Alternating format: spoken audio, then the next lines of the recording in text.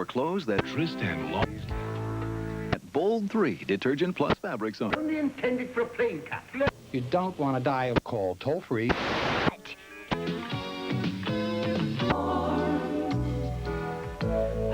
give you trouble. Pop your piece around the track if you get... Whoa, hey, there you are! Commander USA here. Hey, it's springtime, a period of rejuvenation. And I guarantee that my groovy movies will make you look and feel great. Whoa, well, okay, but my groovy movies are guaranteed to help you make new friends. Whoa! Oh, wow! Oh! Groovy movies are even better than living in a cave. Raise your spirits. Join the Commander for his groovy movies tomorrow.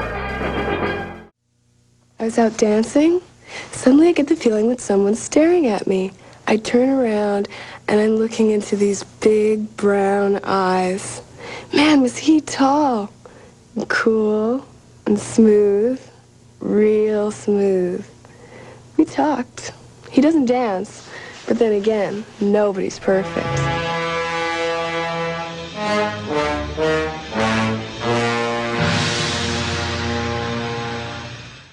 People who love potato chips are surprised at how good Keebler's Oh Boise's taste. Oh, Boise's are oh boisterous. They're bubbly, crackly, roisterous, so full of Idaho potato taste. Oh, Boise's are oh boisterous. Made by the Keebler Elves, Oh Boise's potato snack chips in original and sour cream and onion. So bubbly, crackly, so Idaho potatoey, you'll say... Glorious, notorious, delicious, and uproarious. The Keebler's oh Boise's and oh Boise's are oh boisterous.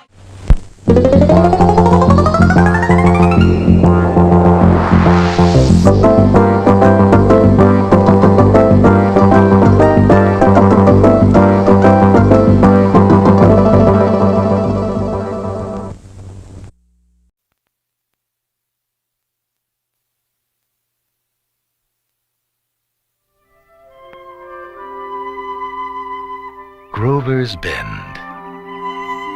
It's just a speck on the map of the universe. Transform. They get a different class of tourist here. Company's coming. Noisier. Pushier. They're turning this peaceful little town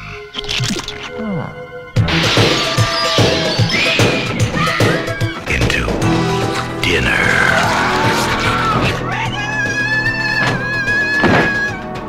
Critters 2. I can't hear you. Can anybody out there hear me? We need a sheriff. Go check the yellow pages. Those hungry hairballs from outer space are on a roll. Let's just get help. Oh, who are we gonna call? Critter Busters? Oh! These guys are great. And they'll eat anything. We're gonna end up tomorrow's leftovers. There must be hundreds of them. Critters 2, the main course. You got nothing to lose but your life.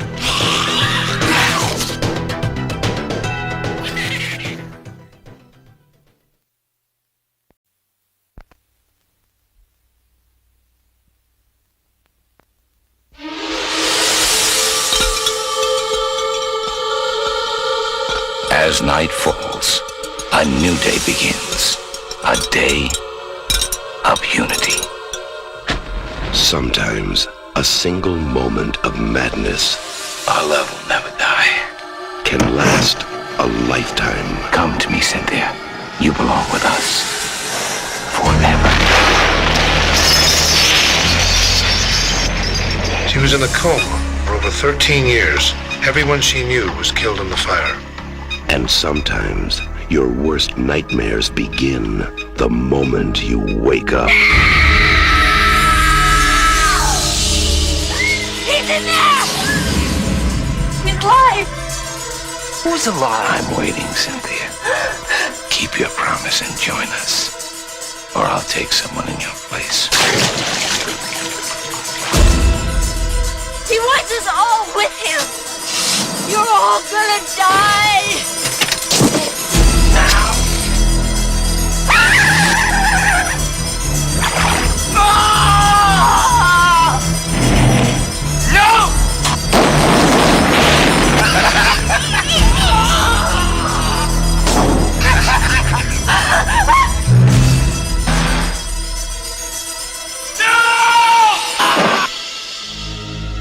survive bad dreams. Take a stab at it. March 25th.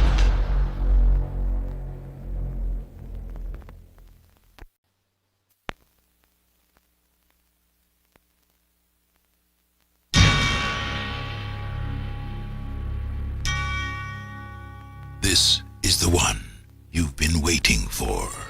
What's happening to me? Your psychokineses and these delusions are No, you're not listening to me! The one you've been asking for. Hey, Tina, isn't this the way they wear their jackets back in the mental hospital? Concentrate. Concentrate, Tina! The one you've been dying for. You people give me the creeps. Okay, you big hunk of a man, come and get me! Jason is back.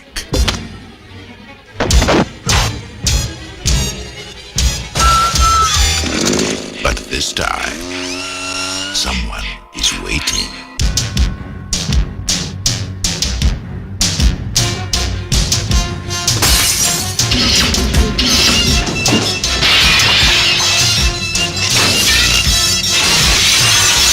Jason? Tina, don't go in there!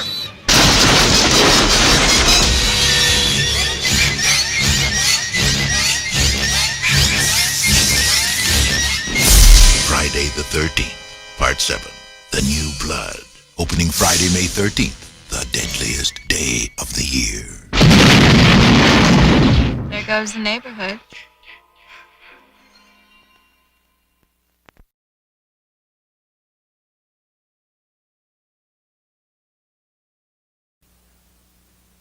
Phantasm, the delusion of a disordered mind. A phantom, a spirit, a ghost.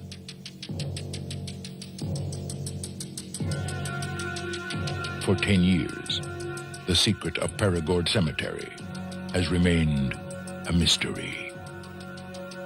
Now, 3 innocent people are about to discover the ultimate evil. You think that when you die, you go to heaven. You come to us.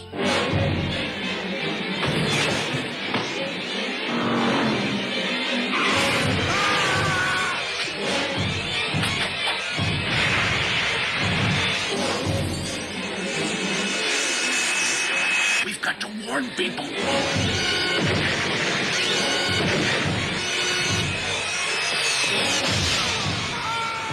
This summer, the ball is back.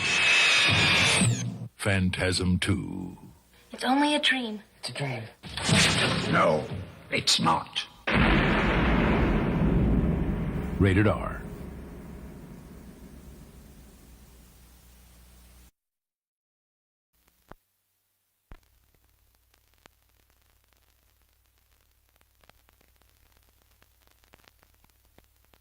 Ten years ago, on the night of October 31st, a small Midwestern town fell victim to an escaped killer.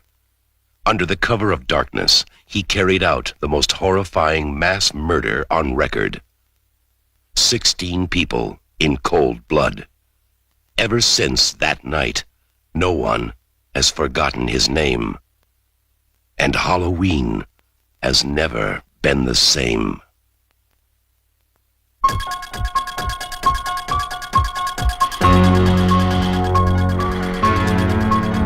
Now, Michael Myers has come home. He has returned for one more night of unholy terror. Michael!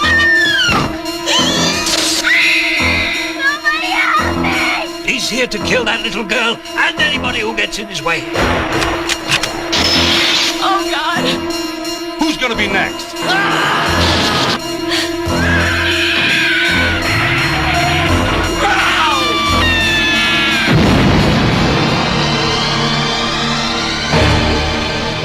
Halloween 4, The Return of Michael Myers. Maybe nobody knows how to stop him.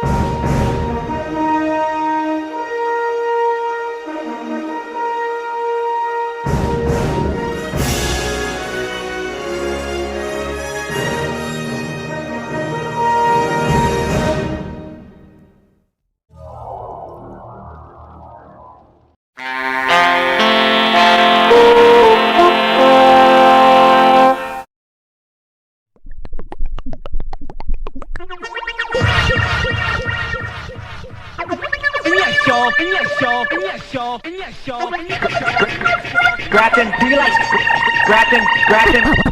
Hi, everyone. Hello, hello, hello. How'd you do? I'm a disc jockey. Wickedness knows no bounds. By the power of Castle Grayskull. Welcome, Tommy. You say stuck in the 80s? All systems go, Michael. In a few moments, you will have an experience which will seem completely real. It will be the result of your subconscious fears transformed to your conscious awareness. It can be extremely harmful and result in severe trauma. You have 5 seconds to terminate this tape. 5, 4, 3, 2, 1.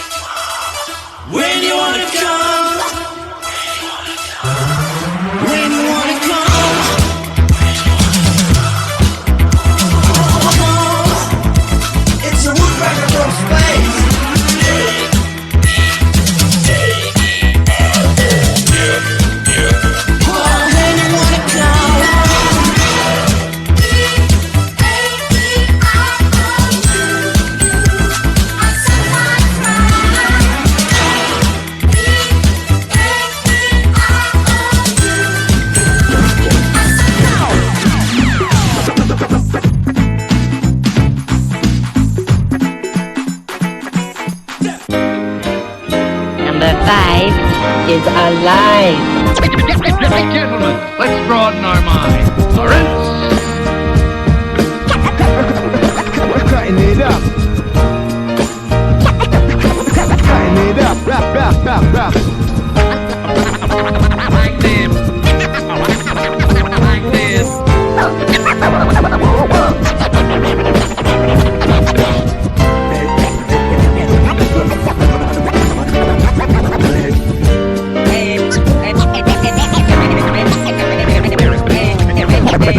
That shit didn't make any sense at all. The scratching was off. Like, the beat you picked don't even make sense with the scratches. The fuck you was thinking about? Freeze!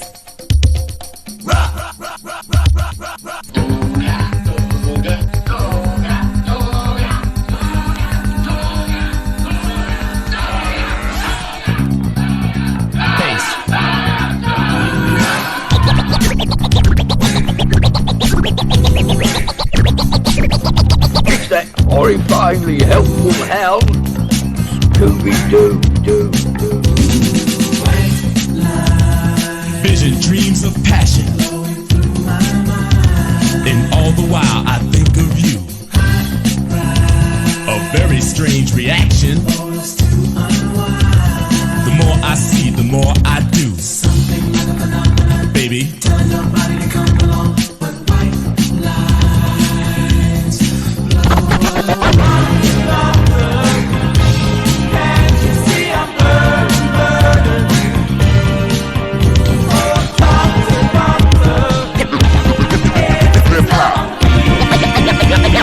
You understand?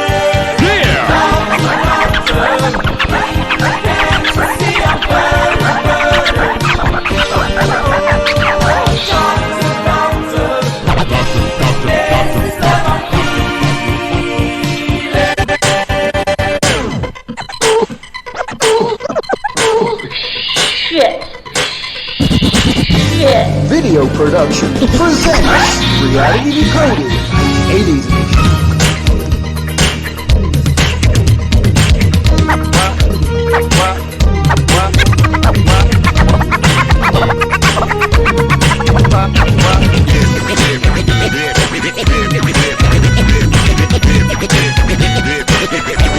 Something very important I forgot to tell you.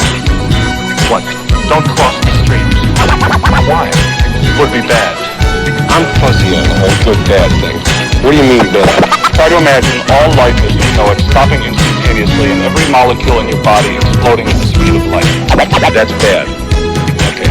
All right, important safety tip. Thanks, Ethan.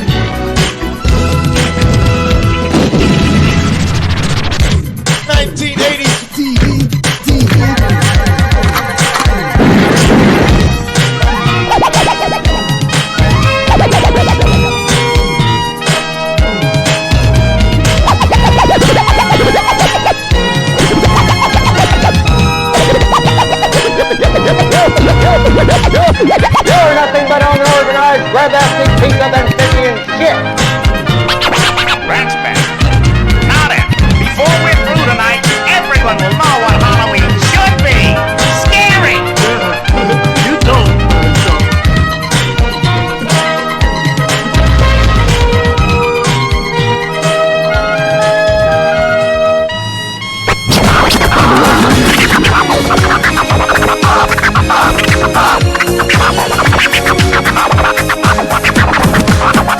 Never gonna give you up, never gonna let you down.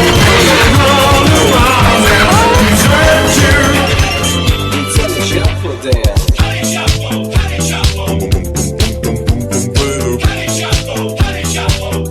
Tell me shuffle dance.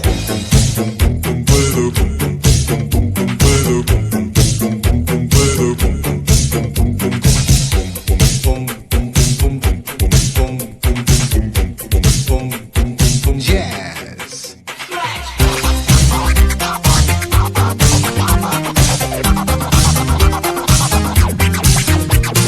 Love is like a drug that you just can't do without. Makes you so excited, makes you wanna shout. Once you've had a sample, you never want to stop. Follow my example, I'll take you to the top. Some of them want to use you. Some of them want to get used by you. Some of them want to abuse you. Some of them want to be abused. Taste of love, to the rhythm. Taste of love, to the rhythm. A taste of love, you need a taste of love.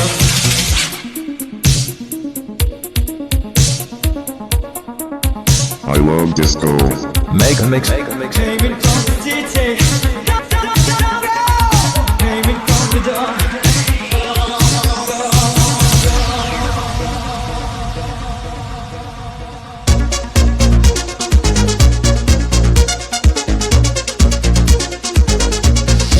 Oh, baby, make my love. Give me what you got. Mix me with your loving. Mix me with your loving. Hey, go get doctor. Doctor came too late. Oh, you can't wait. Can't stop now. Don't you know? Don't you know? Don't you know? Oh, go. Oh, go. Eins, zwei, eins, zwei, eins,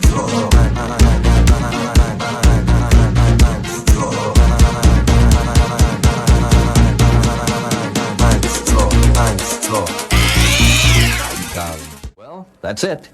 Good luck. Adam Lee, Here. Adamowski, Adamson, Here. Adler, Here. Anderson, Anderson, Here. Bueller, Bueller. Yeah, well, I saw it on a rerun. What's a rerun?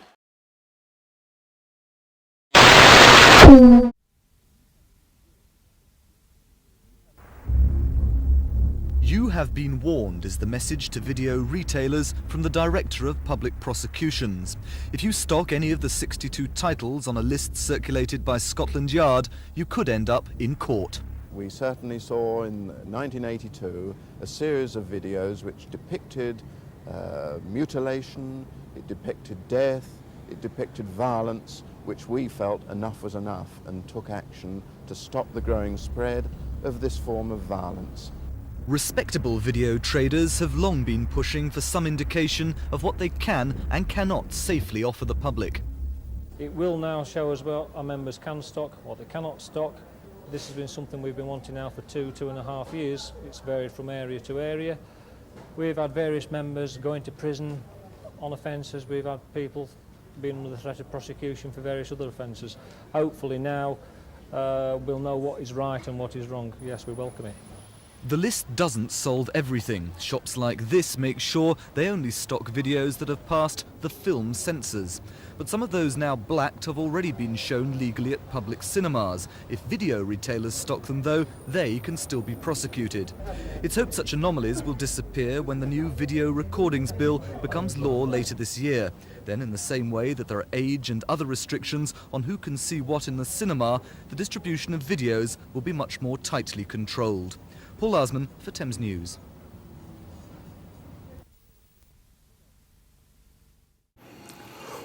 What is up, everyone, and the warmest of welcomes to regular offenders, old and new, one and all alike, to this latest installment of Reality Decoded, which by now you should already know is proudly brought to you from Shit Video Productions. And this latest installment of RD is, as I'm sure by now you have realized, another 80s edition, and is the third part of an unintentional trilogy, taking a deeper look into the popularity and rise of Satanism and devil worshipping during the 1980s. Or was devil worshipping in Satanism as popular as we were led to believe in the 1980s? And according to the mainstream media during that era, they delivered the Satanist narrative very similar to the way they delivered the crack narrative. It was fear porn propaganda at its finest, delivering the message that Satanism, like crack, was everywhere, it was on the rise, it was coming to a town near you, and it was targeting your children who would be unable to resist its influence. And in the two previous episodes related to Satanism in this series of unintentional trilogies looking at Satanism, we investigated and explored the popularity of Dungeons and Dragons that was attributed to being one of the gateways into devil worshipping and satanic practices. And in the second episode in this series that is becoming a trilogy, we looked at Satanic Panic and how heavy metal was responsible for rising an interest into the occult, especially in the minds of teenagers who listened to heavy metal music, possibly on their Walkmans or boom boxes in their bedrooms, and were possibly influenced by subliminal lyrics and reverse records. If you played them backwards, some people were led to believe that there were subliminal satanic messages contained within them. But in this third installment of the unintentional trilogy, as I'm calling it, we're going to be looking at video nasties and the popularity of horror movies during that decade.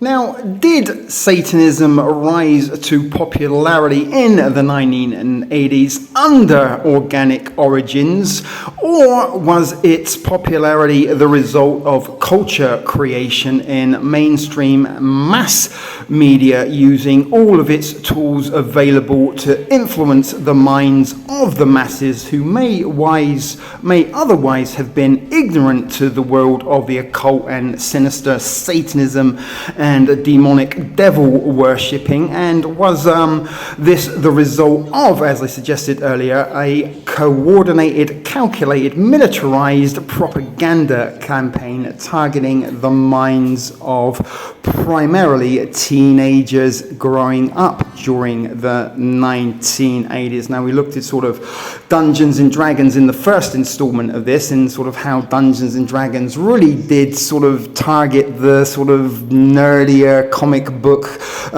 type demographic that may not have been the types that went to the school dance or had dates for prom. But music sort of catered to sort of everybody, but usually it was always the cool kids that were into the coolest music. And when you are creating cultures, you need the influencers to sell the culture that you are creating to certain demographics in order to round these people up and herd them towards the same field of thought.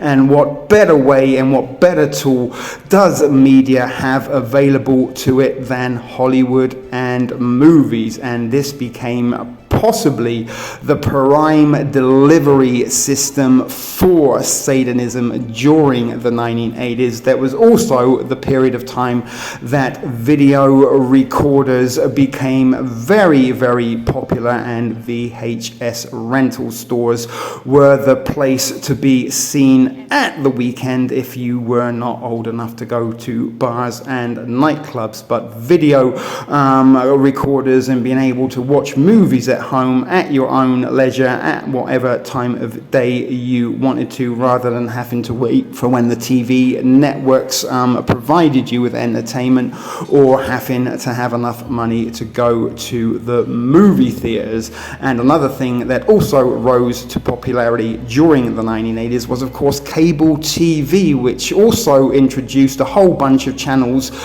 to a unsuspecting audience at home that loved the fact that now they had more entertainment at their disposals that they could use with the flip through with the use of their latest handheld technological revolutionary device, the TV remote control. And many of these channels were saturated with horror movies. Now, unlike with Satanic Panic and the sort of demonic worshipping as a result of Dungeons and Dragons, it really didn't affect me personally or the UK in general. Video nasties and horror movies, on the other hand, did, and the term video nasties actually comes from a government imposed law or bill that ended up banning a whole bunch of horror movies that were considered by the British Board of Classification too gory or disturbing for any human audience to witness, and were taken off the shelves, and fines were imposed to anybody that was caught either selling or renting these titles, which we will be looking into later. But with regards to the content in horror movies, what wasn't off the cards during the 1980s? Well, absolutely nothing. Horror come in all shapes and forms, from killer clowns from outer space, critters, ghoulies, gremlins, Freddy Krueger, Jason Voorhees, Michael Myers, slashers, chainsaw welding maniacs, you name it. If it could be horrorized, it was put into the movies, and many of these movies were popular for their gore, bloody body counts and graphic death scenes, and many of them also contained an awful lot of scantily clad women running around in their underwear in the night, in the woods, being chased by one psychopathic homicidal maniac or another, be it wielding a knife, machete, an axe, a chainsaw, or a glove fashioned with blades for fingers. And as I said, guys, many of these movies were very, very titillating to the senses, and not only that, they were very, very traumatizing. And with Mind Control, MK Ultra, I'm sure those of you who are watching are smart enough to realize that Mind Control works best upon trauma victims, and we've also looked at technological patterns for mind control devices that were possibly contained within some of this popular entertainment that was being made widely available to civilian populations of the time, and was some of the technology that resided in that tech entertainment gadgets that we were being told they were contained, and originally militarized, weaponized technology passed off as entertainment. Sorry if I butchered that there. Forgive me. But moving along, these movies accompanied with what could be electromagnetic frequency mind control devices and pulsating images on the screen. The content delivered on the screen was enough to traumatize most sane, undisturbed living creatures. And sort of growing up through the 1980s, I watched an awful lot of R-rated movies, or X-rated movies as they were known in the United Kingdom, way before I was old enough to be legally allowed to view them. And it was a little bit of a sort of badge of honor in the playground at school growing up there to sort of claim or even pretend to have seen the most disturbing movies on the top shelf in the video store. Even if I didn't watch them, I like to brag about the fact that I did, and how it was sort of a tough thing to do to be able to watch some of these scary films. But in actual fact, when I did watch them, they did scare the living shit out of me. And some of the movies I watched before I was 11 years old included George A. Romero's Dawn of the Dead, The Evil Dead, The Texas Chainsaw Massacre, I Spit on Your Grave. I could go on and on and on, but an awful lot of movies that I should not have seen before my time. Now, the other thing that come as a result of the video nasties in the United Kingdom was the popularity of piracy. And now all of these videos that you once were able to just walk into a video store and rent for the night or the weekend, or sometimes even a weekly rental, were now forbidden fruits. And the back room in video stores become very popular, and this was a place that you could get your video nasties as well as adult entertainment video content. And I spent quite a lot of time in the 1980s in the back rooms of video stores, which, thinking about it, teenagers being left alone in dark rooms with often overweight, sweaty individuals that spent an awful lot of time of their day watching these video nasties when there were no customers in the store might have been a questionable decision, to say the least. But I am here alive and well to tell the tale, although not everybody that lived during the 1980s and enjoyed horror movies and turned to the occult and Satanism weren't so lucky. But were horror movies, Dungeons and Dragons, and video music videos the reason that teenagers in the 1980s put down the board games and replaced them for Ouija boards, tossed away the skipping rope in favor of strangling neighborhood cats, and turning to satanic cults rather than joining things like the Girl Guides or the Boy Scouts? One can only wonder and surmise in your own minds. But I do believe that, like the cultural creation of the hippie craze, LSD, and teenager culture that was created by Tavistock during the 1960s, the satanic popularity and the satanic panic, as it was known at the time, is the result of Tavistock. This was cultural creation. This was the power of influence suggesting to individuals that Satanism was cool, demonic practice was the way to win girls or boys. And I have to say, since the 1980s, an awful lot of girls that I have had to have dated have either been into vampires or have claimed to be witches. And was this a result of some of the content they were subjected to during the 1980s?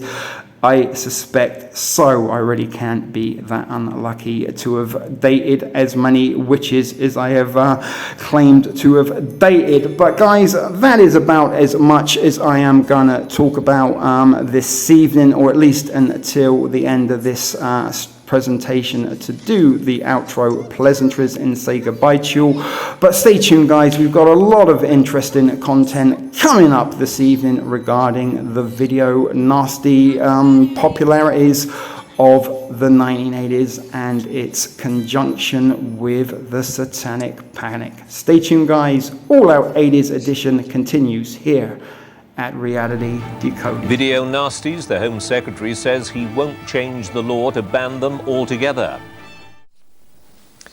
The Home Secretary, Michael Howard, has said he will look closely at a report which says there is a link between violent videos and crime. But he said it would be an extreme step to ban the videos simply on the grounds that they were unsuitable for youngsters. More than 200 MPs say he should. It looks as if films like these will stay on shop shelves, despite the claims by child psychologists that youngsters can act violently after watching so-called video nasties. Today, the Home Secretary suggested he would not be accepting an amendment to the Criminal Justice Bill up for debate in mid-April, which would take the videos out of circulation. He stressed the role of parents instead. Well, parents do have a responsibility. There are some videos which are suitable for viewing by adults, not suitable for viewing by children. And it's difficult. It would be an extreme step to ban all videos that might be perfectly okay for adults to watch. Films without certificates, or ones that are only allowed to be shown in cinemas, have been seized on video by police and trading standards officers. But there's resistance to extending their powers from those who say the psychologist's report proves nothing. We do not accept that there is a conclusive argument that the problems in our society can be simply cured by preventing the majority of households in the United Kingdom from being able to see 15 and 18 classified programmes.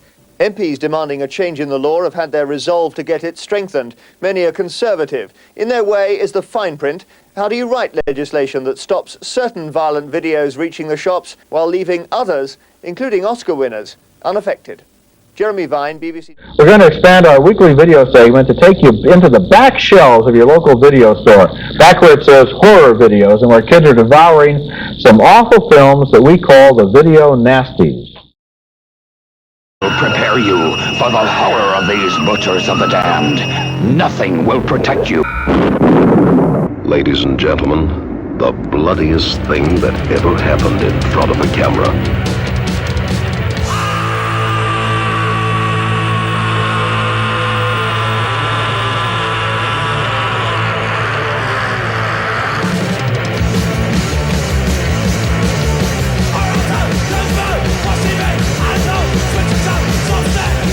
I have never seen a video nasty. I wouldn't.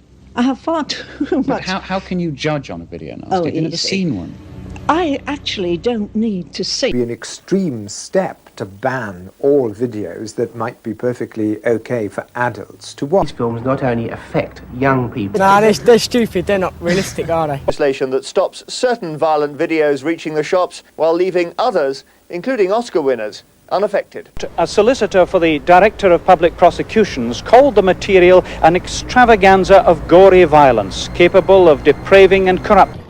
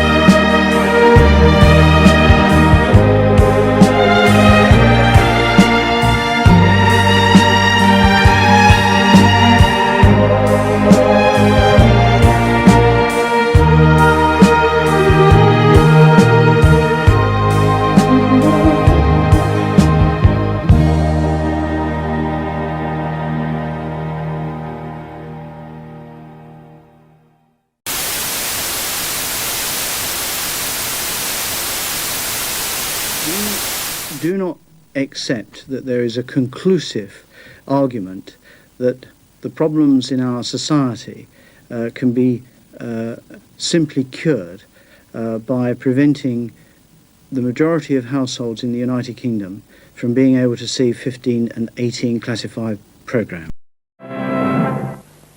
Whatever happened to playing with dolls and dreaming of Prince Charming? Chrissy Pollard reporting from Portsmouth. Now there is, as you might expect, a lot of controversy about whether or not video nasties, or indeed TV in general, does affect behaviour, especially among the young.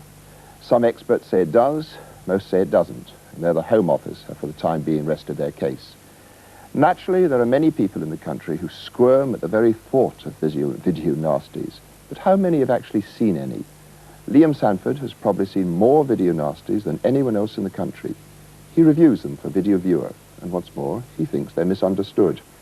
Seems to me, Liam, there are two issues at stake, the making and marketing of these films and their availability to young viewers. That surely can't be right. Well, apart from the fact that the first point that you made about the boy who'd seen the vampire film, in fact, on page 2 of The Sun, it does mention that he didn't actually see it. His mum said so. It was just something that he decided to go out and do that day. And part 2 is the fact that some of the statements regarding those films were a teeny bit exaggerated. But it may be that, of course, the films have stimulated those girls' imagination in a way that in itself is a bad thing. Well, I certainly wouldn't agree with the fact that children ought to be allowed access to them. I mean, but when you start saying that you ought to ban video nasties, I mean, what do you do if little Willie gets hold of the key to the drinks cabinet and takes a swig of gin? I mean, do you ban all gin then? Okay, well, let's just stay, however, with this question of their easy availability to young people, whether the parents know about it or not. I was very struck by the woman in there who talked about the loss of innocence in children. Oh, I agree with you. I think that there is a strong possibility that possibly children's imaginations may be really speeded up somewhat to pick up on things that they normally wouldn't think about. And I certainly don't think that they should be made available to children. I think the worst that they could come off from one would be a nightmare, but the fact that the video rating system has now been introduced should mean that there would be less chance of children getting hold of them because they're rated 18, which means adults only, 18R, which means adults only, and naughty bits. Okay, we'll be discussing what we can do to the hands of children a bit later on. I mean, you seem a normal enough fellow. Why do you watch them? Well, I've always enjoyed the horror movies as such, and I suppose the nasties are a logical progression, which is not to say that I don't slag an awful lot of them. I mean, some of them are so wonderfully diabolical that they make Monty Python look positively restrained. I mean, you take a pretty flippant attitude to them. You plainly don't think they're to be regarded seriously. No, I do regard a lot of them seriously, but I write about them in a light-hearted manner in order to strike a balance. I mean, everybody is so anti-nasty. I mean, you can go from the top end of the scale with bloodbath and superstition and pranks, right the way down through Deadly Spawn, which is your 50s monster on the rampage thing, where the monsters finish up in somebody's blender at one point in the middle of their food. Does it count that there's enough real violence and nastiness in the world without having this stuff foisted on us? Well, there's a difference between the real violence. I mean, you can watch any newscast each night and you can see the camera zooming into the blood on the pavement. Somebody has really died, yet nobody's going to complain about the fact that the media have exploited that. In these films, people can look at it and know that this is not really happening. Well, I hope that they do know that it's not really happening. Me too. Thank you, Liam.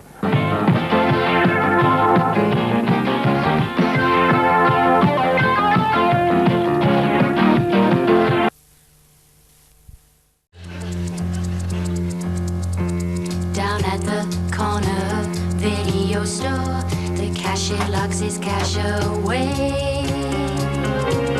He bolts the windows and shutters the door at the end of another working day.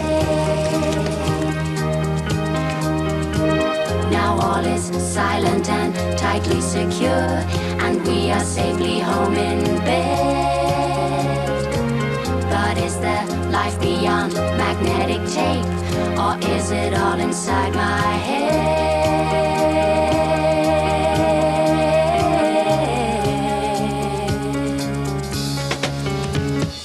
Something's moving and I don't know what it is. On the top shelf on the right.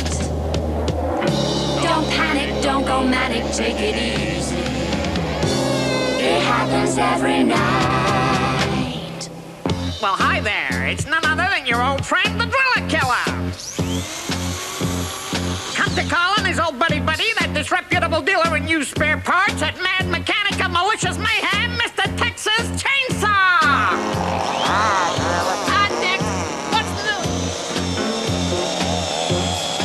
Right about this time of night, most of the guys usually take a stroll down to the tropical section, grab themselves a jungle burger and a couple of shots of plasma. Stave off the pangs, sharpen up the fangs, meet up with the gang, that kind of thing. Maybe let their hair down a little, you know. No. Hi, Wolfman. Maybe pick up a couple of leatherettes from the SS experiment camp. Hi, Fraulein. Careful with that nipple extractor, honey. Accidents will happen. Yeah, things do get a little bit out of hand sometimes. Do you feel like a bite in the middle of the night where the video nasties play? They get a little loaded in the bigger machine and there's the night away.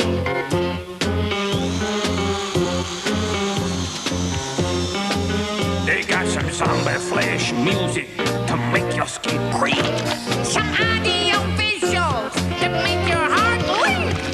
If you thought that ugliness was only skin deep, you'd be wrong. It comes from deep within the psyche and hangs around until you're solid gone. Now it can be told. Hold it! Now it can be told. Hold it! Hold it! Now it can be told. Okay, go ahead and tell them. A story of such unspeakable horror that the producers have been confined to an institute for the criminally insane for the rest of their unnatural lives. With a bone-shattering tortured cry of anguish, the beast is unleashed on the public at With the sound of music.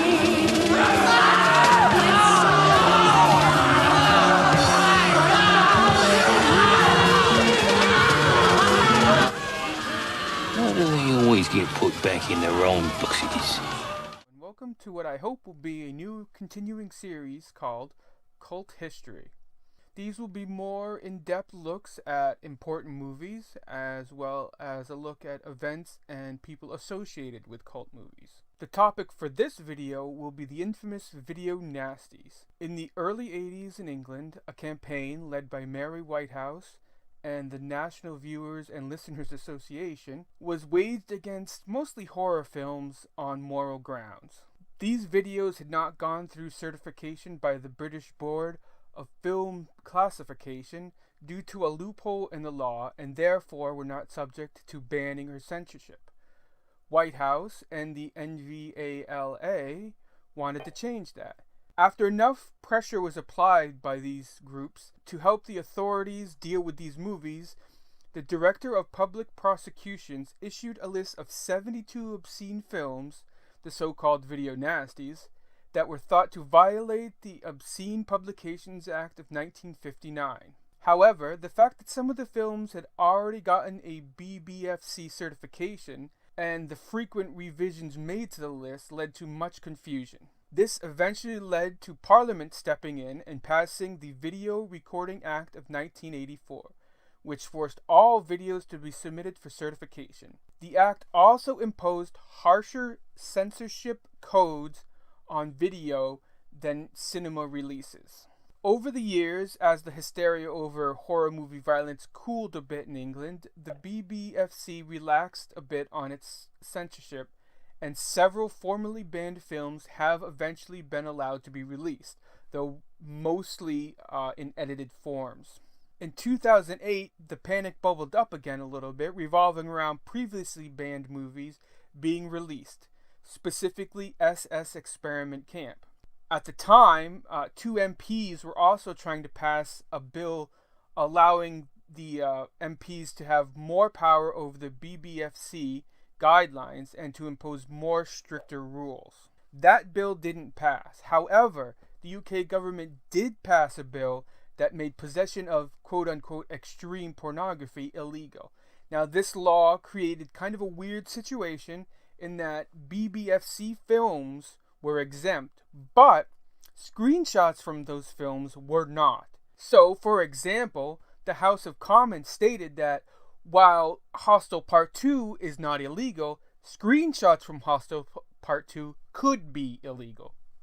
Now, I'm not going to sit here and list all 72 films, that would be rather tedious, but I will name a few of the most well-known. There's Bay of Blood, Blood Feast, of course, Cannibal Holocaust, The Driller Killer, Faces of Death, Fight for Your Life, Last House on the Left, I Spit on Your Grave, of course the aforementioned SS Experiment Camp, Snuff, The Beyond, and even Evil Dead.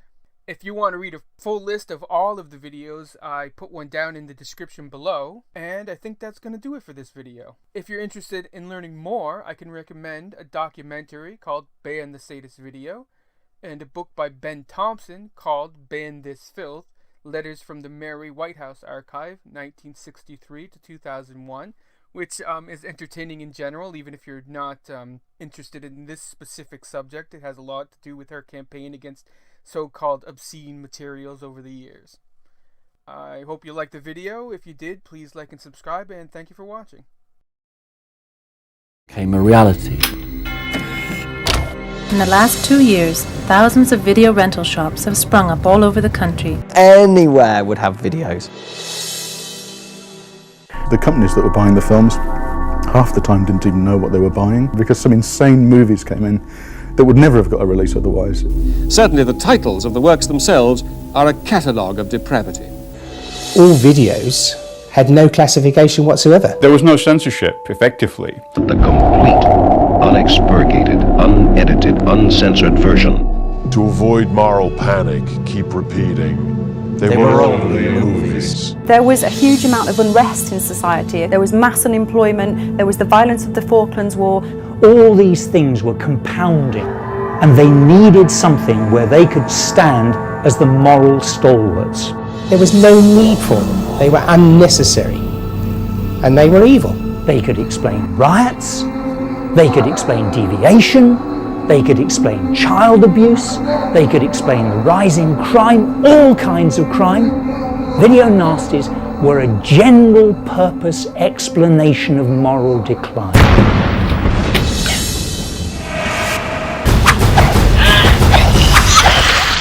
The Daily Mail decided that our children were all going to grow up as mass murderers. They were only movies. What was the MP's reactions to what you showed them? I think they were horrified by what they saw. You had members of Parliament being physically sick, having looked at them. Once we had secured a conviction on them, we would take them for destruction, an incinerator at Edmonton. It was close to book burning, but with videos.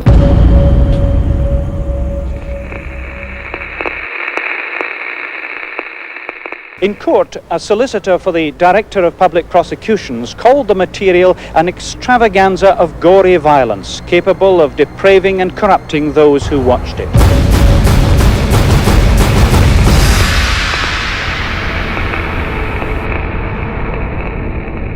Video nasties are so widely available that 45% of children aged between 7 to 16, that's 3 million children, have seen one or more of the banned films. These figures are 100% accurate.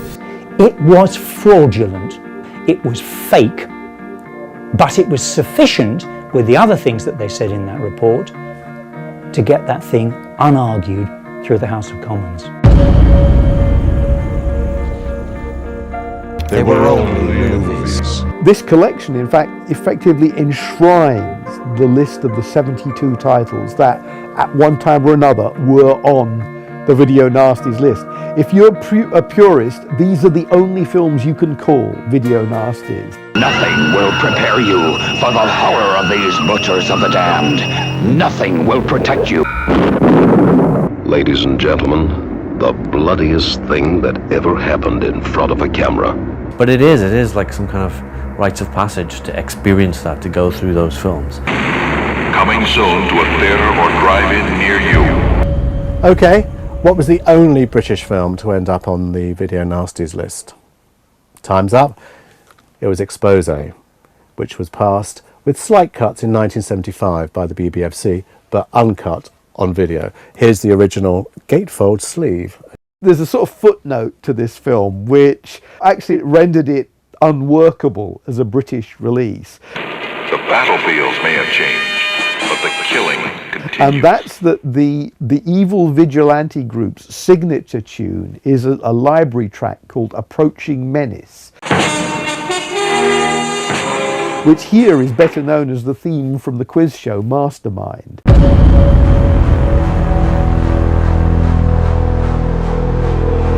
Doesn't that scare you? No, I don't have no nightmares or nothing.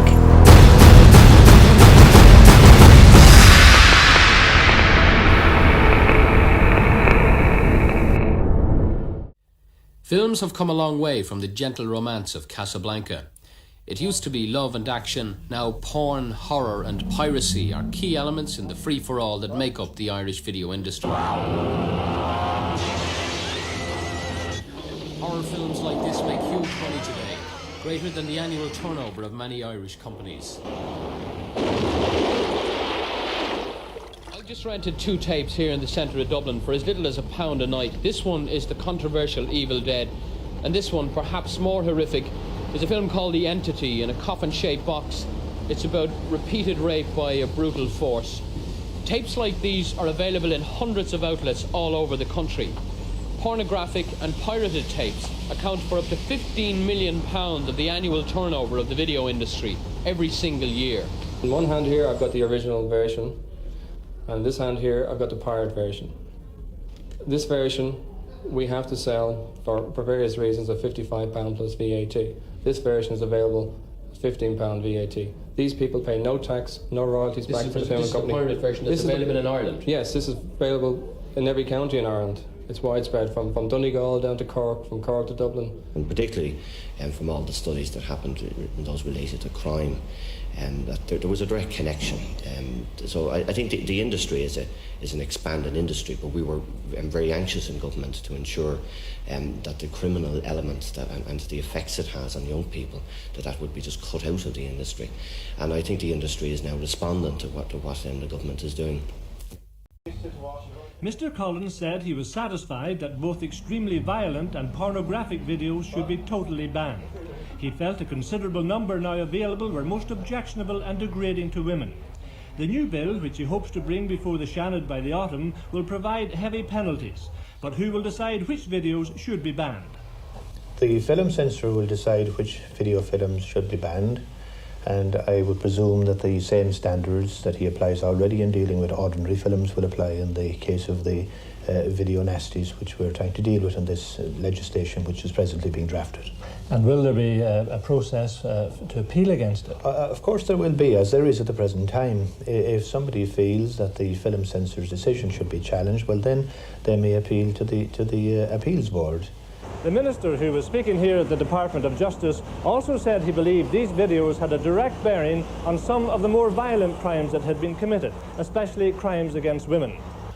I'm personally satisfied, and as are all those who are advising me, that these particular type of video nasties are certainly very degrading to women. I also believe very firmly that they must have some effect on a certain small section of our community, and I do believe very definitely, and I'm advised very strongly in this as well, that in some instances what's seen in these video nasty type films may be accepted by a small minority as normal standards. Been having quite considerable complaints from every unit of the party in relation to the type of video that's now being shown, and we're quite satisfied that there is a very strong relationship between the upsurge in violent crime, particularly crime against women, and serious crime generally in the country, and these video nasties. Well, even if they're all that bad, is legislation going to work, given that I gather you can bring in even one video nasty and run it off 1,000 times?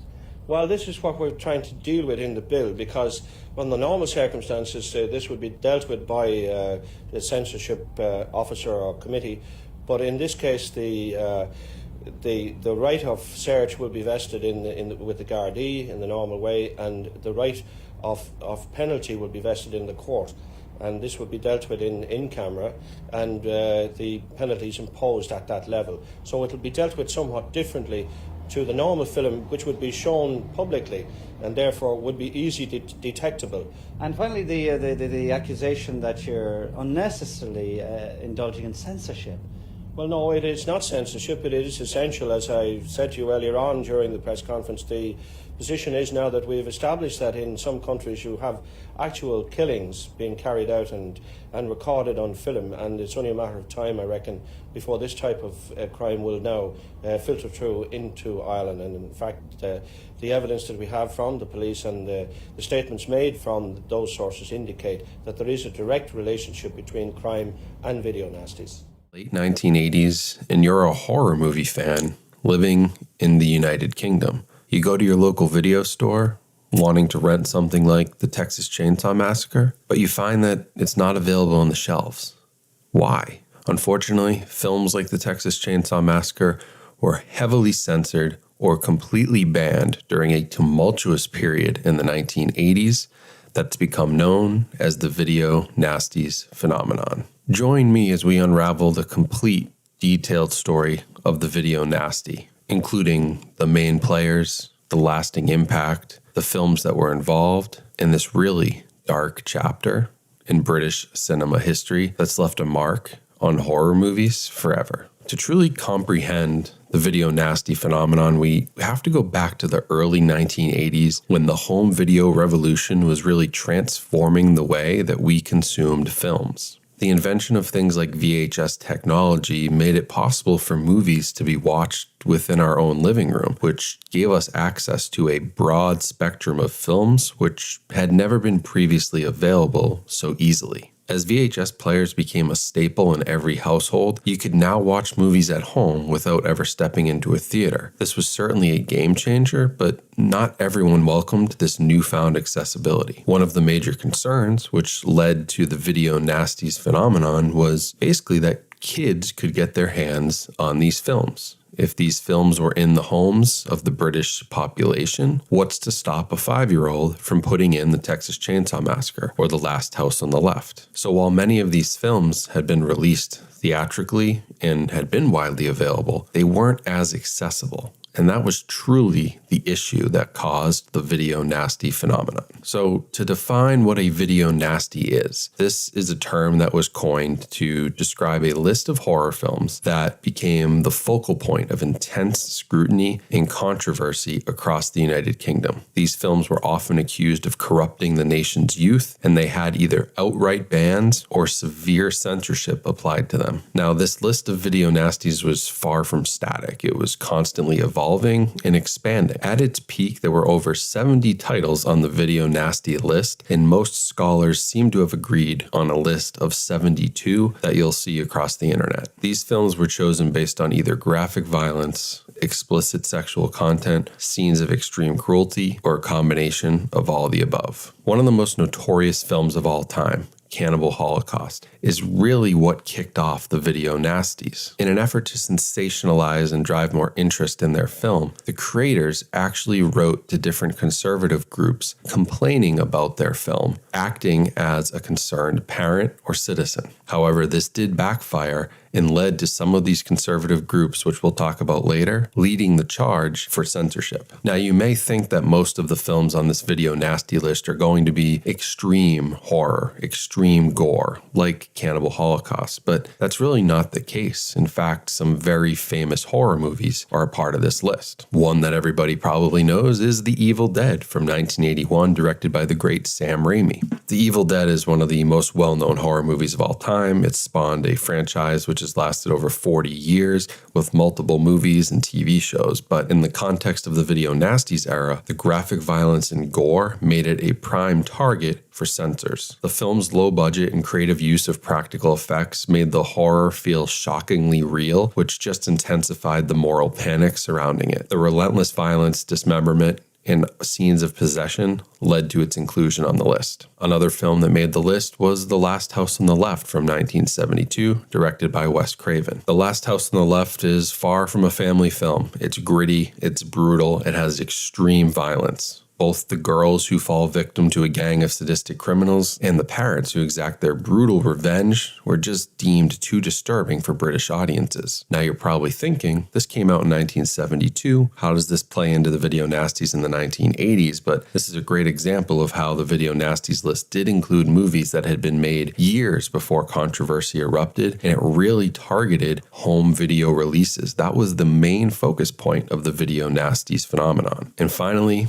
the Texas Chainsaw Massacre may be the most well-known film on the list. Tobe Hooper's 1974 classic was a controversial entry on the video nasties list because although it did have some relentless and raw depiction of violence, it didn't actually have any on-screen gore. Most of it had already been self-censored by the filmmakers to get a release. But the disturbing atmosphere, the rural setting, and the cannibalistic family were just too much for censors, so despite its status as a classic of the horror genre, the Texas Chainsaw Massacre became a lightning rod for critics of graphic violence in cinema. Now, most of the moral panic that surrounded the video nasties was really stoked by sensationalist media coverage. The relentless sensationalist coverage of video nasties by the media played a pivotal role in persuading the government to intervene and impose stricter regulations. This media frenzy was characterized by headlines and stories that depicted the films as a grave threat to the nation's morality and the well-being of its youth. In their coverage,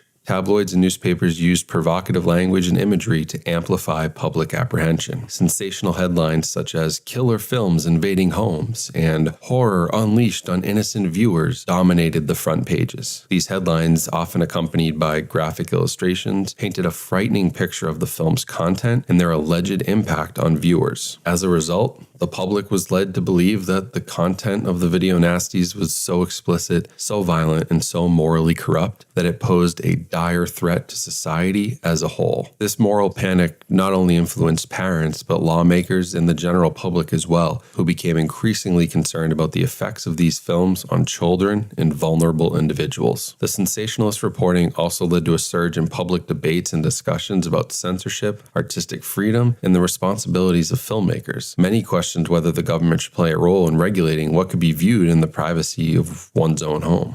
However, the media and government were not the only ones playing a significant role here. There was also a ton of influence from one formidable campaigner named Mary Whitehouse. Born in 1910, Mary Whitehouse was a prominent figure in the campaign against what she perceived as indecency in the media. She was a staunch advocate for conservative values and believed that the media had a significant role to play in upholding these values. Mary Whitehouse's influence extended far beyond mere activism. She wielded considerable power and influence, particularly within the realm of media regulation. As the head of the National Viewers and Listeners Association, a conservative organization that she co-founded, she spearheaded the crusade against these films. Her relentless lobbying efforts were fueled by a deep moral conviction and a belief that these films posed a severe threat to the moral fabric of society. She was not content to be just a passive critic. She actively engaged with regulatory bodies, politicians, and the general public to advance her conservative agenda. Whitehouse's views were characterized by her strong belief in traditional family values, which she believed were under assault by the proliferation of explicit and violent content in the media. She really played a huge role in garnering public support and creating the moral panic around the video nasties. While her supporters argue that she was a moral crusader who tried to protect society from explicit content, critics of her, like myself, just view her as a proponent of censorship and an opponent of free expression and free speech. However, her influence stretched deep at the time, and she played a pivotal role in influencing public opinion and politicians, which ultimately led to stricter regulations and the introduction of the Video Recordings Act of 1984. The Video Recordings Act of 1984 stands as a pivotal chapter in the video nasties saga. It marked a turning point in the regulation of films and video releases, fundamentally altering the landscape of the British film industry. At its core, the Act established the British Board of Film Classification, the BBFC, as the sole authority responsible for classifying and censoring videos. Now, the BBFC had been around since 1912, but had previously focused only on theatrical releases. With the Video Recording Act in place, the BBFC's jurisdiction expanded to include video releases, and that meant that every video, whether a mainstream blockbuster or a niche horror film, had to undergo BBFC scrutiny before reaching the public. The BBFC's role was twofold. First, it was tasked with classifying films based on their content, assigning age ratings such as U, Universal, or 18 to indicate the suitability of the content for different age groups. This classification is much like the theatrical classification now from the MPAA, and it was aimed to guide consumers, parents, and guardians in making informed decisions about what films were appropriate for viewing. However, second, and most significantly in the context of the video nasties, the BBFC was also authorized to censor or in extreme cases outright ban films that were deemed to contain material that was too explicit, violent, or morally objectionable. This was a substantial shift in the UK's approach to film regulation, as it replaced the prior system where filmmakers could distribute their works without BBFC certification, instead relying on local authorities to make decisions on a case-by-case basis. The Video Recordings Act centralized the process of film classification, and it empowered the BBFC to make unilateral decisions that could impact a film's content and availability to the public. For filmmakers, this posed a serious challenge. Many who had been previously able to release their work on video without major interference now found themselves navigating a much more stringent and potentially restrictive system. Many filmmakers faced considerable cuts and alterations to their films in order to secure a certification that would allow their works to reach a wide audience. As a side note, there is a great horror film called Censor, which just came out in 2021, very recently, that covers the video nasty phenomenon, with one of the characters actually working as a film censor for the BBFC. I highly recommend that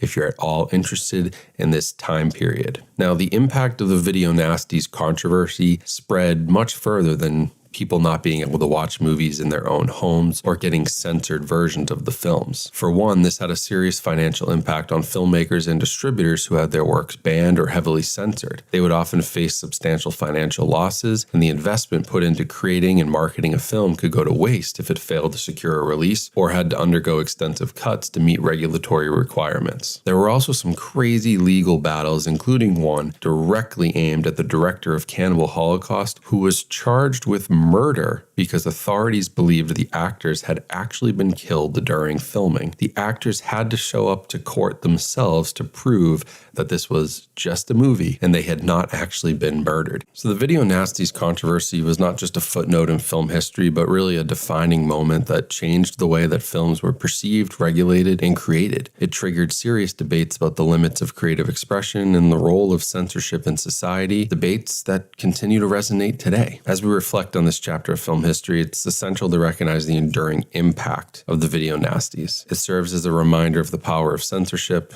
the complexity of artistic freedom, and the role that controversial films play in pushing the boundaries in our understanding of cinema. The video nasties also have a serious cultural significance that extended beyond its impact on the film industry. I don't think it's any surprise that a satanic panic followed the video nasties controversy in the US in the late 80s and early 90s, and it truly serves as a stark reminder of the power of moral panic, media manipulation, and the potential consequences of unchecked censorship. So thanks for joining me on this extensive journey through the controversial and dark history of the video nasties. If you liked this video and found it informative, make sure to give it a thumbs up, share it with your fellow horror enthusiasts, and subscribe for more in-depth explorations of film history, home video history, and all things movies.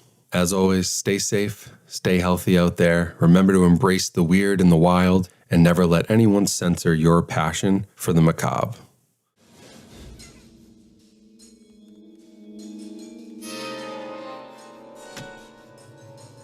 Everyone knows most accidents happen at home. How did that happen? This is no accident. I'm Detective Mike Norris. Homicide. Miss Peterson's dead, Miss Barkley. She fell from your kitchen window. Someone's moved in with the Barkley family.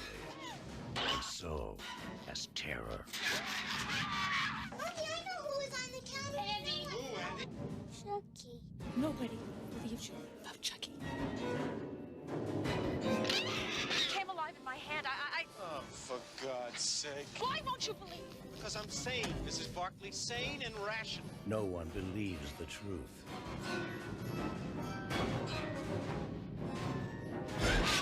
Or lives to tell it.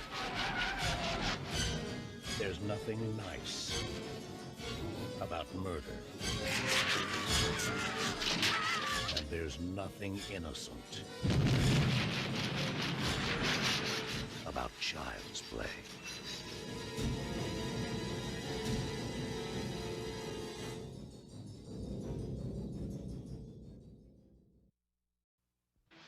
Why would anybody watch a scum show like Videodrome? Why did you watch it, Max? Business reasons. Sure. What about the other reasons?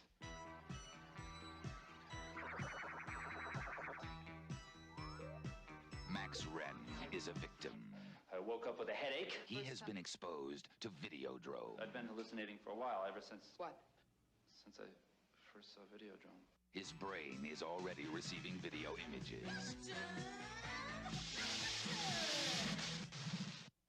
I think that massive doses of Videodrome signal will ultimately produce and control hallucination to the point that it will change human reality. Soon, his visions will coalesce and become uncontrollable flesh. Videodrome is seducing Max Wren. Come to me now. Come to Nikki. And Max Wren can do nothing to stop it. What makes you think I need help? None of our test subjects has returned to normality. Television can change your mind. Videodrome will change your body. Long live the new flesh. It will shatter your reality. Videodrome, starring Deborah Harry and James Woods. A shocking new vision from the creator of Scanners. Coming soon to a theater near you from Universal Pictures.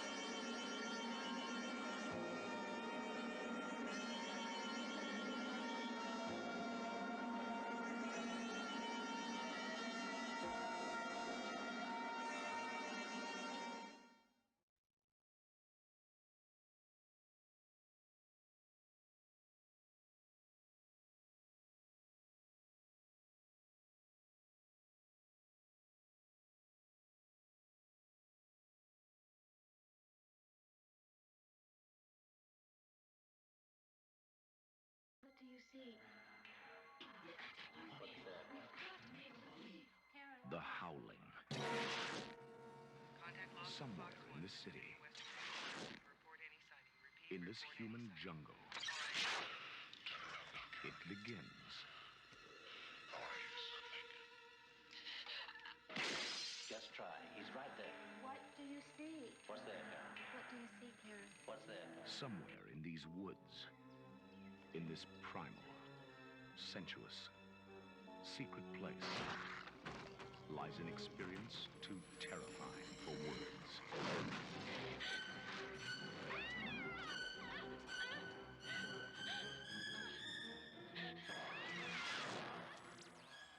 And now, all anyone can do is watch and wait. Tonight I'm gonna show you something. Make you believe.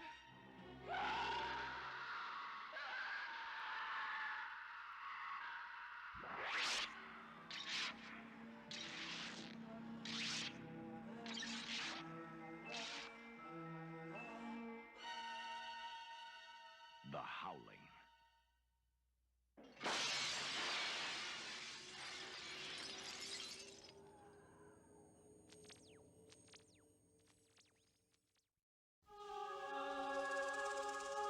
I think you're making a mistake. I think you really want to talk to me. Sorry, I have 3 other interviews to do before this party's over. Yeah, but they're not working on something that'll change the world as we know it. They say they are. Yeah, but they're lying. There is a limit, even to the imagination. Human teleportation, molecular decimation, breakdown, and reformation is inherently purging. Where our greatest creations meet our deepest fears. Something went wrong, Seth. When you went through, something went wrong. You are about to go beyond that limit.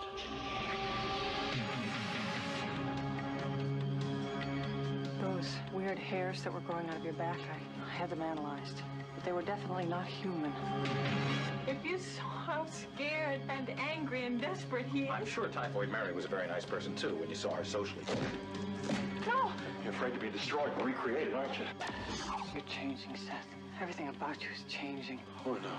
What's happening to me? Am I dying? I want to know what's going on.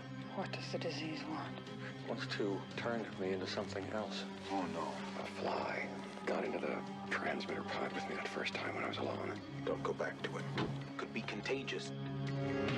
I'm afraid. Don't be afraid. No. Be afraid. Be very afraid.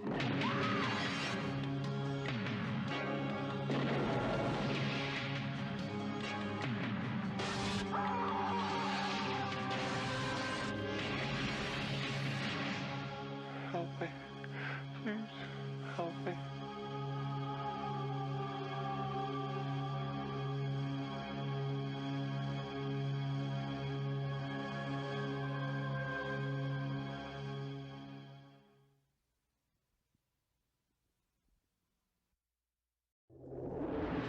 For Bill Whitney, I've never been paranoid. fear plays a large part in family life. I feel like something's gonna happen. And if I scratch the surface, there'll be something terrible underneath. He's afraid his sister Could you zip me up, Billy? is not what she seems. God, Bill, what's the matter with you? He thinks his friends are out to get him. You make waves, Whitney, you're gonna drown. People are what they are. Now you have to learn to accept that. He's about to find out the truth. Why are you guys doing this to me, huh? What, you've been living with these people all your life and you didn't know anything about this? Is far worse than he could ever imagine. If you don't follow the rules, Billy, bad things happen. Didn't you know, Billy Boy? The rich have always sucked off low-class scum like you. Uh-oh, Billy. Clarissa? Don't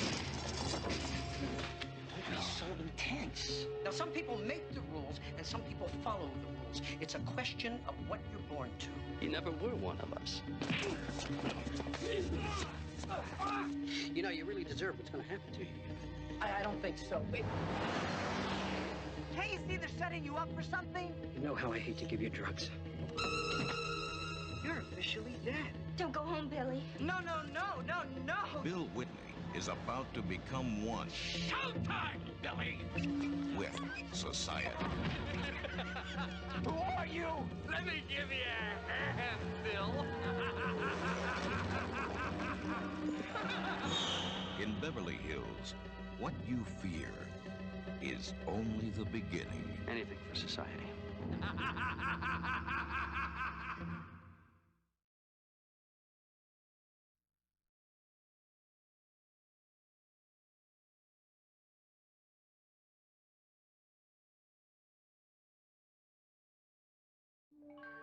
Herbert West is at the top of his class in medical school.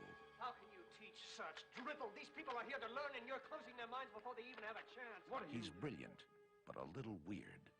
I've broken the 6 to 12 minute barrier. I've conquered brain death.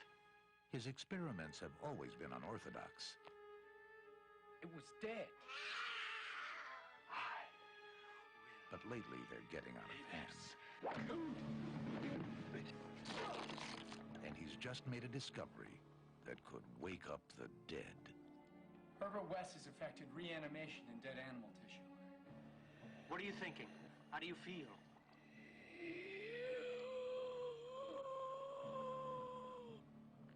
You? 15 cc's of reagent being administered. Once you wake up the dead, you've got a real mess on your hands.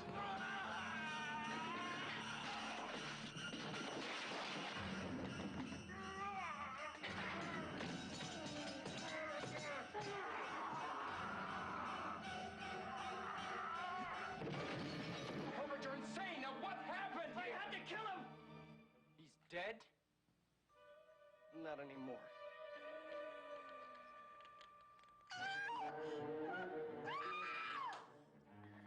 Herbert West brought a lot of dead people back to life, and not one of them showed any appreciation.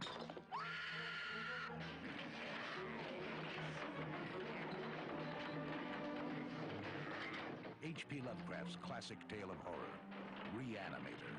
Mr. West. You'll never get credit for my discovery. Who's going to believe a talking head get a job in a sideshow? It will scare you to pieces.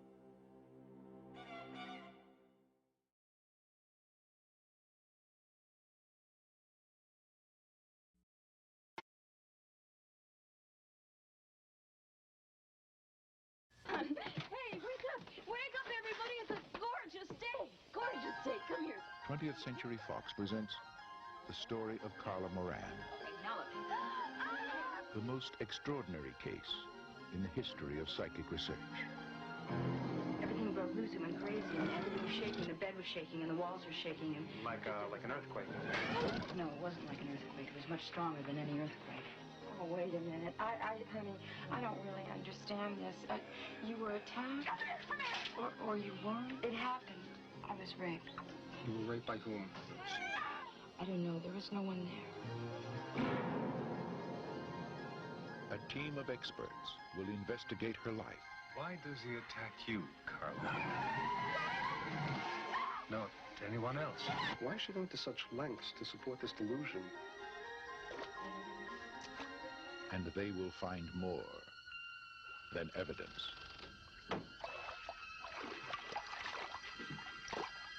They will find the entity.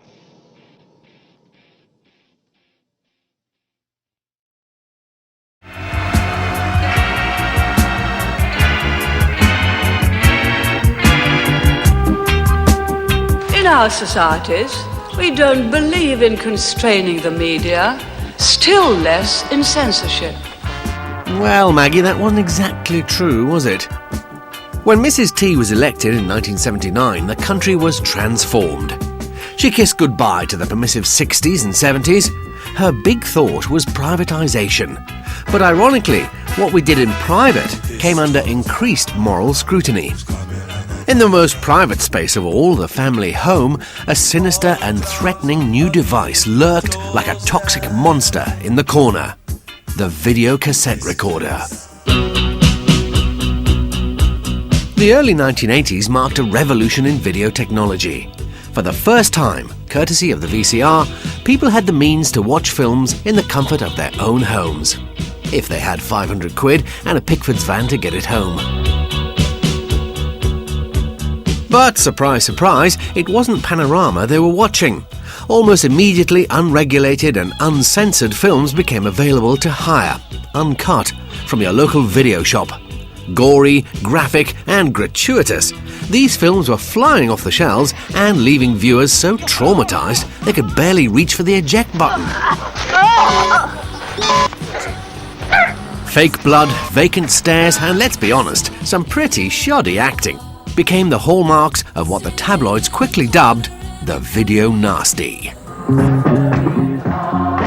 A Well, video nasties was a term coined by Mary Whitehouse, head of the National Viewers and Listeners Association, and she took against a whole bunch of movies that became available in the early 80s on video. At a time when things were unlicensed, unrated, there was a market for all sorts of films because the video recorder was a new piece of kit and people had the machines but they didn't necessarily have the films to watch on them. Terrified that children might watch the uncut nasties at home, the government unleashed snatch squads on local video shops. The police have raided many video shops in the past months.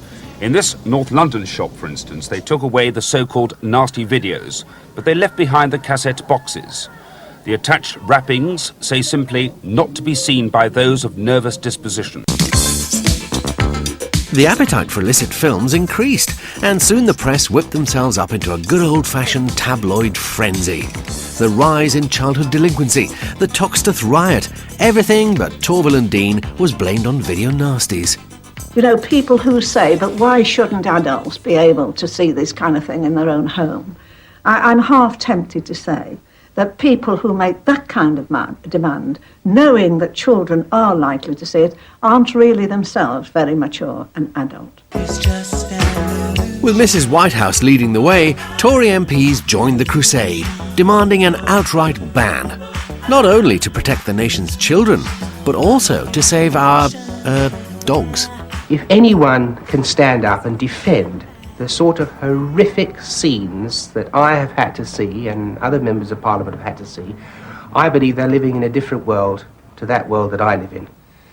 I believe that research is taking place and it will show that these films not only affect young people, but I believe they affect dogs as well. It goes far too far. What about stuff like zombie flesh eaters and all that sort of stuff? Nah, they're stupid. They're not realistic, are they? My mum don't really let me, but I watch them when she's not in. I prefer horror films Why is that? because they're more scarier, more threatening and more blood.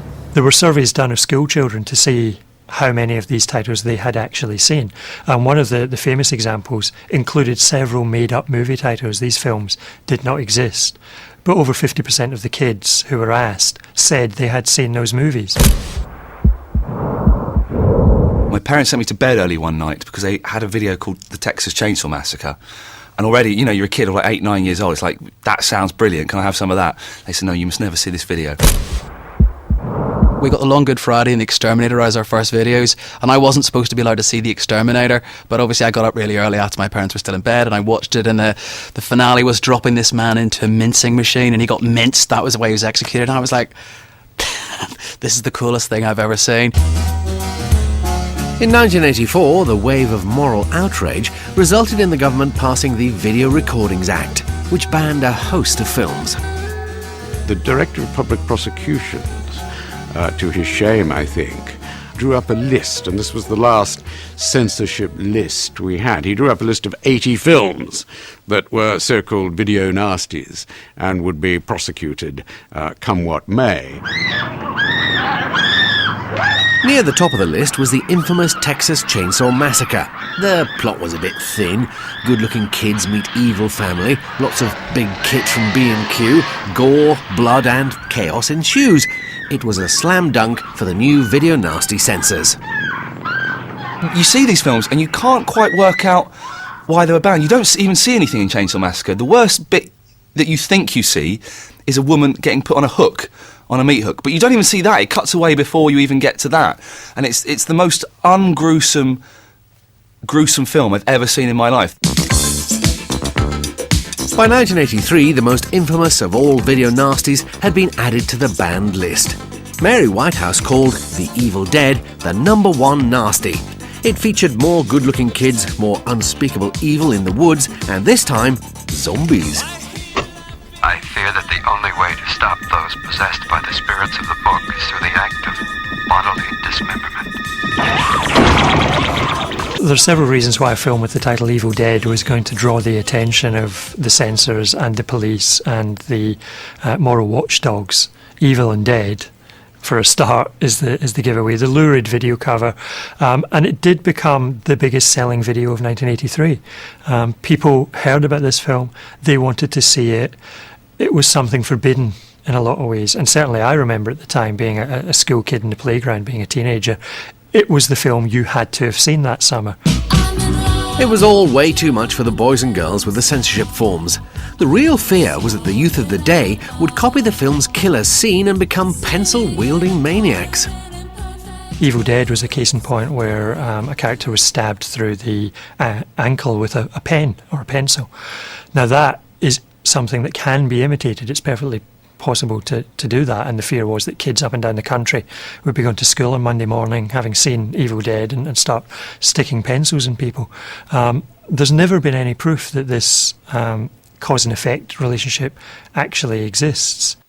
People aren't inspired, I don't think, by videos or by films or by TV to go off and kill and rape. I think if that's in their head, they're gonna do it anyway. You know, they're gonna go off and kill and rape because there are mental people around and there are nasty people around. Seeing a poorly made film from the 70s or the 80s isn't going to inspire anyone to go and kill anyone. I don't think. I might be wrong. I don't know. Fingers crossed. By the mid-80s, the government had the movie epidemic under control. But thanks to the ban, a host of crude films had gained immortal status. Now, 2 decades later, they're watched more for laughs than frights. It's odd from a perspective of 2004, looking back 20 years to the fuss that went on at the time around video nasties, when today you can walk into HMV and buy most of them on DVD. There has been a change in the culture. We worry more about different things these days. Violence is on a far larger scale in terms of wars and events like September the 11th, rather than the personal horror that is in so many of the videos. Good afternoon, everybody, and thank you for clicking this weekly video. Welcome to Spooky Month. The 1980s gave us some amazing classic horror movies, whether it was teenage heartthrob vampires, Before They Glittered, or The Tale of a Man Who Haunts Your Dreams. Whatever you do, don't fall asleep. There were so many horror movies made, and maybe not all were classics. Now let's be clear, I'm not saying these are bad movies. As a matter of fact, I loved them. And whether they were intentionally funny or just happened to be funny, they were fun. So today, let's remember some absolutely absurdly awesome and amazing horror films from the 1980s. Gremlins was a huge hit in 1984. However, due to that, many films came out that tried to repeat that success. Ghoulies, Trolls, Munchies. However, one of these leaned into the fun and camp, and that would be Critters. Critters is the tale of strange fuzzy creatures from outer space that arrive on a farm set out to do us harm, and bounty hunters with superhuman abilities, and the best outfits straight out of 80s glam rock.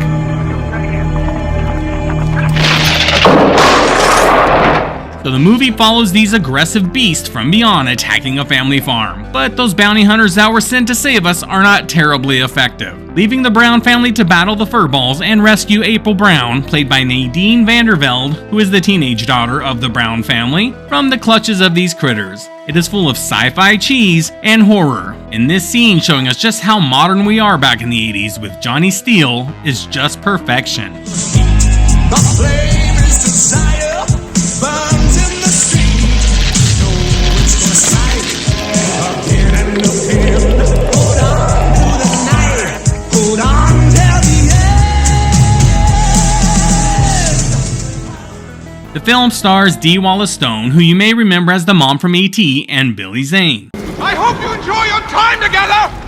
This 1986 classic has a 4.5-star rating on Amazon, with Leonard letting us know, and I'll read it just like it's written. Time this movie came out, 1980s, it was a fun movie, loved it then. At the time this movie came out, 1980s, it was a fun movie, loved it then, still enjoy it now, 4 stars. With special effects not being what they are now, and this amazing scene, which is basically someone holding a Furby and spinning around, will suffice as an attack by these critters. And on the other end of the reviews, we have primitive special effects, bad acting equals worthless movie. The special effects in this movie are jokes. The creatures look exactly like furry puppets. The video quality is a shame, and it's faded and grainy. The acting is like that of a bad movie show. The Gremlins is more exciting, interesting, and entertaining, 1 star. I regret I bought it even though it only cost me $10. Sincerely, Steven Spielberg. Oh, I mean, Sesmoy.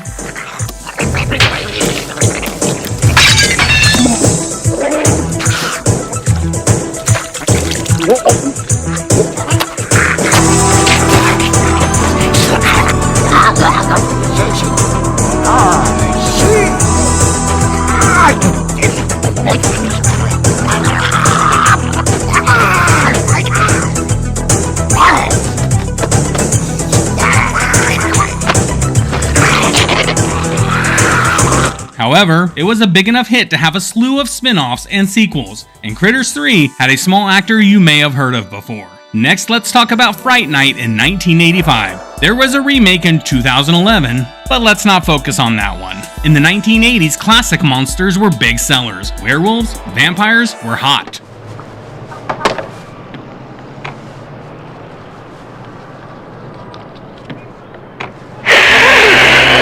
Holy shit! Let's get out of here! And Fright Night was one of those vampire classics. Well, it was a movie, I'm not sure it counts as a classic. The story follows a teenager peeping Tom that discovers that a newcomer in his neighborhood is a vampire. So he turns to an actor in a television horror show for help dealing with the undead. Yes, that's the story of this movie. He notices his neighbor, a vampire, murdering someone as he's peeping with binoculars, so he turns to a TV actor for help. We have all the vampire tropes in this movie: crosses, holy water, no reflection in a mirror, and eventually using the sun to take out his neighbor. It also has some amazing facts in Marcy Darcy from Married with Children. It too was a hit with spin-offs and sequels and a remake. And GSP Lover, I hope that is somehow not offensive, gives us this review, an oldie but a goodie. When I was little, sister had this movie, but all VHS tapes, the more watched the more wear and tear. Then CD came out, and I could not find this movie nowhere. Then a few months ago, I looked on Prime, and it was there, and much cheaper than special ordering it on CD. 5 stars.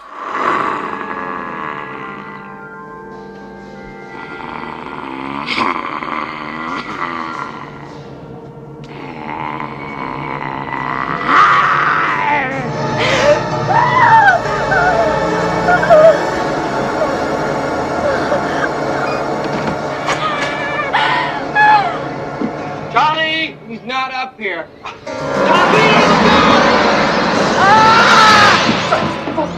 However, Al67 gives us this review. I don't remember this purchase at all. Don't know how I ordered this. 1 star. Next up is Toxic Avenger. Tromaville has a new monstrous hero. The Toxic Avenger is born when meek mop boy Melvin falls into a vat of toxic waste. And now evildoers will have a lot to lose. While I was more of a Swamp Thing fan, this one is more of a horror film, so it made our list. Toxic Avenger starts with this very ominous warning, and they are not wrong. For the time, this was pretty extreme, and I'm sure that warning also helped sell some tickets. Once again, a slew of spin-offs and sequels to milk all they can out of this franchise. Even a musical. It's a brand new day. It's a brand new day in New Jersey. It's a brand new day. It's a brand. The acting is, well, no way around it. It's bad.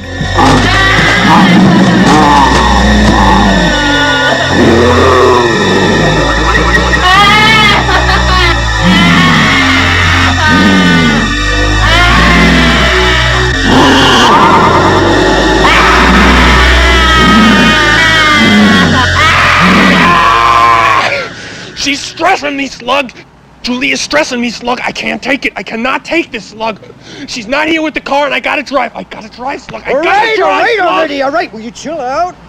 But it holds that place of cheesy 80s fun. The Toxic Avenger ends up falling in love with a person who is sight impaired, so I guess that's a happy ending? When looking at reviews, I have to look at Tom. Now, let's really absorb this review. Tom says, important must buy. The Toxic Avenger is one of the most important films in independent cinema, and without it there would have been no Lord of the Rings as we know it. Peter Jackson, only one of Hollywood's major directors who admits to be influenced by Toxie, film studio Troma, and director Lloyd Kaufman, would never have made his earlier horror flicks, which made him famous enough to be chosen to direct this much too expensive series. The Toxic Avenger may have influenced many directors. It's never quite been surpassed in its originality and brilliance. 5 stars. I mean, okay, Tom, that's a little much. And Aaron has an opposing view. I'm giving it 1 star, like I did in the 80s, because it's a 1-star movie, and that's what it aspired to. To each his own, Aaron, to each his own.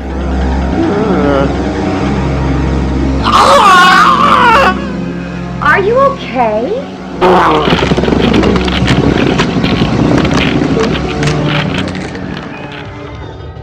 Chud, which is the creation of Andrew Bonheim and stands for Cannibalistic Humanoid Underground Dwellers, and as one reviewer tells us, 5 out of 5 stars, it's basically Teenage Mutant Radioactive Homeless People. Which is pretty spot on. There are hundreds of miles of subterranean tunnels unfit for anything human. Something horrible is loose in the sewers of Manhattan, and the city's homeless population has begun to mutate into cannibalistic, humanoid, underground dwellers. Pretty good cast too. I mean, John Hurd, Daniel Stern, and look, there's John Goodman. While there's a couple of hints that something is going on, not much really happens for a very long 20 minutes into this movie. Somewhere?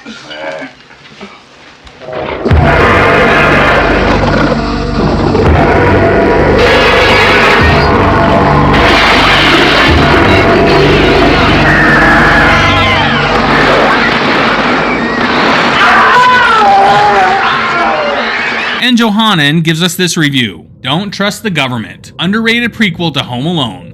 Well, there you go. With an opposing view telling us 1 star. Is this a CD? I was looking to buy a CD, not watch something online. I have bad internet connection, that I cannot watch any type of live movies online. I wanted a in-hand CD. If this is not a CD, I want a refund and order the CD. 1 star.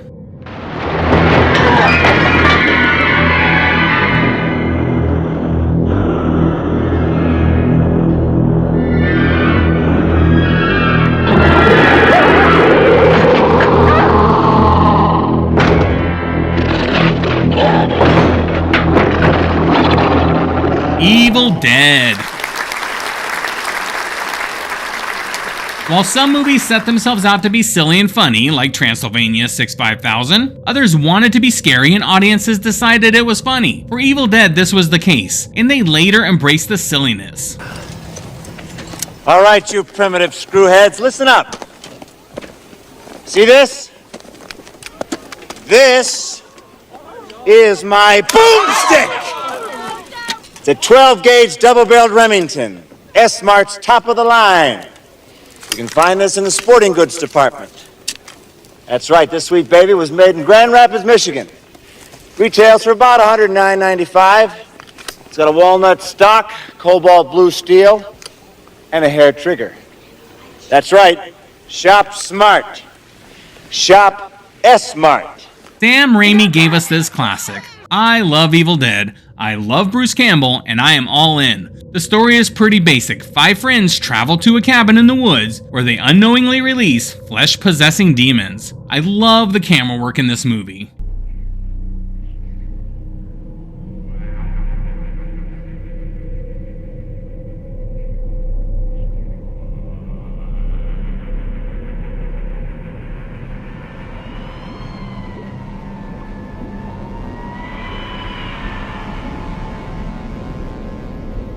And Janet tells us, great movie, too goaty for me though, but my loved it. I mean, okay, that's probably fair, it probably has more of a male fan base. The movie has become beloved with TV shows, video games, and more. However, not everyone was a fan.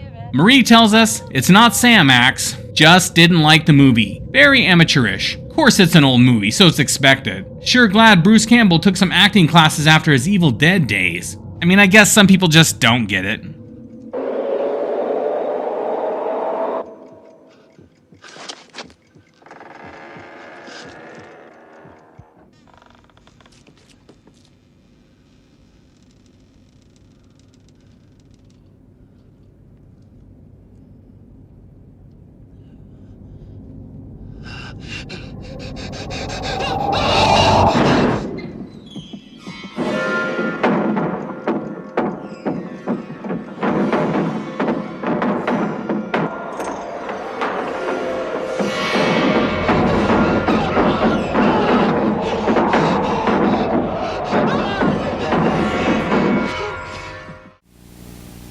In the world of video rentals, sex and violence often sells, and there's now concern that videos may be selling your child a violently distorted future.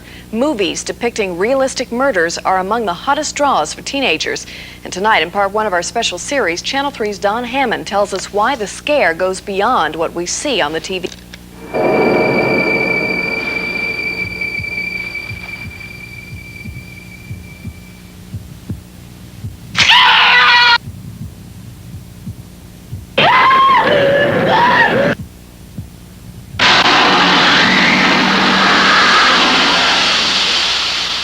this one guy who's sitting on a mattress and he's ripping himself apart with a razor. Usually there's one person that's killing, and they always kill the gore. Oh, there's naked women all over the place. They like to actually show the brains hanging on the floor. They get chopped with axes and stuff. And I like people getting cut up. I get into it. At first you go, but then after you see it and you like it, you start to like it. And what they like are the bloodiest, most explicit and violent movies that have come out in the history of filmmaking. Many combine sex with violence, often depicting mutilation, rape, and murder. But they aren't seeing these movies at the theater. They're renting them from the horror section of your local video store. The violence that is in there is things being done to women and on women. They're being hung up, they're being dismembered, they're being cut with surgicals, they're being shot in the face, point blank with a gun.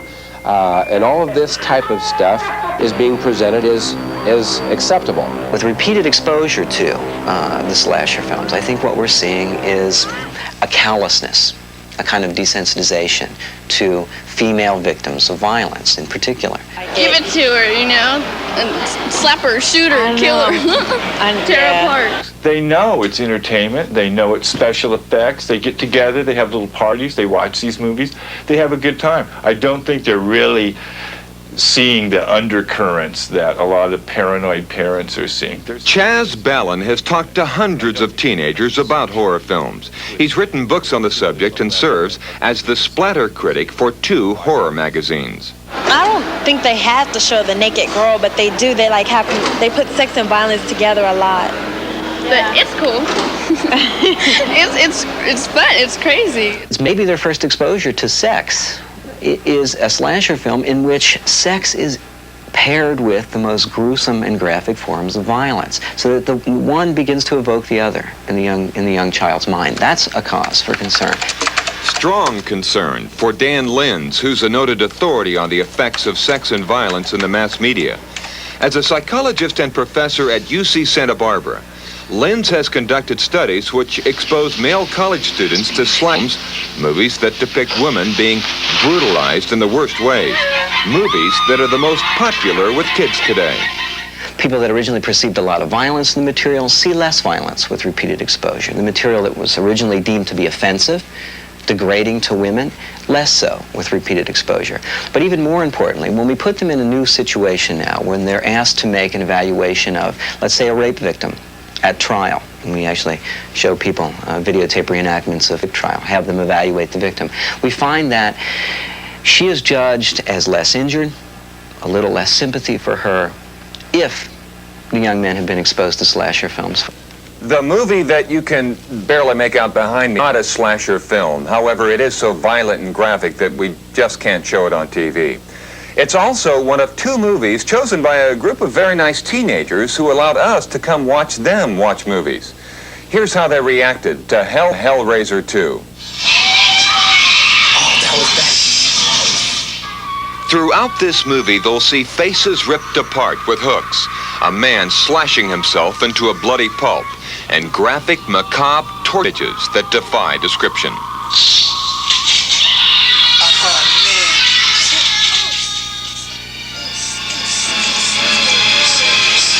But as the movie wears on, the shock value wears off. They've become desensitized to the violence, and though the movie still evokes grimaces, the movie no longer seems quite so grim. They're seeing it as entertainment, and I don't think they're being sexually twisted or particularly malevolent or particularly misogynistic from watching these films. They can separate the fact from the fiction. The real question is, are we as a society willing to conduct the social experiment whereby we allow child after child after child to be exposed to these kinds of depictions, waiting to see if there is this kind of callousness that I'm talking about, or are we willing at this point to take a step to intervene? In Sacramento, Don Hammond, Channel 3 reports. If these tapes are so violent and so explicit, why is it so easy for teenagers to get a hold of them? Well, we'll have some answers to that question in part 2 of our special series, Violent Tapes, when Channel 3 reports tonight. Just about anyone can rent a video movie. It happens all the time. But what if your child brought home an explicitly violent movie? Even though he may only have that tape for one night, the repeated effects of viewing material like that could last him a lifetime. Tonight, Channel 3's Don Hammond explains why it's so easy for our kids to get their something that could end up seriously hurting them.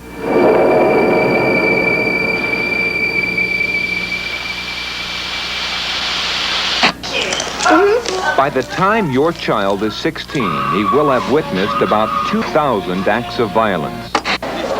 And from those acts he sees on TV and the movies, 33,000 will be murders. All this hellish, unhealthy, violent activity, our kids are seeing this and thinking it's normal. We're talking about entertainment and movies, and it's not real. But the fear that many groups now feel about what kids have access to at your local video store is real. They're called movies, and their main feature is murder. The films show graphic portrayals of mutilation, rape, and torture. Many combine female nudity with macabre butchery. There is scene after scene in which the viewer is sort of lulled into a sexually erotic scene, and then immediately the psychotic killer enters and, stabs the woman with a pitchfork or guts her with a machete or whatever. Violent movies bring in big bucks from the 11 to 15-year-old set. It's an age group that can't get into the theater to see the R-rated films without someone over 18. But video stores don't fall under the same guidelines as movie theaters. Some stores have their own rating system, but at most, kids can rent anything. The fighting, the so-called killings, the slice and dice. I mean, the entertainment value of the movie. They want to see a monster go chomp off someone's head. They have to in order to bring in the younger audience. So they throw all that stuff in there just to bring them in. Dan Briggs manages Sacramento Video in South Sacramento. He says most video stores will oblige parents who don't want their kids renting violent movies. Our members' cards, and we type on the back, do not rent any R-rated movies. But typically, parents don't make that request, and even if they do, kids still get their hands on slasher movies. Last week when we went to Sunrise Mall, every preteen we talked to had seen them. Sometimes friend's dad will take us out, something like that, or rent them. That's usually, I haven't seen too many though, Mom. Sometimes they don't know because I watch them over at my friend's house. Even if usually their mom is something they care. Okay, this is good. What I'm saying now, that there is loose in their towns and their communities people like me today whose dangerous impulses are being fueled day in and day out by violence in the media in its various forms, particularly sexualized violence. Dell believes Ted Bundy. During the serial killer's final hours before his execution, he said, "Sex and violence in the media fueled his murderous frenzies." Experts call Bundy a psychopath and a trickster. But Waddell's Up, the American Family Association, is on a crusade against sexually violent movies.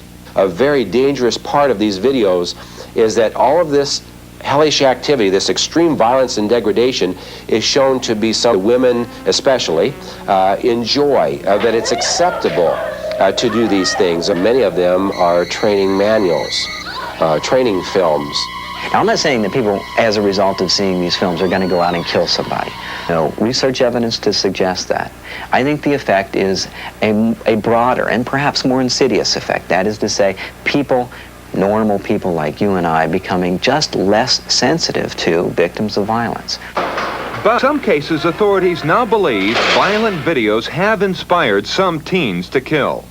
A 15-year-old Massachusetts boy bludgeoned a classmate to death after watching the video Faces of Death. And in another case, a 19-year-old stabbed a female college student to death. Authorities found dozens of violent videos in his home. They also found a machete and goalie's masks, similar to the ones used by the killer in Friday the 13th. Are you just going to put the clamps on any visual expression because it may affect 3 people out of 235 million people? You have to sit down with your child and watch some of these films. Now, it's not pleasant, and I think you're going to be shocked as a parent. at the content, but you're going to have to do it. They're really gory. They got a lot of blood and violence, and they're just really freaky. Inside, Don Hammond at Channel 3 reports. Tomorrow night, we'll travel to Hollywood to get acquainted with the kind of people who make these kinds of movies.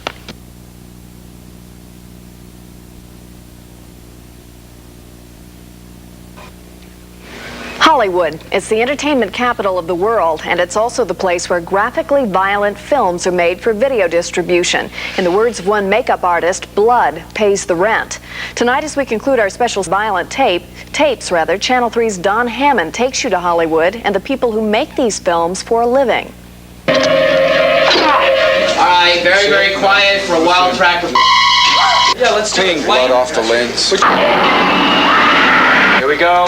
Very still. Very still. And roll sound. Speed.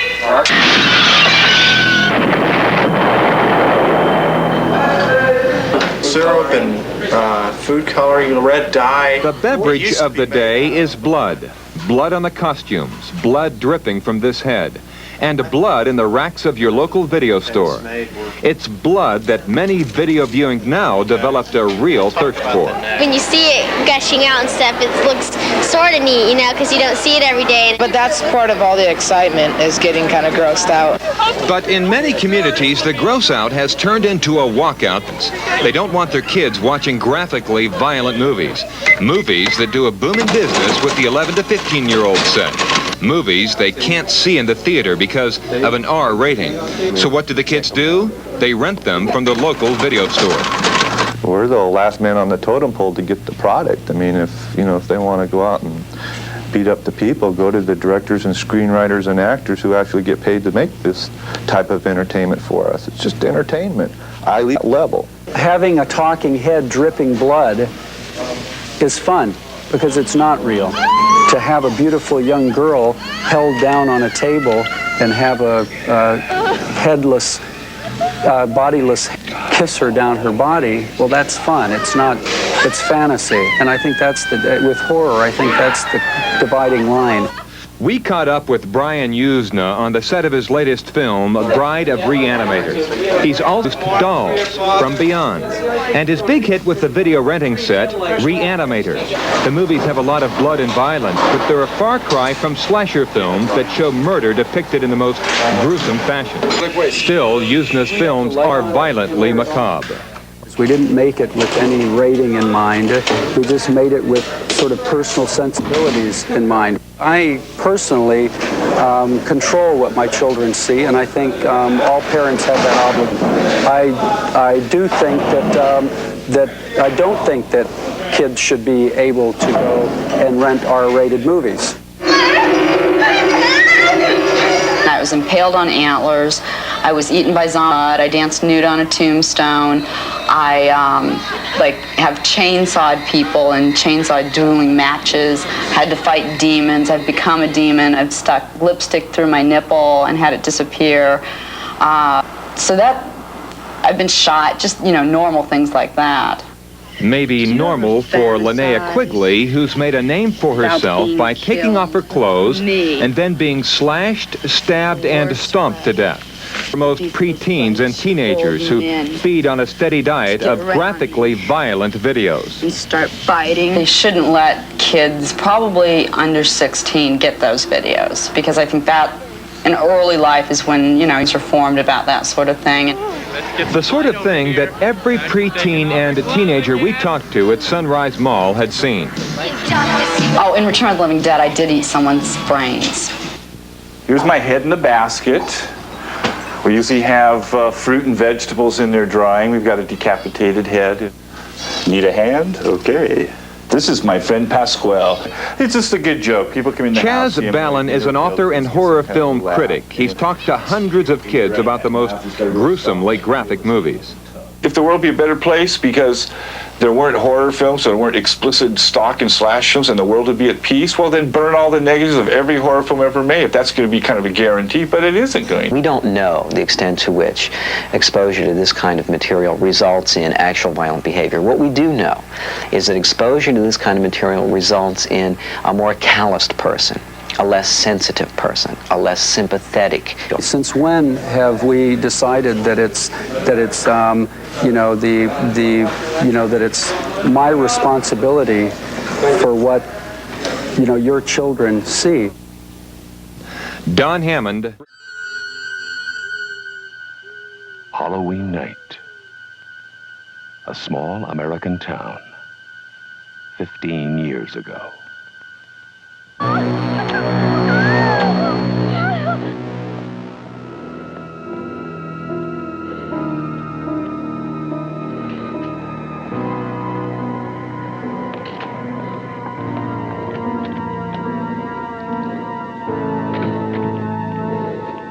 Michael? Halloween. I spent 8 years trying to reach him, and then another 7 trying to keep him locked up because I realized that what was living behind that boy's eyes was purely and simply evil.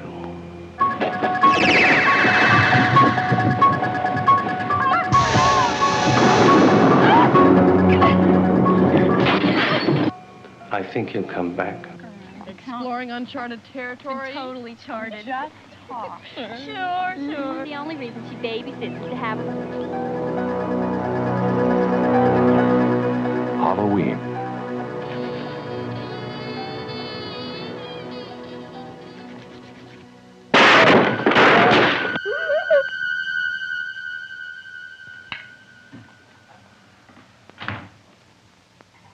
Okay, come on out.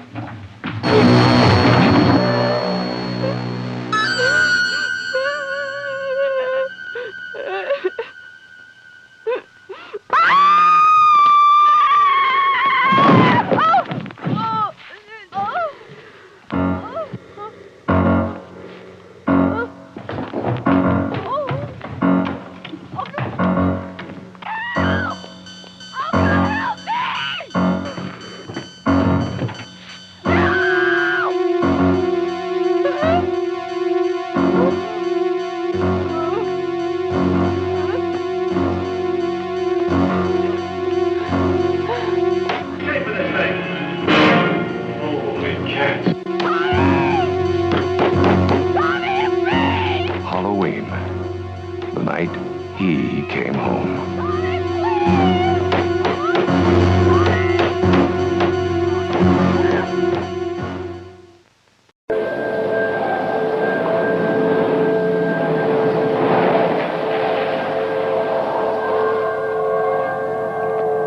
Something beyond comprehension is happening to a little girl on this street, in this house. A man has been sent for as a last resort to try and save her.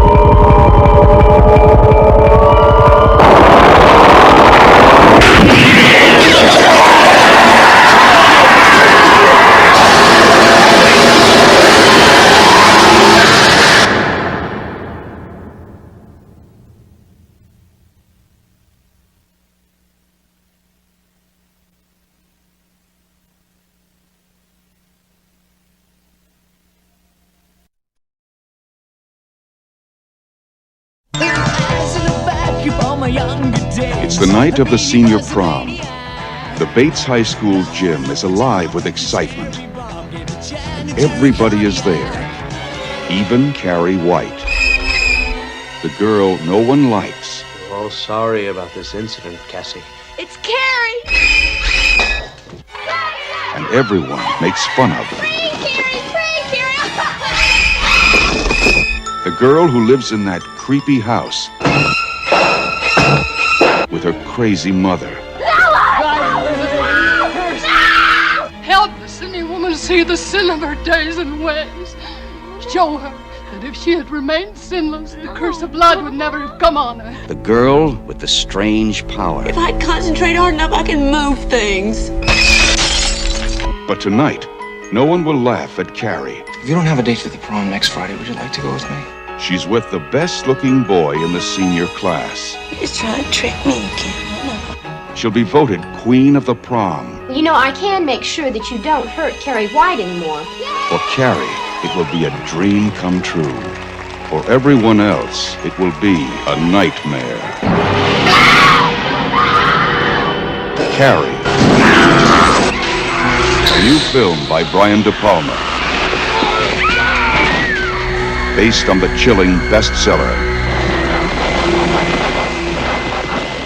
Starring Sissy Spacek, Piper Laurie, and introducing John Travolta in his first motion picture role.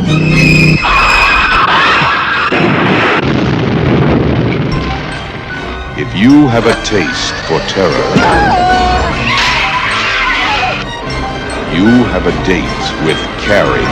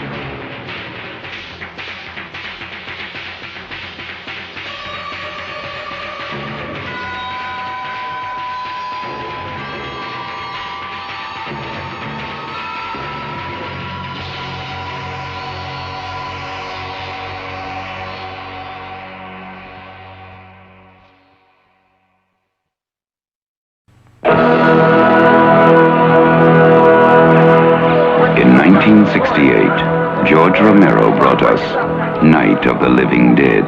It became the classic horror film of its time. Not that room! Not that room! Now, George Romero brings us the most intensely shocking motion picture experience for all times. It gets up and kills. The people it kills get up and kill. This situation must be controlled before it's too late. They are multiplying too rapidly. Dawn of the Dead. Meet me on the roof at 9 o'clock. Getting out. I don't believe We're it. gonna What? get out in the chopper. We've got to survive. Somebody's got to survive. They kill for one reason. They kill for food. They eat their victims. Imagine, if you will, that something has gone terribly wrong. Shoot it, man. Now, accept the fact that there's no escaping the horrible consequences. George Romero brings back the dead. Night of the Living Dead has ended. Dawn of the Dead is here. We must not be lulled by the concept that these are our family members or our friends. They are not. They will not respond to such emotions. Operator dead. Post abandoned. We may never get out alive. It's everywhere. What the hell is it? Looks like a shopping center, one of those big indoor malls. What are they doing? Why do they come here? Some kind of instinct, memory, what they used to do. This was an important place in their lives. What is it? We've got a war.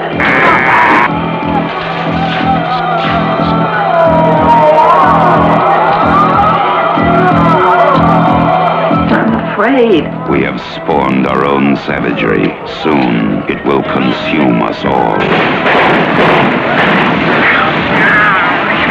It is a horrible, hauntingly accurate vision of the mindless excesses of a society gone mad.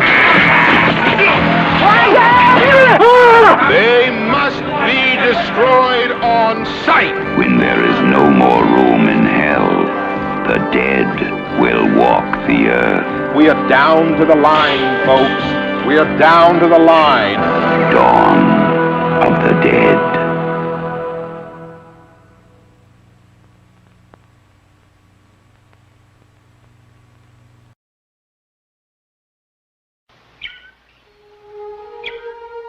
For generations, the Thorns have been a family of tremendous wealth, position, and power. The perfect marriage of Ambassador Robert Thorne and his wife Catherine was fulfilled by the birth of their son, Damien. And then, when the child was 5 years old, something terrible happened.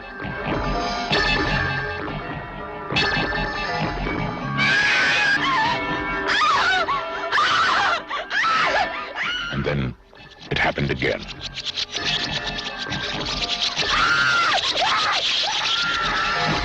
Was it an accident? Was it murder? Was it a coincidence? Or was it an omen? Look at me, Damien. It's all for you. 20th Century Fox presents a film of psychological suspense about an occurrence of earth-shaking importance. Gregory Peck, Lee Remick, The Omen. I was at the hospital, Mr. Thorne, the night your son was born. I saw its mother. I saw its mother.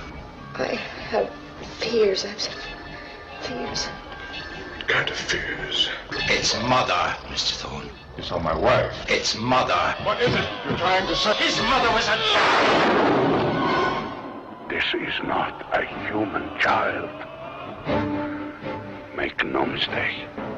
There are those who will die for him.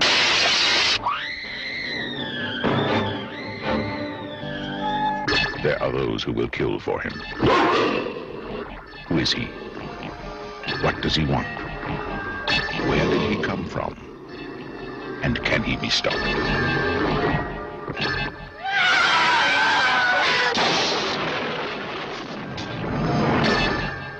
Gregory Peck, Lee Remick, The Omen.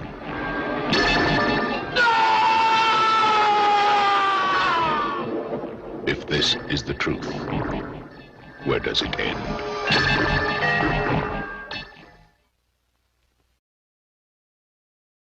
Unfold, whose lightest word would harrow up thy soul, freeze thy young blood.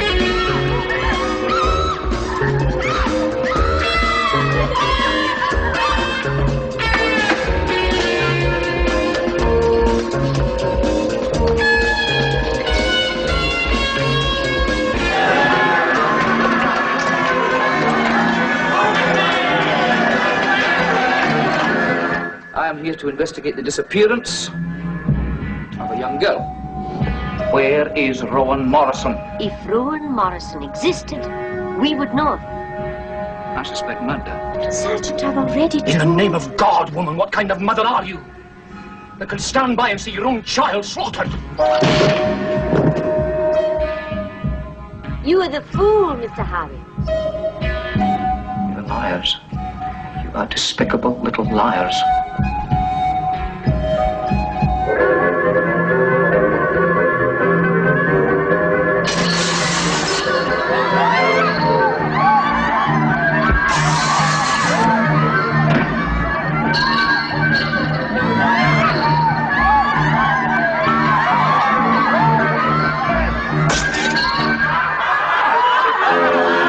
Dear God in heaven, even these people can't be that mad.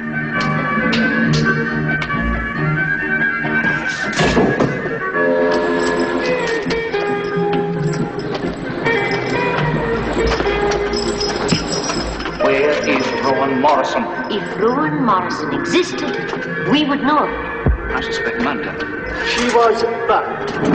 You are the fool, Mr. Harry. Where is Rowan Morrison? Oh my God!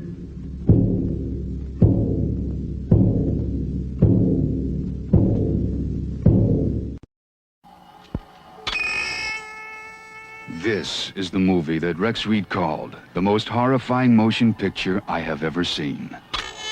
This film is positively ruthless in its attempt to drive you right out of your mind. It accomplishes everything it sets out to do with brilliance and unparalleled terror.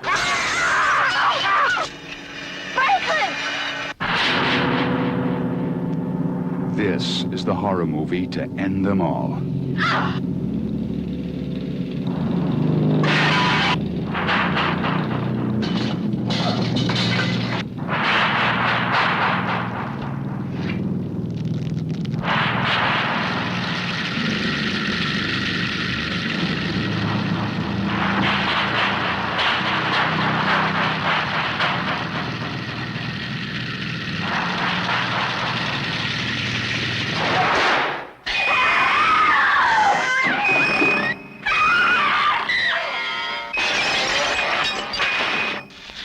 Sally, I hear something. Stop! Stop! This is the movie Rex Reed called the most horrifying motion picture I have ever seen. The Texas Chainsaw Massacre. From New Line Cinema.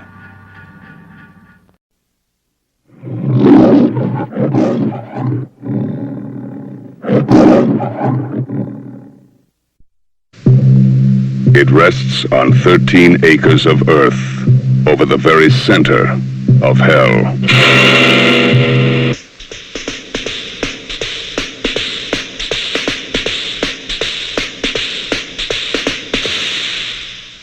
Here's the first motion picture to offer to the daring a look into the final maddening space between life and death. The last house on the left. To avoid fainting, keep repeating. It's only a movie. Only a movie. Only a movie. Sights and sounds far beyond anything you've tested. The last house on the left.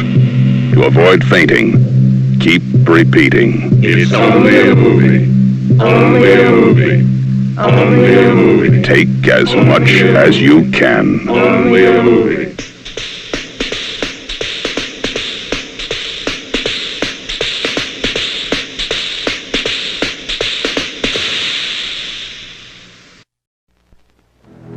There is a creature alive today who has survived millions of years of evolution without change, without passion, and without logic. It lives to kill. A mindless eating machine. It will attack and devour anything. It is as if God created the devil and gave him jaws.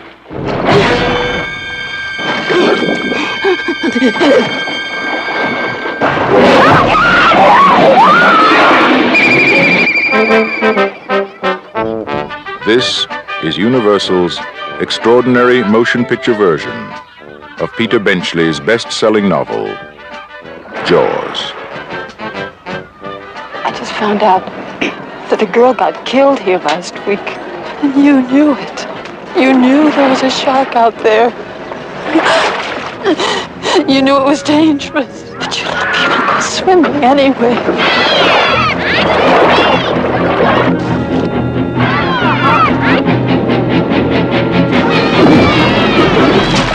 Did you see that?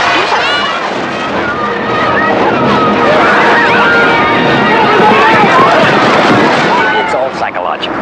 You yell barracuda. Everybody says, huh? What? You yell shark. We've got a panic on our hands on the 4th of July. Is it true that most people get attacked by sharks in 3 feet of water, about 10 feet from the beach? Yeah. What we are dealing with here is a perfect engine, an eating machine. We're not only going to have to close the beach, we're going to have to hire somebody to kill the shark. Bad fish. But I'll catch him and kill him. Did you hear your father? Out of the water now! This shark, swallow you whole. You're gonna need a bigger boat. That's a 20-footer. 25. 3 tons of them. Hurry up, he's coming straight for us. Don't screw it up now. Don't wait for me. Now! Shoot!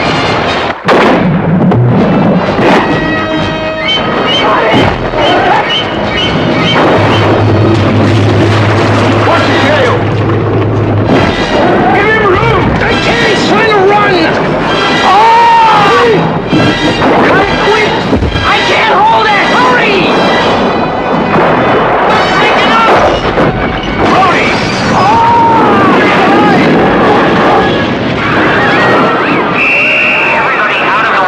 None of man's fantasies of evil can compare with the reality of Jaws. Roy Scheider, Robert Shaw, Richard Dreyfuss, Jaws. See it before you go swimming.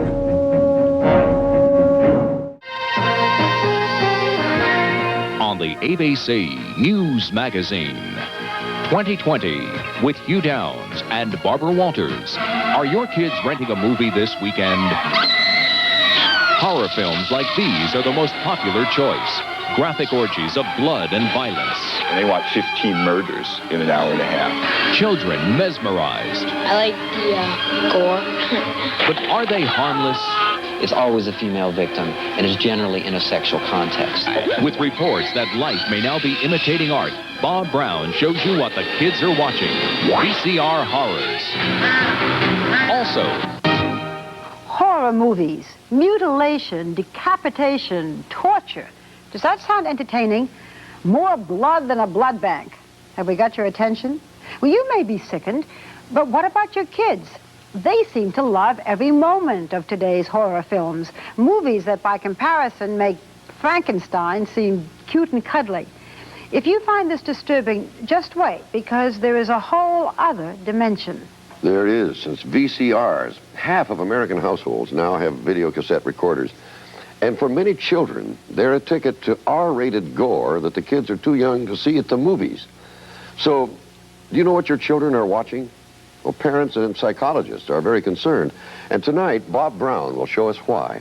Fair warning, though, there is some graphic violence in this, but we say that for you, not your kids. They've probably already seen it. First, you were frightened by the Texas Chainsaw Massacre.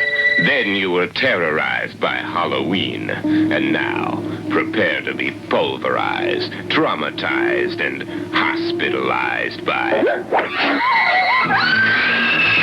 Splatter you. I like the gore. I love blood and guts and stuff, you know. I'm serious, it turns me on, you know, ever since I was a little kid. Because I love the feeling of being scared, you know.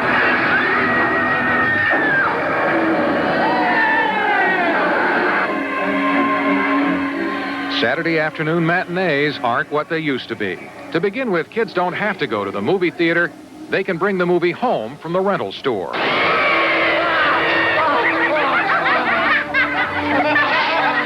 Some of the most popular kinds of tapes to watch don't resemble the old Hopalong Cassidy or Superman movies. The kids call them slasher or splatter movies. And they get together to watch them at gross-out parties.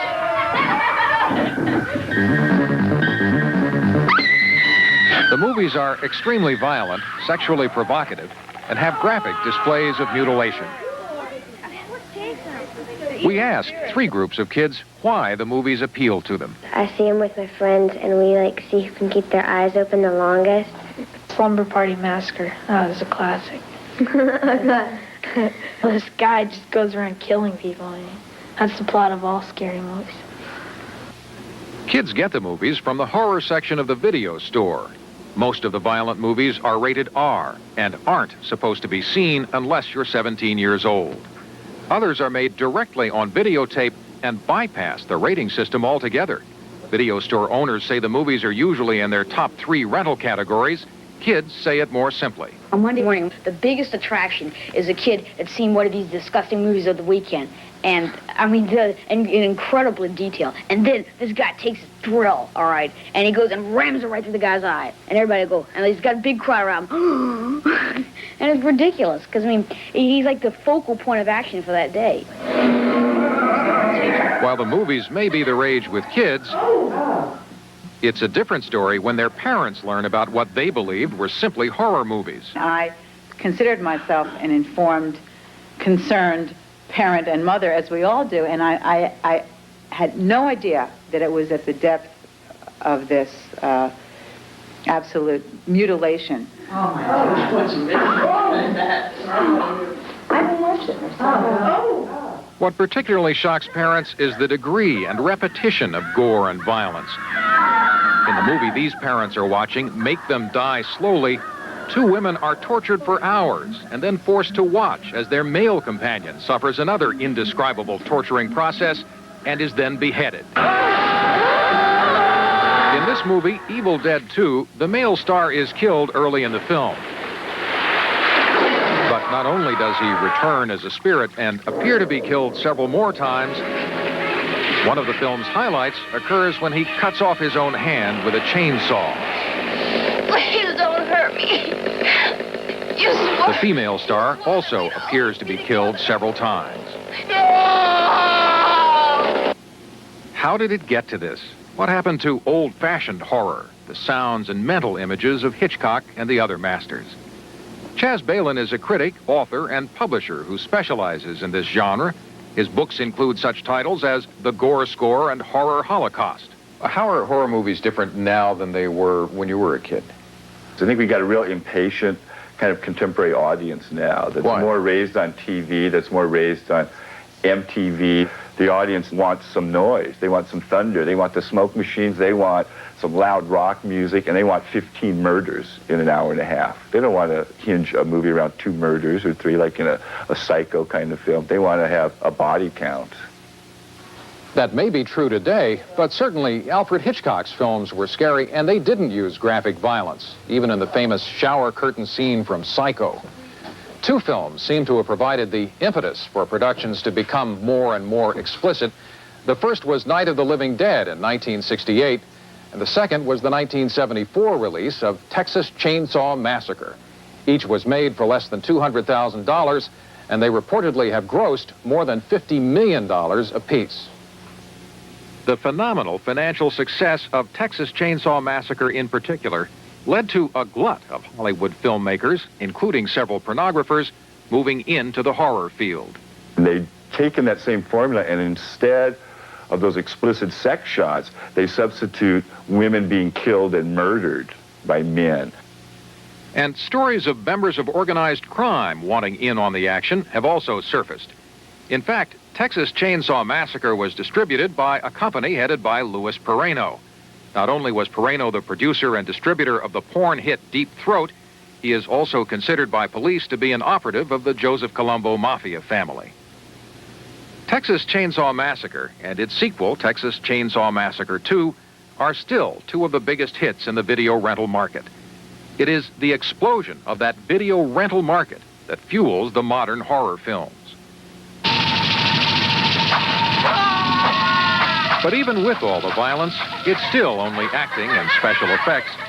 So if kids like it, which they obviously do, what's wrong with making the violent films? Often they're seeing slasher movies that the central plot is based on rapes and chases with women being pursued with buzzsaws and drills and being brutalized, raped, murdered, and parents don't realize that. Dr. Dan Lintz is a psychology professor at UCLA and has co-authored a book on violence and behavior patterns. The reason that we undertook these studies to begin with was because we feared that people were getting desensitized to the violence in these films, particularly violence against women. And the results of his 4-year study show that people were affected by the movies, particularly in their attitudes toward women in real life. When we put them in a situation where they had to make a judgment about a female victim in another context, let's say a rape victim or a victim of battering, we found that those people that were exposed to these teenage slasher films were less sensitive to that victim than were subjects who were exposed to other kinds of films or who were exposed to no films at all. This is it. Here we go. Nice, nice, nice. Right here. Linnea Quigley is currently one of the leading females in horror movies. She's posing here for the poster of her next film, Tantalizer. And her roles do seem to have a common thread. I've been buried alive in mud. I've been victimized. I've been beat up. I've been impaled on antlers. I've been eaten by monsters. I've had zombies attack me. Just about everything that could happen has. And even a few of the kids we talk to are concerned about women usually being portrayed as the victims. Why does it always have to be women being killed? Why couldn't it be men? So that's the whole point. I hate it because I always kept that in mind of like, why always women? But by far, most of the kids told us that parents and psychologists are overreacting. That it's just in the movies. A lot of times the women are the victims because I guess women are supposed to be, so fragile and so scared and everything, but it doesn't bother me, Sort of isolate movies as, a major desensitizer of kids is probably giving it more impact than it deserves. Andy Pfeiffer heads Empire Productions, one of the largest makers of horror films and risque videos. In terms of our films, the violence is largely tongue-in-cheek. Walter Jostin is the owner of Paragon Films, a new company that has had commercial and critical success with 2 horror movies, including Witchboard. It's a changing world. I don't think we're showing anything in our films that is worse than anything they're going to see on the news or on the street. The difference is, I think, that with the slasher film, what you have is this preponderance of violent images against women. In the news, the victims tend to be spread across many aspects of society within certain strata of society, males and females alike, black and white. In slasher films, it's always a female victim, and it's generally in a sexual context. You have a son, right, who is still fairly young. Yes, he's 5. At what point would you want him to start watching some of these films? He has seen all of our films to date. We don't feel he's seen anything that is jarring enough to scar him for life or anything, so to speak. But the district attorney in Boston, Massachusetts, Newman Flanagan, thinks 5-year-olds are too young to see these films, and he has a reason. Last November, a 5-year-old boy, assisted by a 3-year-old friend, stabbed a 2-year-old girl 17 times with a knife. They talked to their parents and to the police officers after the incident, and they told them that they were talking about the Friday the 13th and Freddy Krueger and the type of knife that was used. And here's a 5-year-old that when they brought out knives, he said, that's the type knife. That's the knife that we used. And because of their ages, the boys could not be prosecuted. The 2-year-old girl is recovering. In tiny Beckville, Texas, the story had a different ending. Last May, at a graduation party for seniors from Beckville High, students were drinking beer and whiskey at a classmate's home. Some were watching a video called Faces of Death, which purports to show not fictional, but actual recordings of violent deaths. 2 of the students disappeared from the party. They were David Metcalf and Teresa Ann Downing. Metcalf later returned. But the next day, Teresa Ann Downing's body was discovered near this cemetery, not far from where the party was held, partially clothed, smothered, and beaten to death. Metcalf originally confessed to the murder and then recanted his confession. He has pleaded not guilty and is awaiting trial. Police believe drinking probably had more to do with the crime than the video, but interestingly, in his high school yearbook, Metcalf lists his favorite movie as Faces of Death. There are moves underway in several state legislatures to require that all videos display prominently a rating that describes their content. And many parents also want a better definition of R-rated. We would like the Motion Picture Association to consider a further category of the R rating. We would call it RV, and that would classify a film as being rated R because of its sexually violent or its extremely violent content. The bottom line is that even if new rating requirements are put into place, it's a voluntary system, and it isn't against the law for stores to continue to rent these violent videos to children. And it's also an issue on which a mother and her child continue to disagree. Even if the films have special effects, and we all know that they're not real, in a child's perception or in an adult's perception, we're still dealing with repeated violent acts and the association of sex and violence that may make us more callous to those acts committed in real life. You can't just say, okay, you can't see it and you can. Because, some people, they're 25 and, they can't mentally handle these killings. And, some people when they're 3 years old can see a rated R movie and know that it's not real and just have it be there and be entertaining and scary at the same time, but not be, completely inappropriate. What a bright child. Children are very wise. I guess in some ways that increases a parent's responsibility. I can see why, yeah. A couple of questions, Bob.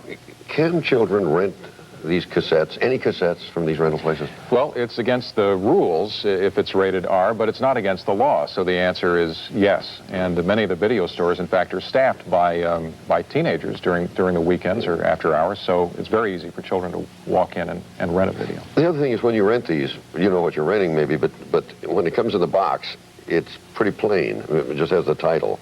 And how can a parent, or anyone renting for that matter, know exactly what the content is? If the motion picture has been in theatrical release, it'll have its rating right on the box. If it was never released in theaters, it won't have a rating at all. So in that case, I would say a parent should look at the title, and if it has no rating, they might want to find out more about it before they let a child watch it. Right.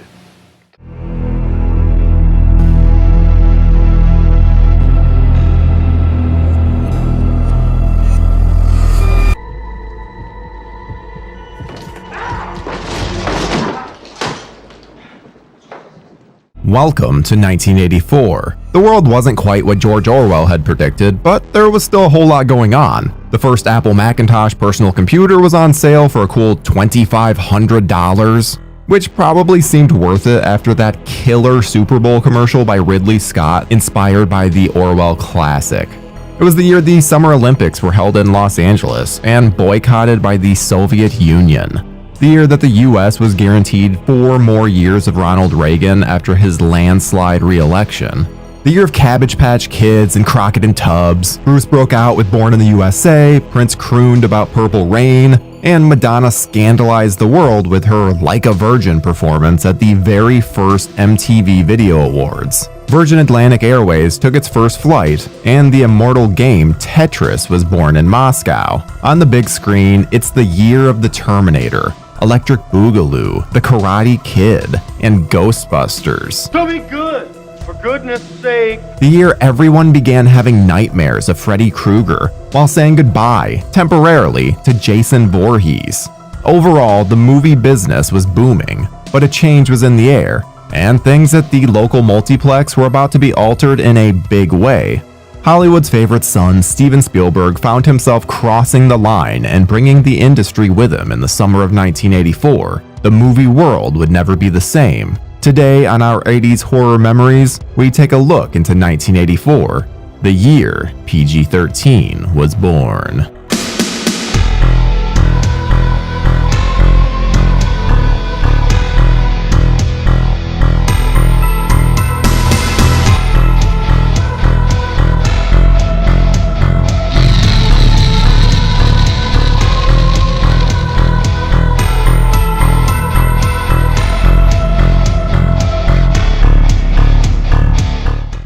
Much like everything else that happens in Hollywood, the PG-13 rating is thanks to none other than Steven Spielberg. Not much goes down in this town without Spielberg's knowledge or say-so, and he had a direct hand in creating the rating that is now associated with many of the biggest films of all time. After the 1975 release of Jaws, Spielberg was catapulted into the spotlight as a helmer of incredibly popular entertainment, thanks to his uncanny ability to combine family-friendly nostalgia with bone-chilling terror. The stuff in some of those early Spielberg films is still so intense that it's crazy to look back on them and realize they're only rated PG. Imagine the fear I felt seeing Bruce the Shark eating a small child alive. It had such an impact that I'm still overly cautious when it comes to getting into the ocean. That alone is worth an R rating. Yet that considerably scary movie went out into the world of a PG-rated meat eater. And of course, it became the biggest movie of all time in the process, at least for a couple of years. In the wake of the massive success of 1981's first Indiana Jones adventure, Raiders of the Lost Ark, a sequel was a no-brainer. Not unlike its predecessor, the follow-up would be inspired by the serial adventures of the 1930s and 40s, though this one would be a bit darker in tone. The franchise's godfathers, Spielberg and George Lucas, didn't simply want to repeat Raiders, so instead of Nazis, Indy would be battling a human sacrifice cult in India. Lucas was convinced that the second chapter had to be a dark film, much in the way that Empire Strikes Back is the bleakest film in the original Star Wars trilogy. In addition, both Lucas and Spielberg were going through serious personal issues at the same time. George was in the middle of a divorce from his wife of many years, Marcia Lucas, while Spielberg's 3-year relationship with music exec Kathleen Carey was also ending.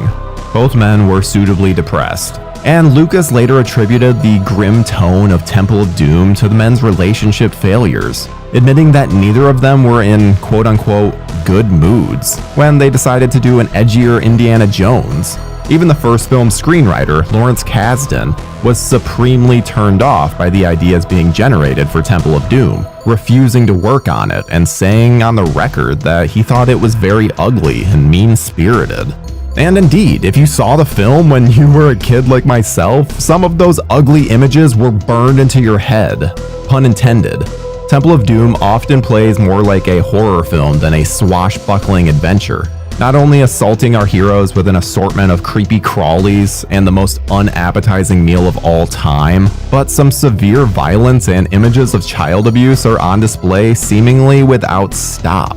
The entire second half of Temple of Doom is an intense freak-out, culminating fittingly with a sequence where bad guys fall to their deaths and get eaten by ferocious crocodiles.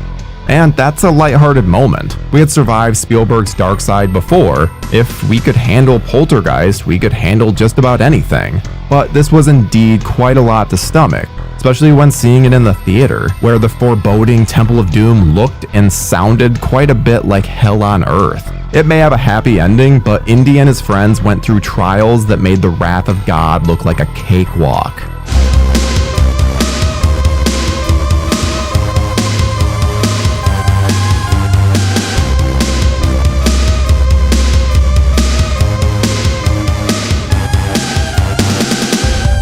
Some folks were thoroughly outraged by Temple of Doom. A review in People magazine referred to the second half of the film as a relentless, tedious stream of graphic brutality.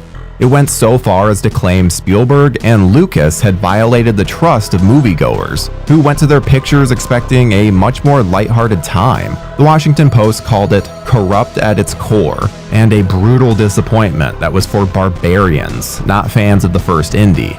Ouch.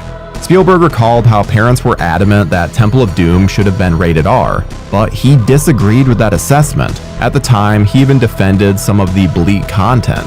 He's quoted as saying, "It's not Temple of Roses, it's called Temple of Doom." Well played, Mr. Spielberg.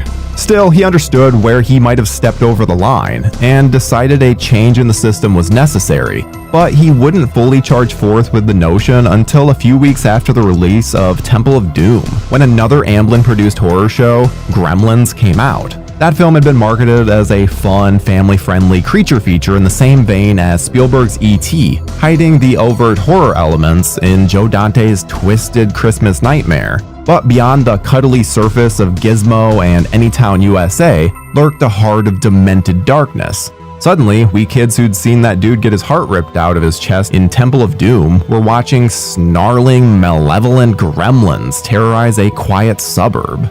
Let's face it, while in hindsight a double feature of Temple of Doom and Gremlins might seem like an awesome proposition, but it was a hell of a traumatic 1-2 punch for myself. But Spielberg heard the words of parents who thought that these movies were getting too grim for their own good. In fact, he felt personally responsible.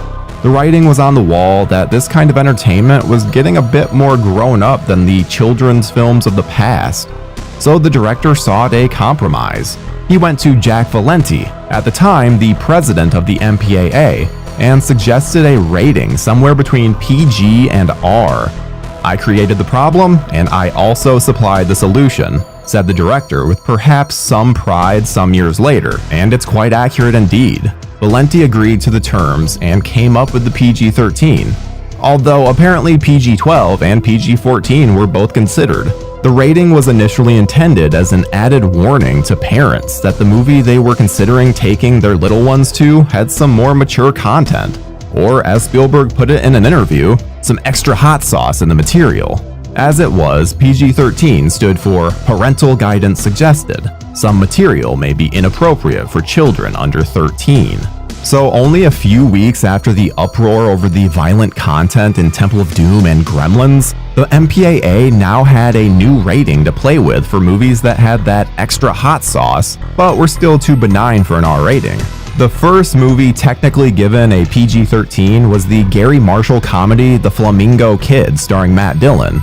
But that film didn't come out until December of '84, so the first official release with the rating was John Milius's High Schoolers vs. Soviets war drama, Red Dawn, which was released in August of '84, just 2 months after Gremlins. Red Dawn had its share of controversies, and at the time was considered one of the most violent American movies ever released, regardless of the rating. A week after Red Dawn, the world's second PG-13 movie was released, the trippy sci-fi horror flick Dreamscape, starring Dennis Quaid, and somewhat ironically, Temple of Doom's own Kate Capshaw. Dreamscape has some nightmarish imagery that certainly warrants its rating, leaving you with the impression that its creation wasn't such a bad idea at all. Both Red Dawn and Dreamscape were modest box office successes, further proving that PG-13 would not necessarily be a detriment to the business in any profound way. The next genre film to release in '84 with a PG-13 was the Valley Girls in the Apocalypse horror comedy Night of the Comet, a harmless enough flick that certainly has its share of unsettling visuals, but nothing so harrowing as those Spielberg flicks. And this is easily one of those formative movies for us 80s kids, giving us perhaps our first carefree look at the end of the world through the eyes of a couple of girls who just want to have fun. It's safe to presume we all had crushes on Catherine Mary Stewart and Kelly Maroney after that, as there was just something special about seeing cute girls breeze through an apocalyptic wasteland using their charm, wits, and the occasional machine gun. A month after Comet, on December 14th, two very different sci-fi movies with the rating hit theaters. David Lynch's Dune, with the fantasy adventure getting slapped with a PG-13 for, I guess, excessive worm riding, and Michael Crichton's Runaway, which tackles one of the writer's favorite topics, technology run amok. That film gets a PG-13, mostly because it seems wrong to feature a creepy Gene Simmons in a PG movie. Still, it has some intense robot violence that definitely turned me off of mechanical spiders forever. With 1984 in the books, the stage was set for a future filled with boundary-pushing PG-13 movies in all genres. But since these are horror movie memories, let's look at some of the more notable genre flicks to wear the PG-13 badge. 1985 would of course be the first full year of PG-13 movies, and intriguingly enough, two of the earlier ones that year came courtesy of the same producer, legendary schlockmeister Charles Band, who wanted to branch out beyond adult horror fare. January '85 saw the release of Ghoulies, which is often seen as a Gremlins ripoff, though it was in production in early '84 before the release of the Dante film, and it might have come out even earlier had producer Charles Band not run out of money in the middle of production, causing a delay in shooting. Warner Brothers, who was banking on Gremlins to be a big hit, briefly sued Band's company in an effort to get them to shut down permanently. But David beat Goliath in that battle. Ultimately, Ghoulies wasn't quite nasty enough to warrant an R rating, but it has plenty of bite. They were fun, they were ridiculous, whether the Ghoulies were coming out of toilets or killing people in a funhouse. They were just ridiculous and they looked ridiculous. And I think that it allowed you to laugh at the horror as opposed to be upset and disturbed by it. So you watch Cannibal Holocaust and you're disturbed, you're disgusted, you feel revolt in what you're looking at, versus something like a Chud or a Critters, and you're kind of just laughing. It's just fun. It's just fun, popcorn entertainment.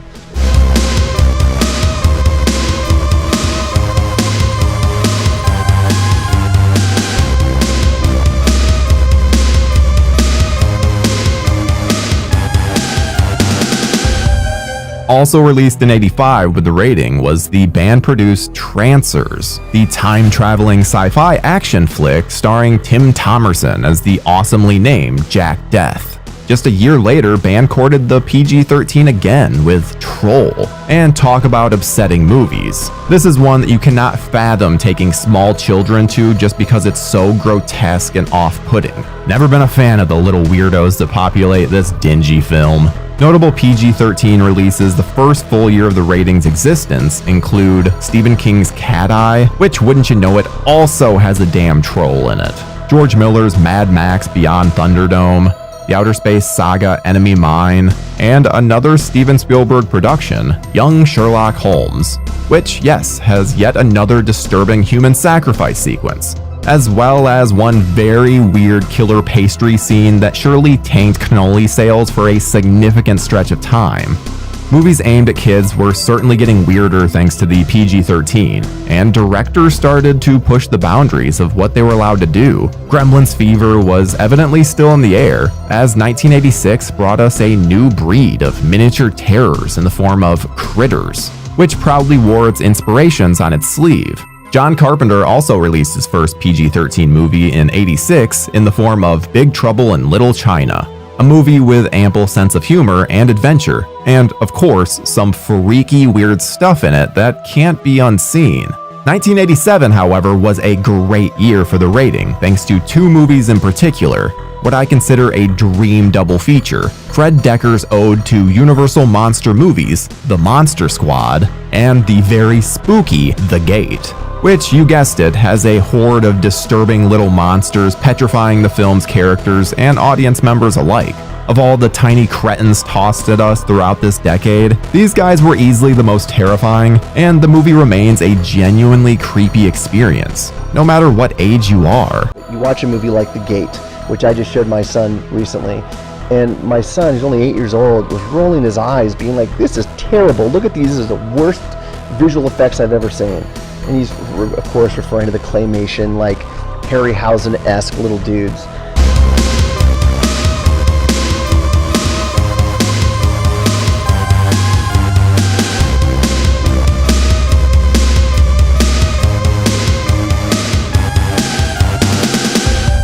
Of special note, the Jaws franchise finally got a PG-13 to call its own, with Jaws: The Revenge. But if you can't say something nice about a movie, well, you know. Poltergeist 2 nabbed the PG-13 its successor surely deserved thanks to some really icky imagery. And Indiana Jones got his first PG-13 when Last Crusade was released in 1989, and reminded us to choose our drinks wisely, lest we suffer the consequences. Intriguingly, the PG-13 still gets some blank stares from horror fans even today. I think one of the things that is missing is that R certificate. Please stop making horror films for PG-12. Even though in recent years we've seen plenty of movies with the rating that are effective and scary, like The Ring, Insidious, The Sixth Sense, or even A Quiet Place. At the end of the day, movies were never the same after Spielberg and Amblin mortified families back in '84, and the business is better off this way.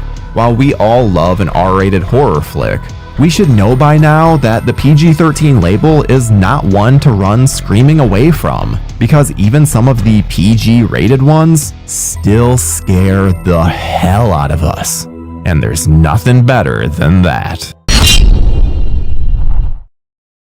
On the next episode, join us as we go back in time and hunt down the key to humanity's future salvation in this horror slasher. Or is it? Until next time, gore hounds. I'll be back.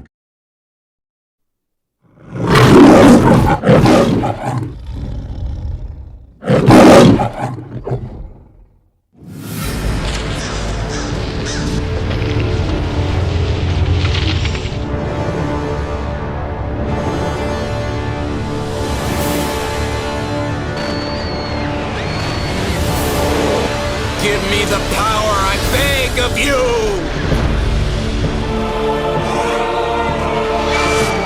There was a creative ferment that went beyond just trying to do a slasher film with a greater body count. If you're going to become the new kid on the block, you've got to somehow top everything that's been done before.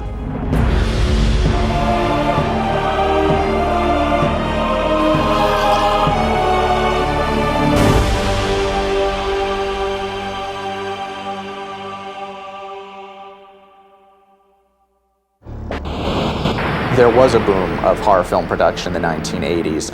I think production spiked 33%, so it was a vast increase in the number of horror films being made. Well, there's a theory that horror movies thrive during repressive regimes. You know, the 70s and the 80s were no exception.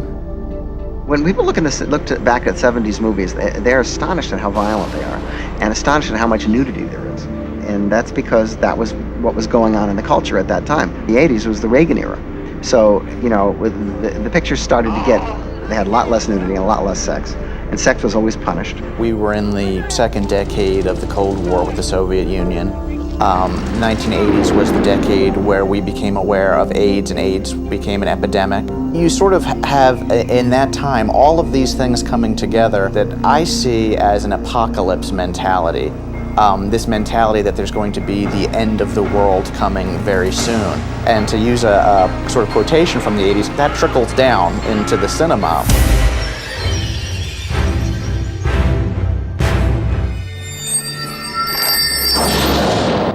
In the 80s, everything was about excess. You know, big cars, big hair.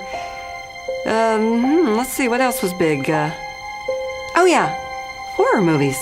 If you look at the history of the movie business and why people make films, you can't make a movie until recently, unless you had a lot of money. And no one was going to give you money unless they thought they were going to make money. There was a company called Avco Embassy Pictures, and they produced a number of pretty seminal horror films. And I think the success of these pictures did a lot to kick off a sort of a new genre, a revival, and major studios started to imitate. It was a real boom time for horror movies. It was a very exciting time. That's when I first started at Fangoria magazine, and that's when the circulation of the magazine started going through the roof. Horror has always been one of the most popular genres, and it also is a genre that can be produced fairly inexpensively. So if you could deliver enough either monster or gore or whatever the element was, you could rely on a certain return.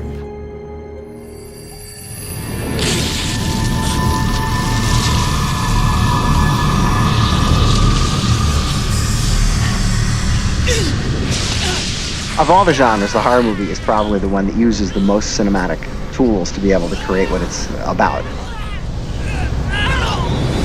With horror movies, you have to suspend people's disbelief. You have to create suspense. You have to create atmosphere. How it looks is incredibly important. How it sounds is important. The music is important.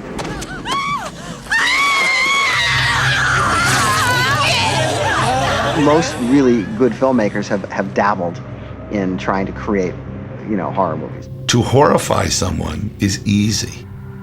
Show a gruesome picture, you can horrify someone. You want to create suspense, generate suspense through the audience's concern for the characters and the story and all that stuff. That's more difficult, that's more challenging.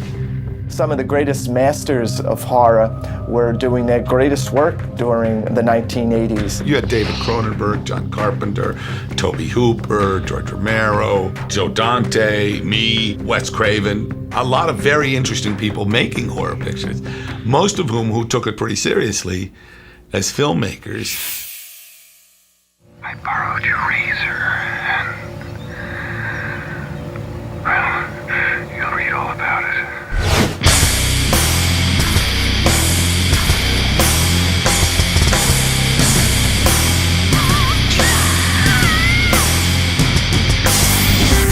Get into the 1980s, you're seeing that we're continuing the gritty cinema of the 1970s, where we're demanding things to be very naturalistic and very real. So much so that for a good portion of the 1980s, the slasher films are just sort of unkillable boogeymen going after babysitters. There's all those films where you just let's have attractive kids and then murder them. Basic run of early 80s pictures were the impaled teenagers movies. A lot of horror movies seem to have similar stories. You know, good-looking teenagers making out, only to wind up on the business end of a madman's chainsaw. I mean, it's not the best way to spend a Saturday night, but what the heck? At least it's better than going bowling.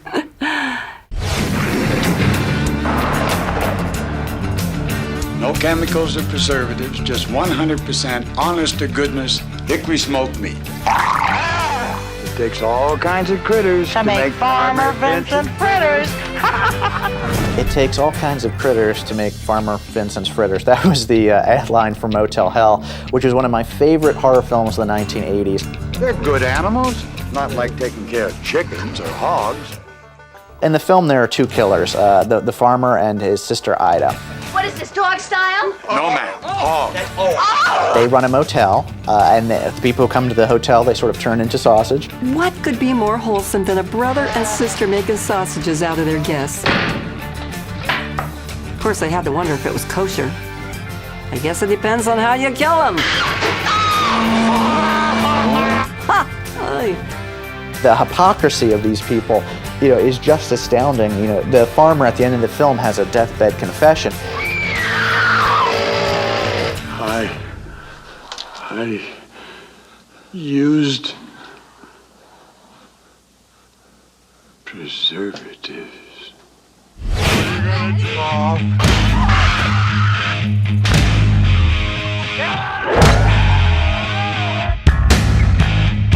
There started an interesting trend in about the mid-1980s in horror. Some very clever filmmakers began to incorporate comedy into the horror film. Comedy and horror in the 1980s went together hand in hand. Maybe that should have been severed head in hand.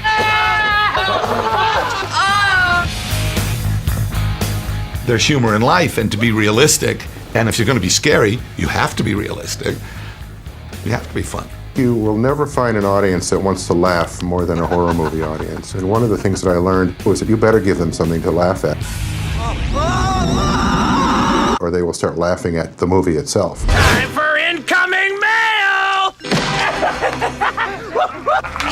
As soon as Chainsaw started, from the very seconds of its opening, there was a hush in the crowd. We all knew this is something heavy. This is, wait a minute, what is this? The original Texas Chainsaw Massacre was such a horrifying and grueling experience.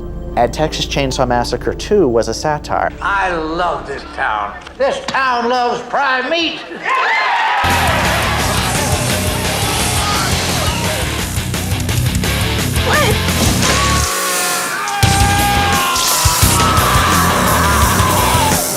Tobe Hooper is a really interesting director. He took characters who had been one way in the 1970s, and he said, you know what, in the 1980s, let's say these characters benefited from the Reagan Revolution.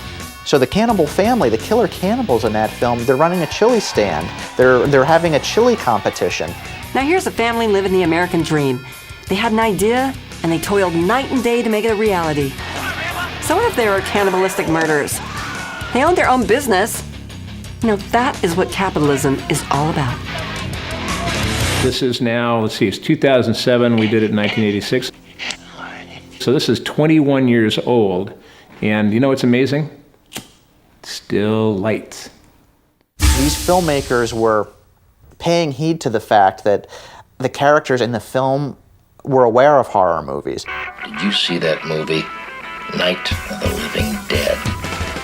Yeah. That's the one where the corpses start eating the people, right? Dan O'Banion's Return of the Living Dead. When I saw it, I had very low expectations because I thought, oh, what a shitty idea, and George isn't doing it. And I actually thought it was pretty funny. And the idea of that zombie saying, "Send more police," made me laugh. And the hysteria of some of the performances, and Leanna Quigley being naked for no reason. And what I liked was the shamelessness of it. Dan O'Bannon made the wise decision that, okay, we've seen zombies before, let me do something different.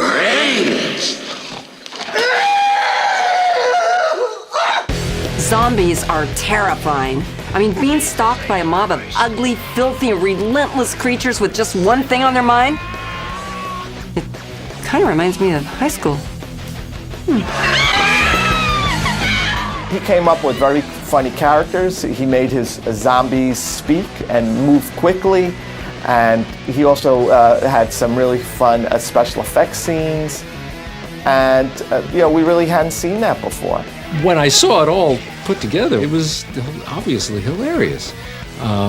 So I was like, oh, that's the kind of movie we're making. It's a horror movie, but it's funny. It doesn't take you out of the narrative so that you say, oh, I don't believe in this world anymore.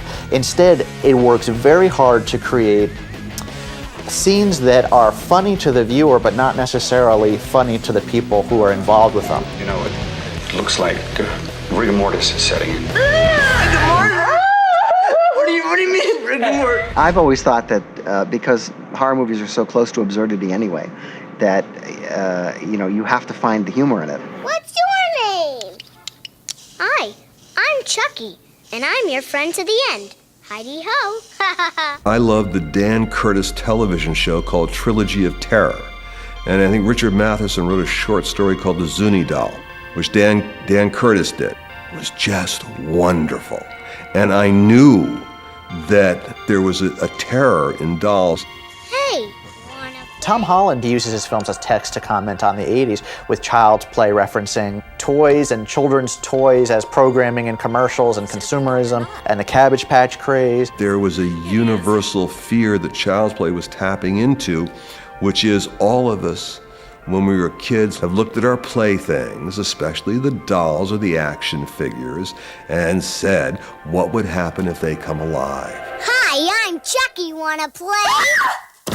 I think the great thing about Chucky is he has such a personality that actually the audience, you love to hate him. You know, when he's in the elevator and says, Ugly doll. Fuck you. You know, it's just a huge laugh. It was a movie that you could think is pretty silly, a killer doll. But the film was well written enough, well directed, and well acted that it just took off with the audience. That something small could not only kick you in the ankles, but slash your throat.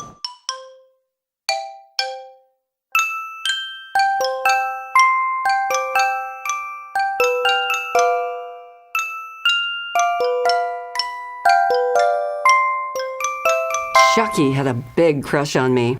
And I have to admit, he really knew how to handle a knife. With that jumper suit and those red shoes and that hair, it was like a fashion nightmare. Oh well, tough luck, Chuck.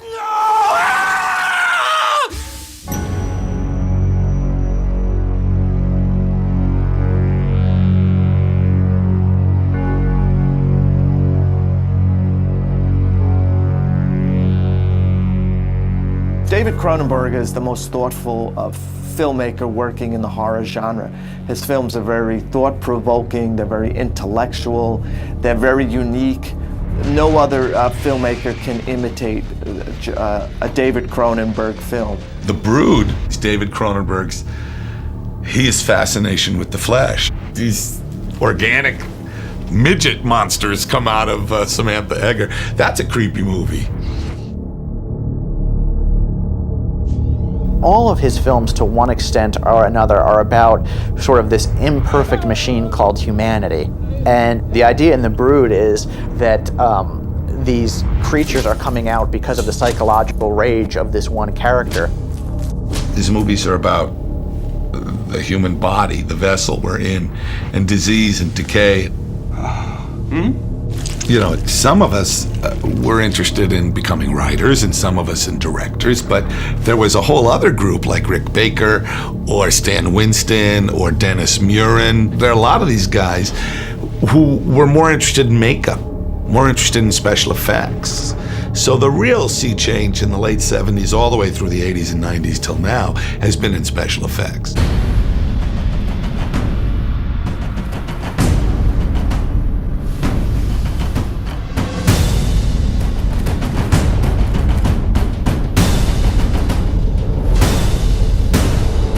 We saw an explosion and a revolution in special effects and special makeup effects. Brains. For the first time, Hollywood's craftspeople can turn everyday actors into werewolves and demons and zombies and ghosts.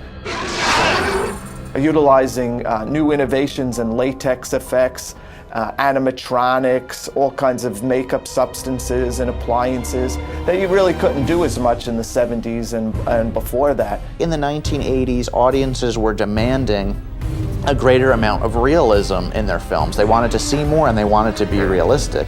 With computer effects these days, you could remove wires, create new monsters from scratch, or enhance whatever's already on the screen. Of course, some things don't need any computer enhancement. They're perfect just the way they are. The Howling was part of the werewolf trend of 1981 with American Werewolf in London and also Wolfen. Joe Dante was the director. I met John Landis when I came out here in 1975, and he was a film buff, and we got along great. I knew John through that entire period. We weren't living together, but I knew him well, and I knew that he wanted to do a werewolf picture, but he had never gotten it together. I had written an American Werewolf when I was 18, so it was like 1969, and I didn't make it till 81. And then Rick Baker, who I'd been talking about it with since 1971, he said, "Oh, I'm working on a werewolf movie." Like, what? One session with Rick doing some stuff for us, and all of a sudden Rick get a call from Rick. John's doing his picture, I can't do yours. So, Rob Bottin can do it, because he's my protege.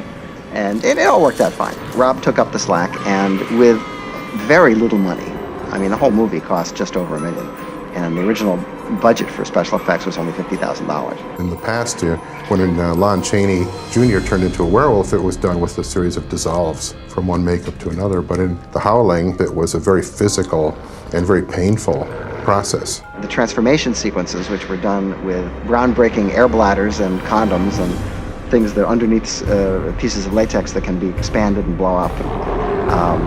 And it makes the transformation look like no others had done, and also painful. When we were trying to do, groundbreaking effects with physical materials, you were bound by what was available. The liquid latex and the mechanics and all those kind of things that were being created limited you. But within that limitation, you found a certain freedom. The care taken, not only in the creation of the werewolf, but in how it was lit and handled on the set was so intricate, That's really what made the movie. Those people had incredible imaginations, inspiring a new generation of effects artists throughout the 80s. People like Rick Baker and Stan Winston would hire enormous crews to bring a lot of these nightmarish visions to life. Well, compared to now, it was very crude. It was just all mechanical. You had no CGI, so it had to be done live, which I think is a great way, and in some ways a preferable way to do it, because you have more control as a director over what happens. And if it doesn't work, you've got to make it work one way or the other. To me, I much prefer effects that can be done with the actors there, where the actors can actually interact with the effects. They can see them. When you're doing CG, you've got a green screen or something, and you're telling them there's this really scary monster coming at you, and they have no idea exactly what it is. But what was interesting about the 80s is that there were some attempts in the 80s to have a back trend and bring up something else. For instance, there was a resurgence of supernatural films. We had Tobe Hooper's Poltergeist. We had John Carpenter's The Fog. A number of very talented directors were trying to kind of get the supernatural film, the ghost story, back into the forefront. There's that scene in Poltergeist 2 where Craig T. Nelson swallows the evil worm at the bottom of the tequila bottle. I mean, talk about someone not being able to handle his booze.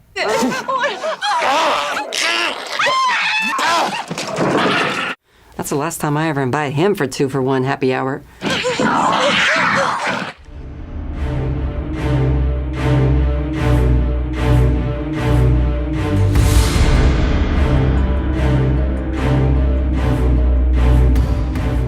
John Carpenter did some very interesting work in horror in the 1980s. Of course, we think about him in the 70s doing Halloween, but in the 1980s, he just went from sort of strength to strength. Carpenter is not only sort of the foremost stylist, I think, but I really think that he had a lot going on thematically. The Fog had an impact on 80s horror because it was like an old-fashioned ghost story. It had a great cast.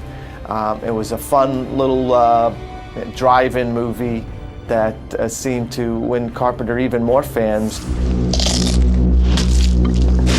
By the end of the 80s, the horror genre shifted away from slasher movies and more towards psychological thrillers. I guess audiences decided they'd rather have their heads played with instead of just having them removed with a chainsaw. As if. I don't know anyone who's ever been killed by a vampire, a werewolf, a monster from space, a giant squid, what else? I mean, gorillas. I don't know of any people killed by monsters or zombies, but I know thousands of people who've been killed by madmen. Well, John, let me just tell you that several of my friends met their grisly ends thanks to monsters. Zombies ate Jerry, vampire got Cindy, Tom chainsawed him too, and Bob, of course, was done in by a werewolf. I mean, never mind that the werewolf ran him over in a car. It still counts. At the end of the 80s, people began to realize the faceless slasher is kind of played out. Almost done. In the early 1990s, there were films where your serial killer was suddenly not this faceless, speechless monster in a mask, but a very charismatic, very interesting person. Oh, and Senator, just one more thing. Love your suit. I don't know what all the big fuss was about Hannibal Lecter. Sure, he ate people and... oh yeah, he wore that one guy's face. But, hello, girls. The guy is a doctor.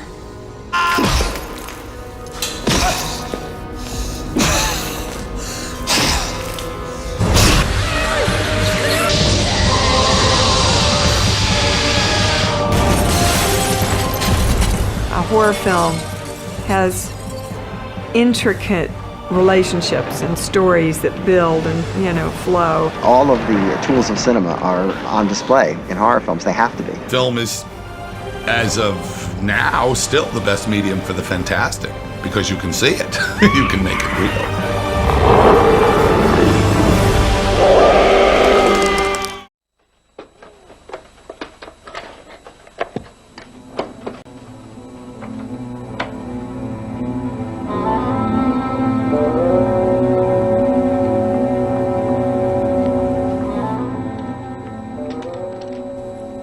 That phrase, suitable for viewing in the home, comes from the Video Recordings Bill, often called the Video Nasties Bill, which is soon expected to pass into law. This is a private member's bill in the name of Graham Bright MP, which has had strong support from the government and from all the parties. But at the very moment it's likely to become law, there are growing criticisms of the bill. Its opponents are denouncing it as bringing in state censorship of an unprecedented kind, making us into the most censored country in the Western world. Later in the studio, we'll be hearing from supporters of the bill, opponents, teachers, parents, teenagers, and some producers of videos. But first, here's an open space report on the background. EMI Video proudly presents films like The Deer Hunter, Death on the Nile, One Flew Over the Cuckoo's Nest, What a fabulous title. Murder. On the Orient Express. Don't look now. convoy! Where? There they are. Every day, video duplicating plants such as CBS Fox and Thorn EMI copy films onto thousands of cassettes. Britain is in the forefront of the video revolution. We have more video recorders per person than any other country in the world. More movies are now seen on video than in the cinema. But regulations which were designed for films don't apply to the new technology, which has created anxieties about controlling the new medium.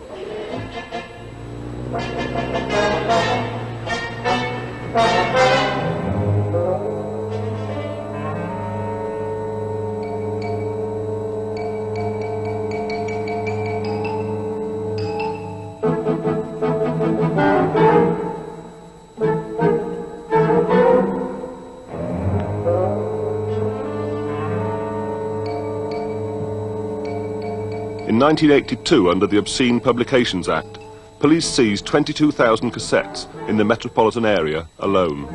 These are the cassettes, Driller, Killer and Death Trap, the first two of the so-called video nasties to be withdrawn from distribution.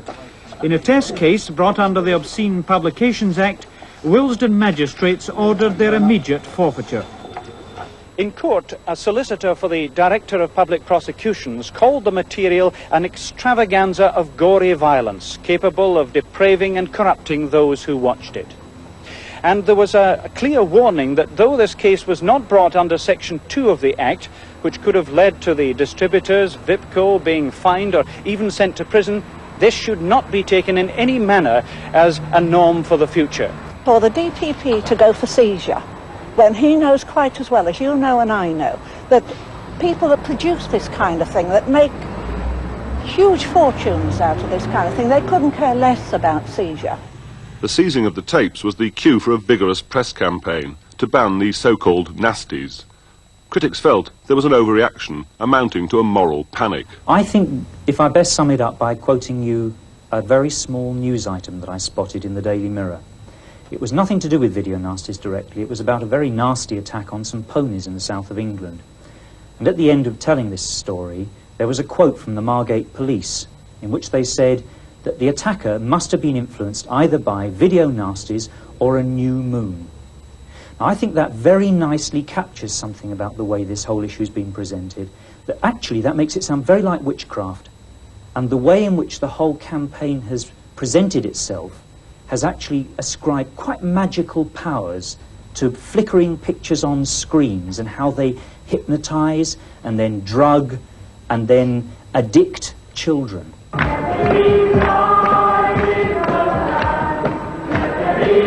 Ever since the late 60s, there have been a growing number of campaigners against what they saw as the dangerous increase in permissiveness and the lowering of standards in society.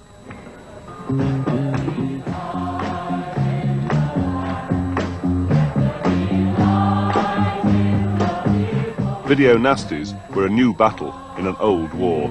Essence of a video is that it is shown in the home. And I'm afraid, you know, people who say, but why shouldn't adults be able to see this kind of thing in their own home? I'm half tempted to say that people who make that kind of demand, knowing that children are likely to see it, aren't really themselves very mature and adult. There are places where these people can go and see this material if they want it. But we're talking about material in the home. And there has now been tragic story after tragic story of the effect of this type of material on the children. The moment you mention children, people actually stop asking questions and they have reactions instead. And I think what's happened is that people have become scared of asking the serious questions. You see, there is some serious research done on how do young people, and we're not really talking about children now, we're mainly talking about people in the age range 13 to 18. How do young people use video? And actually what it's found is that they use it to scare themselves. They actually quite consciously use it as a test of their courage. And I think that's a very different picture from the one with which we're presented when we have headlines, very melodramatic headlines that talk about rape of our children's minds, the corruption, the sadistic pleasure that people take in destroying the morality of the young and so on. Very melodramatic headlines have run all the way through the campaign. Of course, we are talking about films that show in great detail mutilation, sadism, and this can come as a terrible shock, particularly to a young person. And of course, there are, as the law stands at present, any youngster of any age can go and hire or buy one of these things. And there have been a lot of instances where youngsters have pooled their pocket money to go and get one of these things to see whether they frighten them or not. And of course, it does have effect on youngsters, as indeed it has an effect on adults. Unlike video, there are already restrictions on films shown in Britain. Cinemas have to be licensed by local authorities, who have the final say on what is shown in their area. But in practice, they usually follow the recommendations of the British Board of Film Censors. Although it has no statutory power, the board certificates recommending films as only suitable for certain ages are accepted by almost all authorities. In 1983, the video industry decided to set up its own voluntary system of classification. Videos without a certificate would not be distributed. But the scheme was never given a trial. The Conservative election manifesto had promised to legislate on the video issue, though the pledge was fulfilled in the form of a private member's bill. First and foremost aim was the protection of youngsters. And so the path I took to do this was to ensure that all video films are given a category. In the same way as films are given a category, starting off with U and UC, which is especially for children, going through PG, parental guidance, 15-18. Now, by doing that, one is obviously telling the shopkeeper exactly what is in that video, and that ensures that the shopkeeper can have imposed on them, as the bill does, the liability not to sell to young people under age. So we're protecting them in the same way as you do from fireworks or alcohol. I think you've got to distinguish the reasonable right of any parent to say, look, I don't actually want my children perhaps to have a nightmare or to see things which I don't think they're ready to see or to try to understand. That's fair enough. That's quite different from then spreading that into a generalized, these things should be outlawed and no one should ever be allowed to see them. There is a rising level of violence in society and people are worried by it. And it's very easy to create a shibboleth, to search out a new witch craze starts. And as with that quote I gave you at the beginning, it's very easy to look for something which actually has virtually no connection at all with what's going on and say, let's blame it on that. The image the campaigners presented was of children having unrestricted access to horrific videos.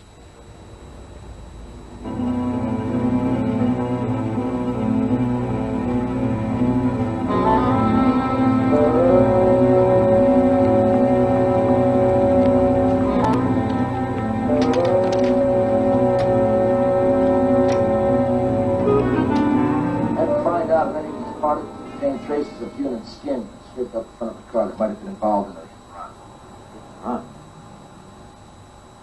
Sure, Dan. Just as the video bill was to be debated in the Commons, new horror headlines greeted the publication of a controversial report which was produced by the so-called parliamentary group Video Inquiry.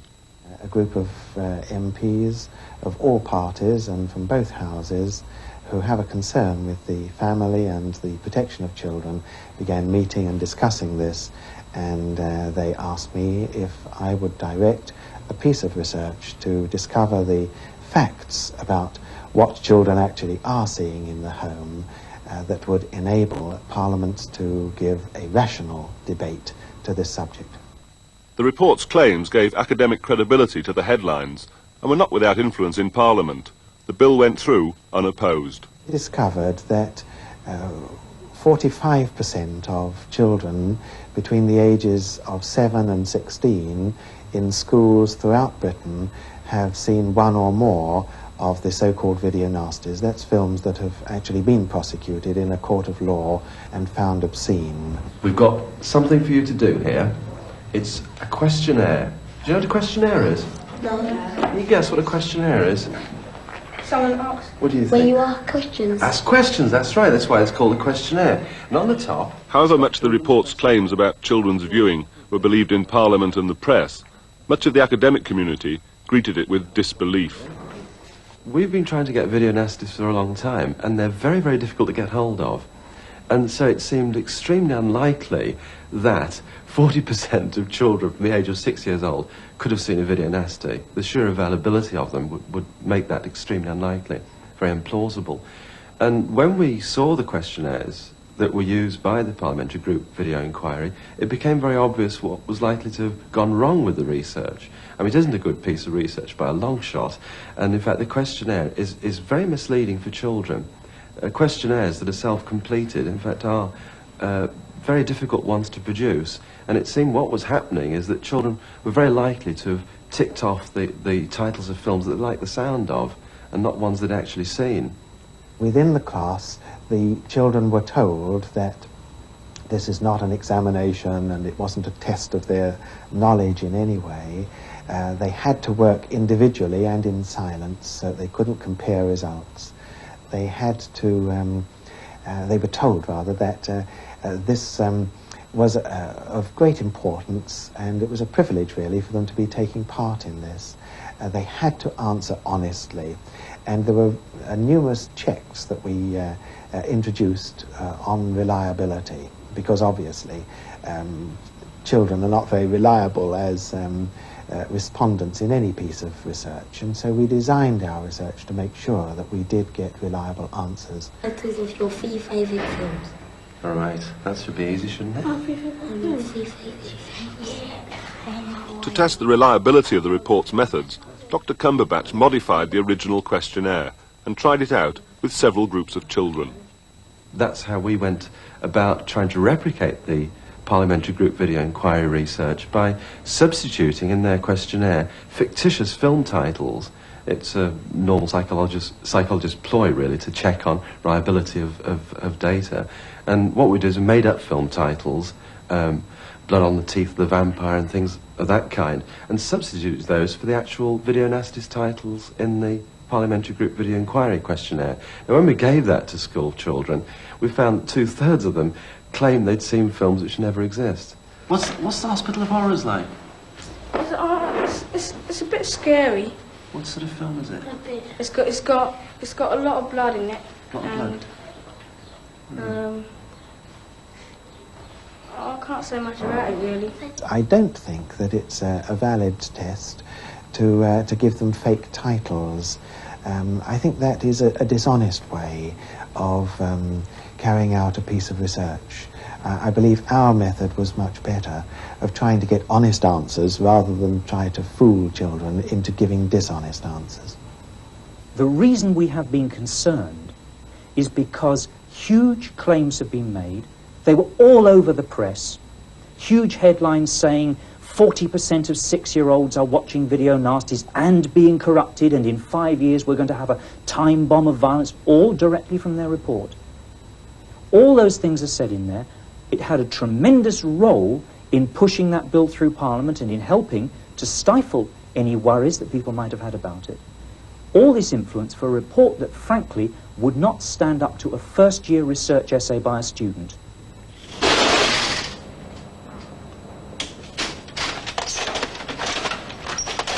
The Video Recordings Bill passed through the Commons with all-party support. The thousands of cassettes produced for sale or hire will become subject to stringent new restrictions. A powerful new censoring body is to be appointed by the Home Secretary. What about my wife?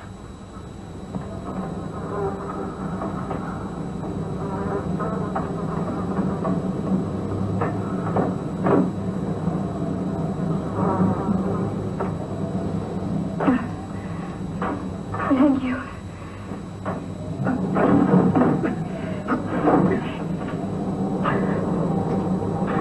What the hell are they, Doctor? I don't know. It all started about 3 months ago. The censors will have the power to refuse certification or demand cuts in a video. Claims that the bill imposes state censorship are denied by its sponsors. I don't know how they can deny it. It's very easy to play with words, you see, and say, oh no, of course we're just classifying films. You actually have to look at what will happen. According to secret guidelines, which will be issued by the Home Office, which can be amended at any time, And if they don't like the way they operate on the secret guidelines, they can sack the BBFC from doing so, and have said that if they don't like them, they will sack them from doing it. I have that recorded in the committee stage. So that's how it's going to operate. All films will be classified on that basis, under instruction from the Home Office. How can you call that anything other than state censorship? The film industry, of course, has been subjected to the sort of categorisation I'm talking about, and have been also subject to the Obscene Publications Act. The two have worked side by side, but of course the videos is a new phenomena. What we've done is brought them very much in line with what is happening in the film industry. And we have, in fact, made lots of exemptions. People still think that everything is subject to this, but of course for things like sport or music recitals or anything that's aimed at education or medical stuff is exempt. It doesn't come in to the grips of my bill at all. The bill has been designed to look at the special problem of people seeing films at home. Now, the use of the word home is very ambiguous for new legislation. If it means anything at all, it's a license to print money for lawyers. Because inevitably, the question will be, what is home? Does home, in fact, mean the Englishman's castle, where we have a greater freedom to do things than we can do on the streets? Or does home equal children? And of course, the moral campaigners will actually take this second definition and say, home equals children, and therefore films that are unsuitable for children should not be available for home entertainment. The Evil Dead. The sort of film which might no longer be available on video is Sam Raimi's cult horror film, The Evil Dead. Despite having an ex-film certificate, winning numerous awards, and being the most popular video of 1983, it was prosecuted earlier this year under the Obscene Publications Act. The film was acquitted by a jury 3 weeks ago, but the question remains, will the new video censors consider it suitable for viewing in the home?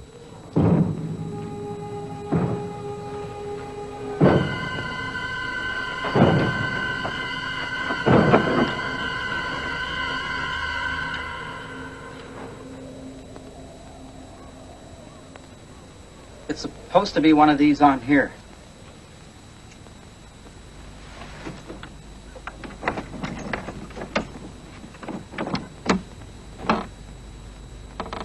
If anyone can stand up and defend the sort of horrific scenes that I have had to see and other members of Parliament have had to see, I believe they're living in a different world to that world that I live in, and the world that I believe the majority of people live in. Those are unacceptable. I believe that research is taking place, and it will show that these films not only affect young people, but I believe they affect adults as well. It goes far too far. Now, the 18 category will still be pretty liberal, in fact more liberal than most countries in this world, in what goes into those videos. And I think there is no way that I or anyone else can really defend films that go into the sort of mutilation and show the sort of sadism and horror that the video Nasties shown. And of course we're only talking at present about 30 or so titles out of 6,000 or 7,000 titles, so it's a very small number of things we're talking about. And the vast majority of good entertainment will still be available on videos in the home. I could feel myself agreeing and disagreeing all the way through that, and I bet that's what the people we've invited in the studio will be doing tonight as well. One of them is video journalist John Sanders, and it was he who first suggested Open Space do a programme on the video bill, because though there had been enormous media coverage of the so-called video nasties, there had been little scrutiny of the censorship powers of the bill. Now, George Sanders, you heard Graham Bright say, we are still going to be more liberal than many countries, and the vast majority of good entertainment will still be available for viewing in the home. So now what doubts have you still got? Well, vast number of doubts.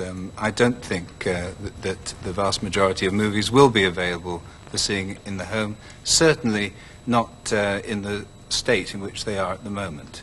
I can give you an example of a movie which depicts an SS officer who has his way with a prisoner and threatens to kill her children. Now, I'm not talking about a video nasty, I'm talking about Sophie's Choice. That movie has at the moment a 15 certificate, And that means that anyone under the age of 15 isn't allowed to view it in the cinema. Now, when we question, is that suitable for viewing in the home, we must say to ourselves, well, probably, if we define that, take that definition as in your program, that's for, that means young children shouldn't be allowed to watch it. Then we have to make cuts and alterations to that movie, just subtle ones, just slight ones, but in fact, that would wreck that movie. And people would very quickly learn that movies on video, that's mature movies, are not worth watching. And that means that we'd be restricted to James Bond, we'd be restricted to cartoons, and the entire video industry would collapse. Now, to do with good, lovely movies, and I want to know what mature means. This rather delightfully respectful of mature. I would not call worth watching if you cut something out. I would say that. I know I don't. I don't mean that at all. Mature. I mean a movie like Sophie's Choice. I'm afraid that you've been reading too many popular newspapers. No, I'm just plowing through the bill in the House of Lords. I was trying to avoid the word adult because it has connotations with movies. The same sort of thing. I don't mean that at all. You know, I mean a movie like Sanders is giving at the moment is that this bill is a product of the Mary Whitehouse, the Festival of Light, Mr. Hill. It's not at all. What brought it to our attention in the House of Commons was the NSPCC, who are horrified at what was happening to children. Cliff Hill's report, whether it's right or wrong, I don't really know, and I don't particularly care, didn't come out until it was halfway through. I think that should be made absolutely clear. We're not talking about state censorship, or no more state censorship, if we're being honest, than we've had since 1909 with the British Board of Film Censors. They have worked extremely well, and I feel that they work extremely well with video recordings in the home. Don't read things into the bill which aren't there. Yes. May I come in? Yes. I think right at the outset, John Sanders has failed to distinguish between what I think is an essential distinction if we're to understand this bill at all, and that is controls on the one hand which are necessary for the protection of the more susceptible members of society, such as our children, and censorship on the other. Now, you may be surprised to hear me say this sitting here, but nobody's more against censorship than I am. But you were the person to actually, weren't you, help to draft that the phrase suitable for viewing in the home. And I find the word suitable, for instance, a very difficult one, I might say so. Suitable, what's suitable for you is not suitable for me.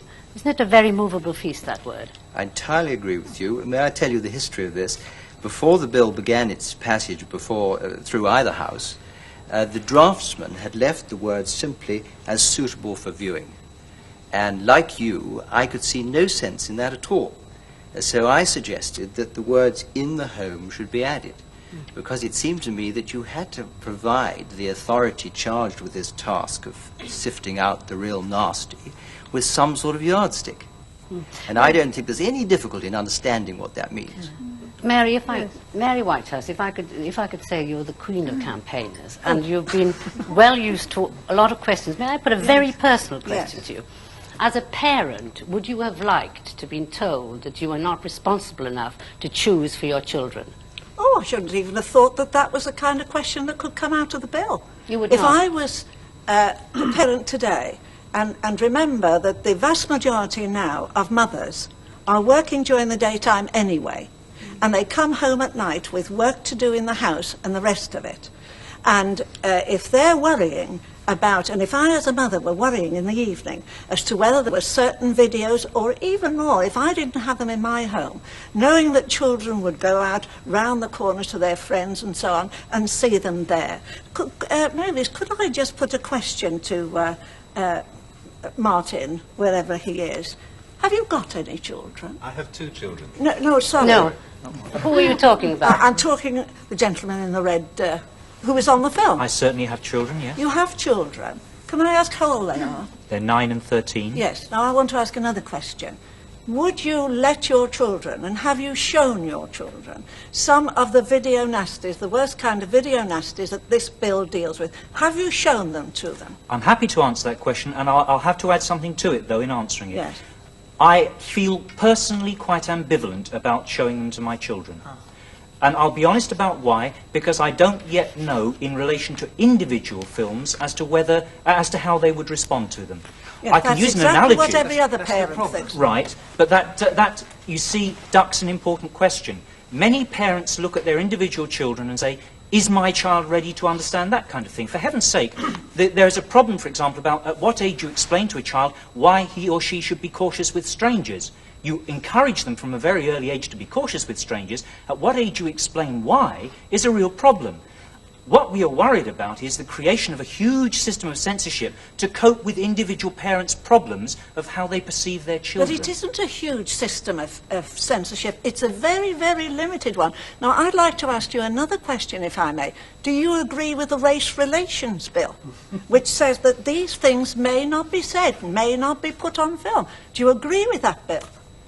I find that a very difficult question to answer because I don't come know on, the race... yes or no, try. Well, that's silly because I don't know the isn't Race silly. Relations Bill that well. That's a silly question. You know what We're it's talking about a It's bill about that I do know controlling what people say, what people hear. Right? It has has to do with censorship. Well, Mrs. Whitehouse, you are confusing issues I'm here. not. I'm raising the... The question No. is that the legislation on racist attacks, on racist language in Britain, is geared specifically towards specific cases where language is racist. The Video Recordings Bill deals with all videos, every single video, not simply those that are produced for profit by large commercial concerns, but every video, whether those be produced by community groups, by campaign groups, by absolutely everybody. Now, this bill, according to the bill as it stands at present, has to be financially self-supporting in the censorship department. That means people will have to pay to get their films certificated. That's fine if you're Thorny MI. That's fine if you're a large multinational company. If, however, you're a youth club in Tower Hamlets who's produced a sex guidance film for youngsters, you've introduced programs, say, to do with the natural childbirth movement. You will be then covered in the bill if you read it. Yes. May I just say, I believe not. May I just Just one second, please. on the point of censorship? The reason why I raised the Race Relation Bill is because the bogey of censorship is raised all the time about this bill. And I was just trying to clarify. You can't be in favour of censorship in one direction and be against it in another. Simon Hughes, MP, you've been trying. That's an invalid point, because you see, racialist words and racialist actions are judged by their effect in the legislation. They're words and actions likely to incite violence or a reaction. The problem with the bill as it is at the moment, although it had one very laudable and proper objective, which was to certificate, describe for people going into a video shop what it was they were picking up. We saw a bit in the film about two youngsters. It is right that they should know, just as when you go to the cinema you should know, what the category of product is. It's a Trades Description Act point. And the difference between this and the film industry is that the film industry is regulated by local authorities, elected representatives of the people, who actually decide, having considered what the British Board of Film Censors do first, what the people who elected them ought to be allowed to see. We don't have the same democratic accountability. It's actually a nominated body appointed by the Home Secretary, and there is no accountability at all. And that means that instead of somebody deputed to do the job by public consent, that isn't here, and it therefore takes away from the parent the right which they would otherwise be entitled to have done for them, have exercised for them by somebody they've elected to do that job. The impact, the visual impact of seeing some of these horrific films. Now, in the House of Commons, we actually saw people eating live monkeys' brains. This is absolutely true. You may laugh. Just a moment. Just a that's a specialty you see, there's China. I'm sure I haven't been there. I've read about it. Yes. And what's the difference, Mavis, for you reading about it in a book, perhaps seeing a picture in a book, but actually seeing it happen on a screen? Now imagine that further still in your own home, when the doors are locked. And what is happening? Just a moment. What is happening at the moment? You're seeing that the video recording machine has taken the place of the baby minder. It has taken the place of the magician. And I'm afraid a lot of parents are acting irresponsible. Well, Martin there's wrestling with his conscience, deciding whether he's right or wrong, and whether it's going to affect his children are. Heaven knows what damage is being done to it. I think it's extremely significant that actually the thing that upsets you is people eating monkeys' brains, that you've designated a particular area of a problem. Now, when you ask that question about would you let your child view it, would you let your child view this particular thing, wouldn't it upset you?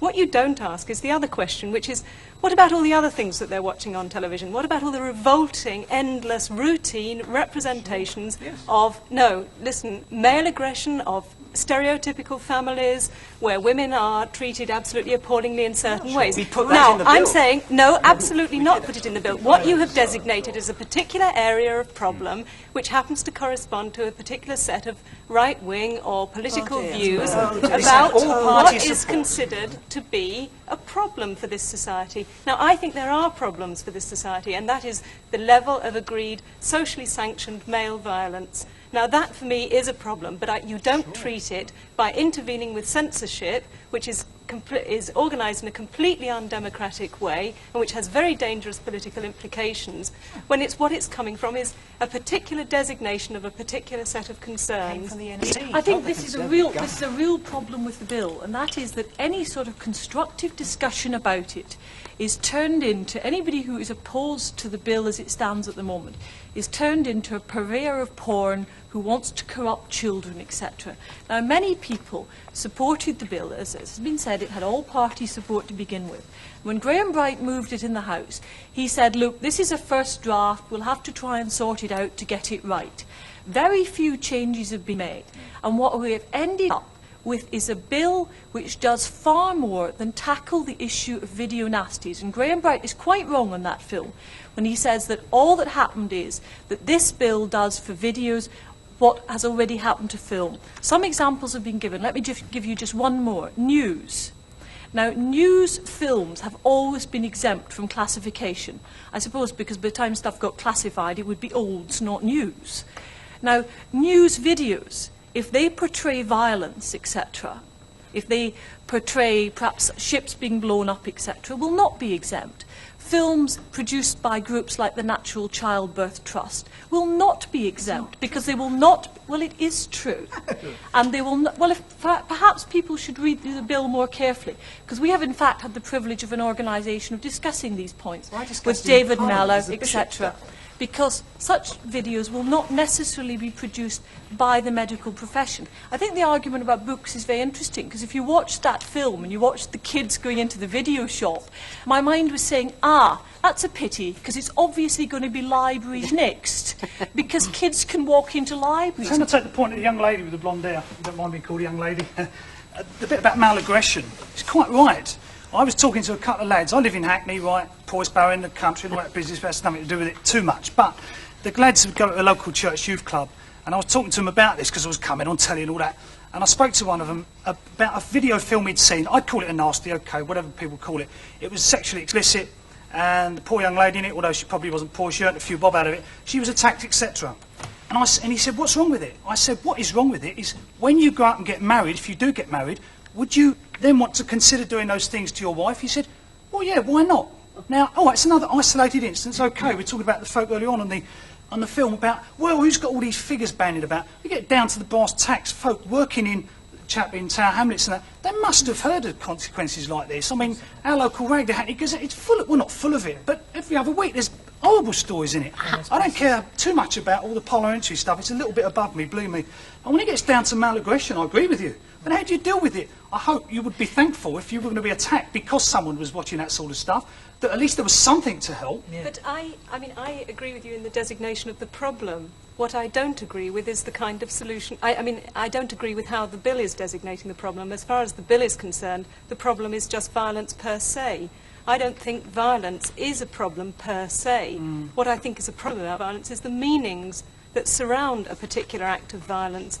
And it seems to me in this culture, the meanings that surround violence that we see are almost invariably meanings that say that this is a natural form of male behaviour. Yeah. However, I'm absolutely convinced by the arguments of the side opposing the bill that what this bill is doing is actually completely is introducing a form of censorship which is actually extremely dangerous. I don't think you tackle the problem of male violence in this way. You tackle it entirely differently. You tackle but be that right or wrong, Might it be too late one time for, say, you, and I hope it isn't, but, you know, something's got to be done. Well, this bill is not about male violence, incidentally. No, but it helps. Removing the jurisdiction for that. I mean, I don't think that anyone in this room would dispute the stories that you've told and this lady here. And inevitably, inevitably there are problems, and problems do arise. How do you solve them? And in my opinion, you don't solve them by removing that jurisdiction from a court of law, which is where it exists at the moment, and handing it over to petty bureaucrats and setting up a under the huge... Obscene Publications Act, presumably. Indeed. Which has been showed to be an ass right through the years it's been in existence. We've just seen evidence of 20,000 video cassettes. I want to turn to a seized. parent, Dave King at the back. I don't know your views on the bill, the censorship or not, but can I just put one thing to you first? All parents censor for their child as they're bringing them up. That's a natural thing, isn't it? Because you're trying to protect your child from... But, I mean, have you got any feeling that this responsibility that should be the parents mainly is being taken away from the parent? Not at all. No. My position really is that I'm opposed to the freedom of parents to have access to any kind of video nasty and so on, because of a very graphic experience in my own home. We don't have a video recorder. We wouldn't have video nasties in the home. My son, spending a Saturday morning with a friend, indeed with two friends, finished up because of the inclement weather, I believe, in the lounge of his friend's home, watching that indescribably evil video, in my view, The Evil Dead. He came home, was unable to eat his meal. We attached no significance to that at all. He later went to bed, and at 2 o'clock in the morning, I was awakened out of a deep sleep to go into my boy's bedroom. He was in a crouched position with his hands between his knees, screaming, screeching in fact, a sickening sound, and took a great deal of time composing him. We eventually got through that night. The following night, bearing in mind he's 11 years old, almost 12 years old, he wet his bed. Now that was quite uncharacteristic. He sobbed, he had nightmares, he came into our room with pictures from The Evil Dead still passing before his mind. That's several weeks ago now, but even as recently as last week, I believe it was, something triggered the thought in his mind, once again, the awful picture and the words. Now, I'm not a left or right wing, in fact, I'm just middle of the road politically, but I feel very, very strongly about the freedom of other parents to show our children these things. We wouldn't have them, but I have no control over other parents. When I was little, what did that to me, that happened to me, was Strull Peter, you know, the children's picture book. I mean, that kind of thing, which is an extreme case, doesn't really worry me. I mean, what I'm worried about for children, if they have any, is the kind of everyday thing that they'll see. The Starsky and Hutches, the ordinary action film that show men beating each other up, which show men being aggressive. I'm worried about, if it's a daughter, say, the kind of advertising, the kind of way that she will see women are meant to act because of the advertising. Now that worries me far more than any one extreme piece of horror that they might come up against. But that's a matter of changing society's attitudes, not a matter of saying, no, you can't have this, no, you can't buy that. In fact... And in changing society's attitudes, that's very much, it can't be done by a secret censorship process. It's got to be done by public debate. But you see, I think what's happened is that the people who are against this bill have got themselves all tied up with this academic approach to the word censorship, the dirtiest word in the English language. If we thought about people, not ideas so much, but people. Why don't you think Cathy Myers. Thought about those Can we reply on the Obscene Publications Act? We're still waiting for... All right, Cathy, 1 second. Obscene Publications You see, Act. what worries me is that Mary Whitehouse, having lost a series of cases, immediately declares a law wrong. Let's take an example of a case where she... 1 second, Mary. Excuse me, Mary. You threw a lot of questions at me. I'm going to put one back to you in a moment. Go on. One of the cases she lost, and let's take it as an interesting case of a thing that would, I'm certain, be refused certification, was a very serious film dealing how male aggression is produced. It was a film called Scum.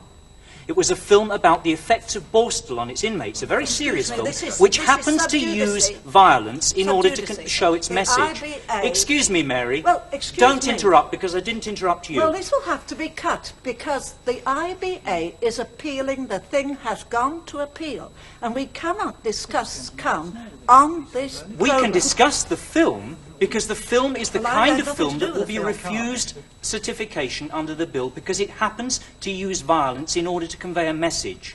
The fact is, yes, it does show gross violence. It actually shows an act of buggery in a small boy and an institution because of the way I want to be able to use violence in a film if it is used to make an important message about how people are made violent. I beg your pardon? Will this help 5-year-old children to see this? It will help a lot of people You want learn. them to see this?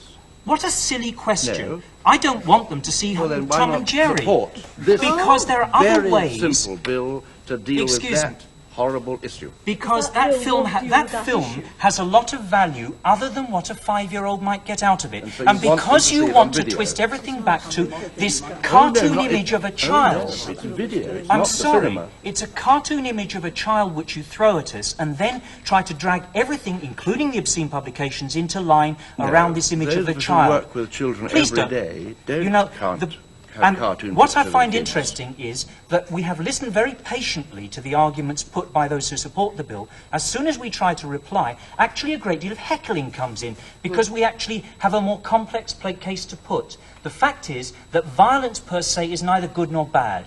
It is the use to which it's put, it is the context in which it's seen, and home is not necessarily the worst context in which to see every violence. 5-year-old's mind. Therefore, I'm making a case that the Obscene Publications Act is only seen as a problem because actually a large number of cases have been lost by the moral majority campaigners in this country. We've gone way off beam with this, and I'll tell you why we've gone way off beam, if I may. It's just the sort of difficulties that happened in Parliament. I mean, I like Mary Whitehouse. I think she tries to do things which she considers to be right. A lot of them I just don't agree with.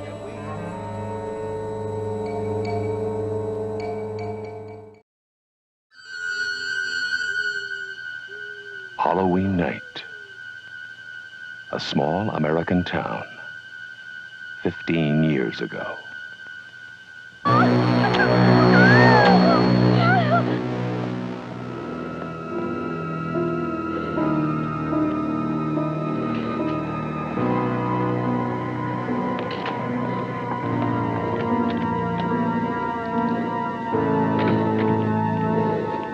Michael? Halloween. I spent 8 years trying to reach him, and then another 7 trying to keep him locked up because I realized that what was living behind that boy's eyes was purely and simply evil.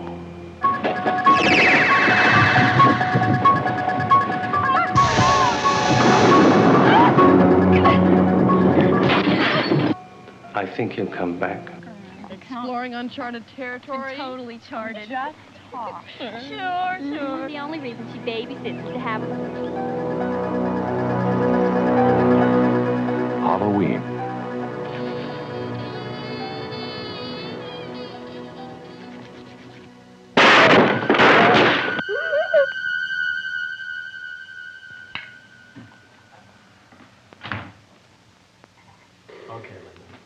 Come on out.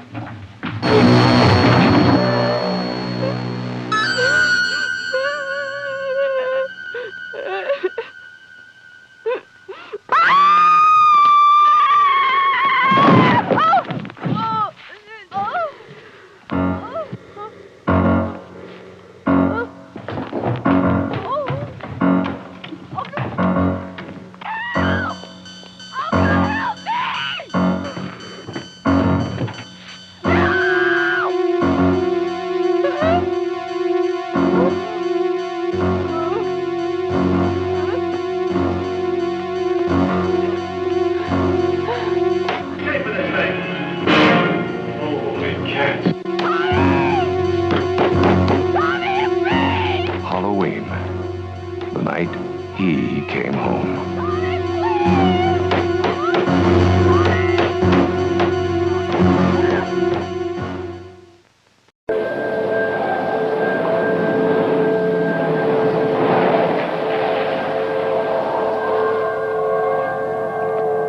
Something beyond comprehension is happening to a little girl on this street, in this house. A man has been sent for as a last resort to try and save her.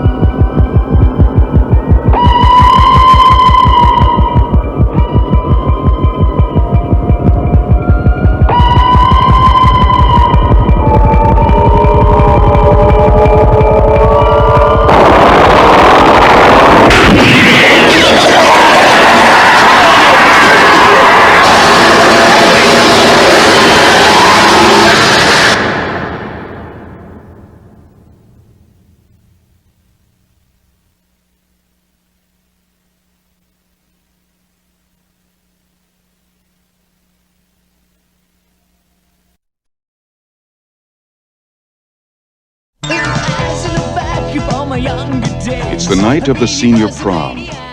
The Bates High School gym is alive with excitement. Everybody is there, even Carrie White. The girl no one likes. We're all sorry about this incident, Cassie. It's Carrie! And everyone makes fun of her. The girl who lives in that creepy house with her crazy mother. Help the sinning woman see the sin of her days and ways.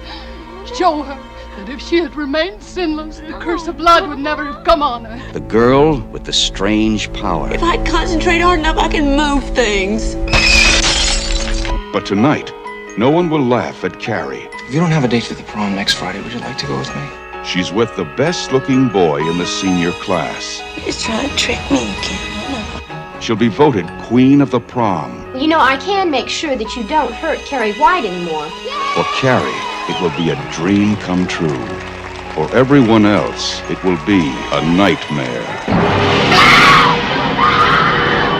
Carrie. A new film by Brian De Palma. Based on the chilling bestseller. starring Sissy Spacek, Piper Laurie, and introducing John Travolta in his first motion picture role.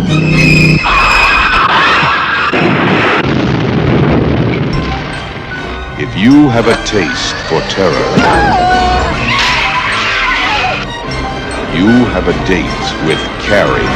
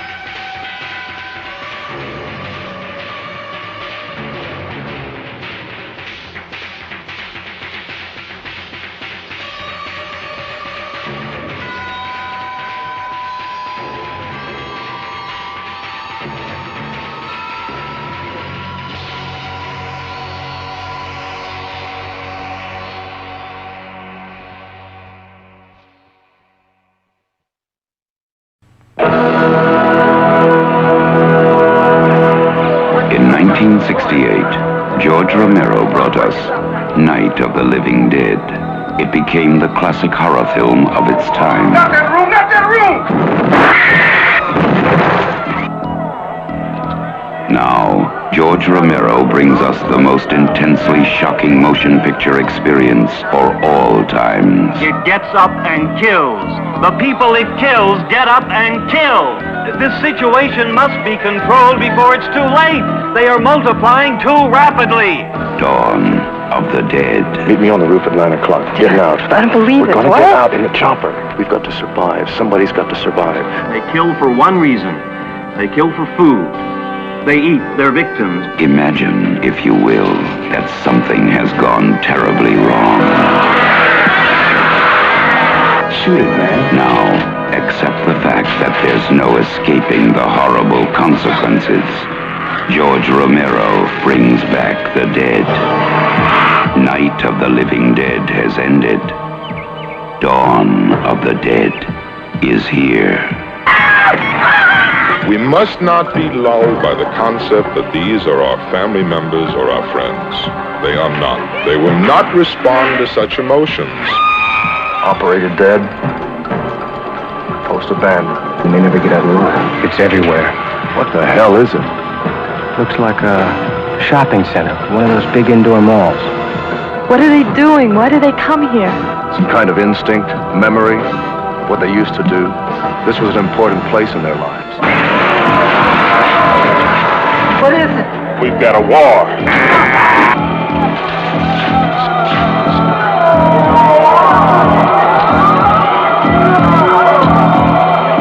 Afraid. We have spawned our own savagery. Soon it will consume us all. It is a horrible, hauntingly accurate vision of the mindless excesses of a society gone mad.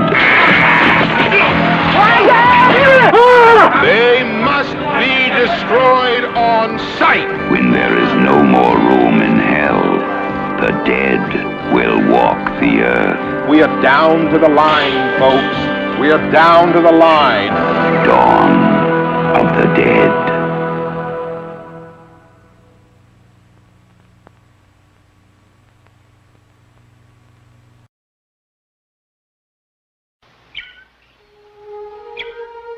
For generations, the Thorns have been a family of tremendous wealth, position, and power. The perfect marriage of Ambassador Robert Thorne and his wife Catherine was fulfilled by the birth of their son, Damien. And then, when the child was 5 years old, something terrible happened.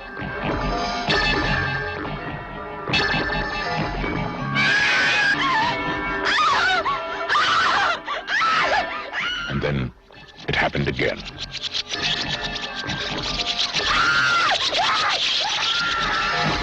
Was it an accident?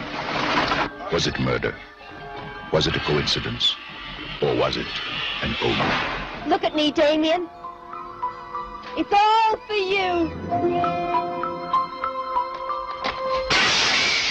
20th Century Fox presents a film of psychological suspense about an occurrence of earth-shaking importance. Gregory Peck, Lee Remick, The Omen. I was at the hospital, Mr. Thorne, the night your son was born. I saw its mother. I saw its mother. I have fears. I've fears. What kind of fears? Its mother, Mr. Thorne. You saw my wife. Its mother. What is it you're trying to say? His mother was a... This is not a human child. Make no mistake. There are those who will die for him.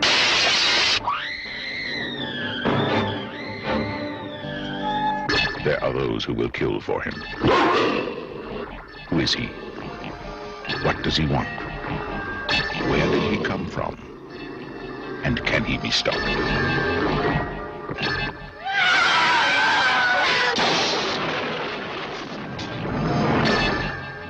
Gregory Peck, Lee Remick, The Omen.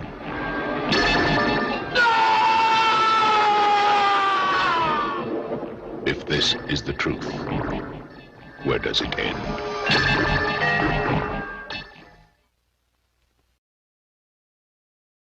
Unfold, whose lightest word would harrow up thy soul, freeze thy young blood.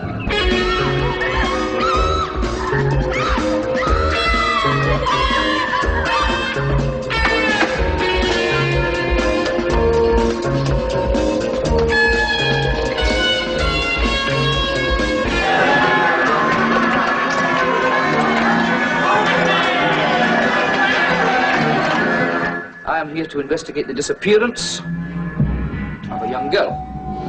Where is Rowan Morrison? If Rowan Morrison existed, we would know. I suspect murder. Sergeant, I've already told... In the name of God, woman, what kind of mother are you? That can stand by and see your own child slaughtered? You are the fool, Mr. Harry. You're liars. You are despicable little liars.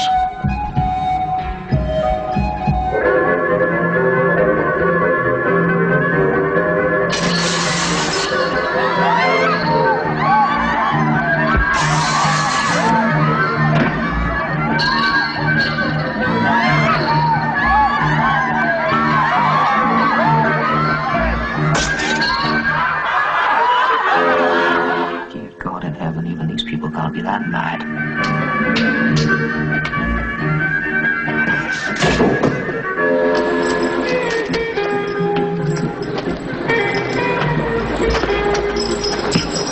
Where is Rowan Morrison? If Rowan Morrison existed, we would know. I suspect murder. She was burned. You are the fool, Mr. Harry. Where is Rowan Morrison? Oh, my God!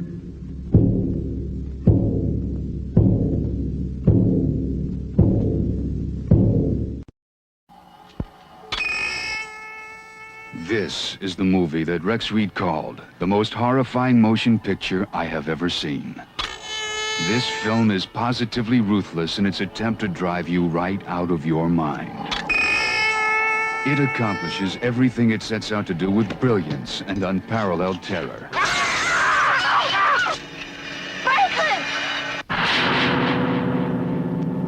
This is the horror movie to end them all.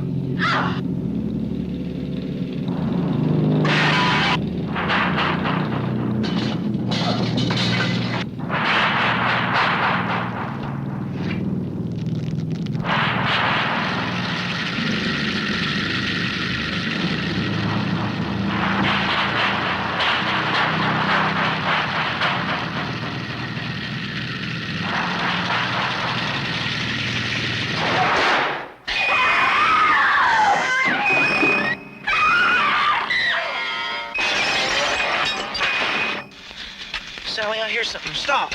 Stop!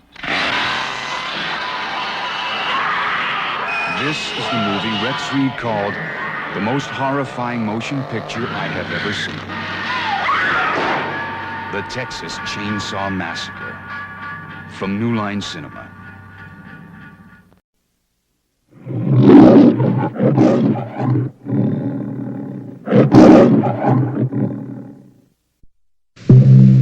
It rests on 13 acres of earth over the very center of hell.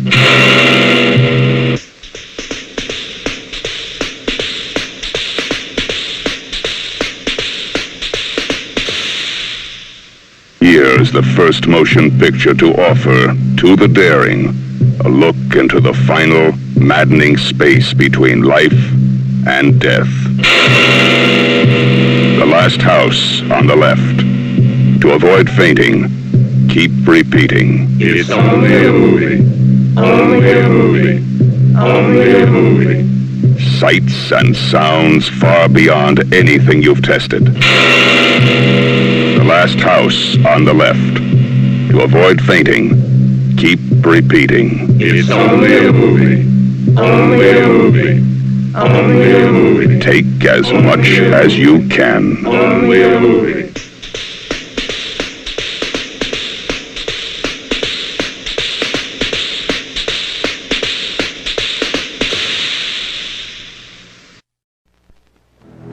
There is a creature alive today who has survived millions of years of evolution without change, without passion, and without logic. It lives to kill. A mindless eating machine.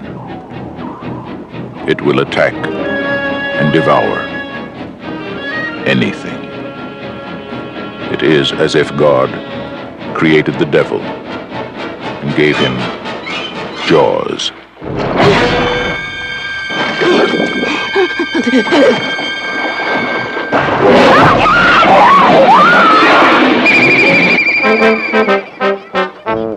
This is Universal's extraordinary motion picture version of Peter Benchley's best-selling novel, Jaws.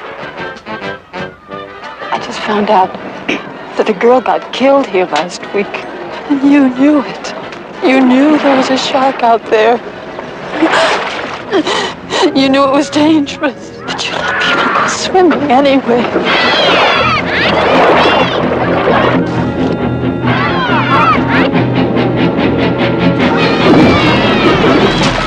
Did you see that?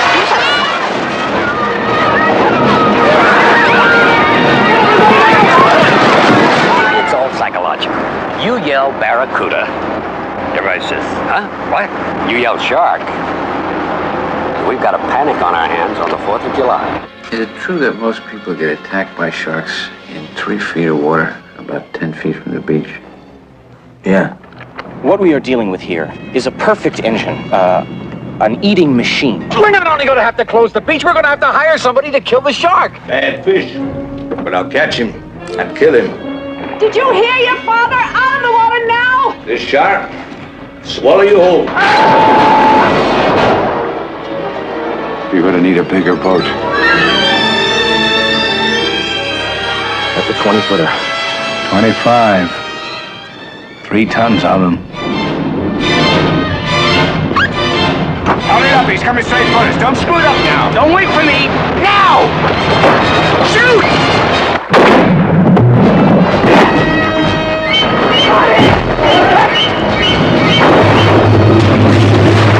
What's he do?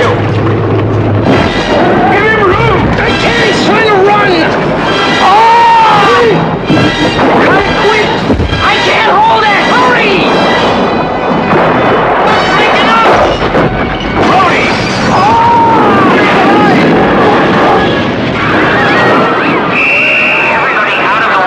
None of man's fantasies of evil can compare with the reality of Jaws. Roy Scheider, Robert Shaw, Richard Dreyfuss, Jaws. See it before you go swimming.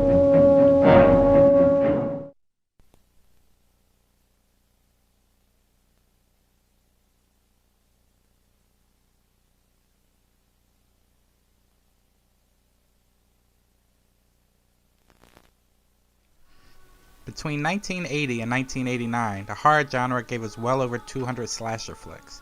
Most of them were cheap, and very few of them had much of a lasting impact on audiences. Aside from rabid horror fans like us, that is. Flaws and all, though, we love most of these horrific endeavors.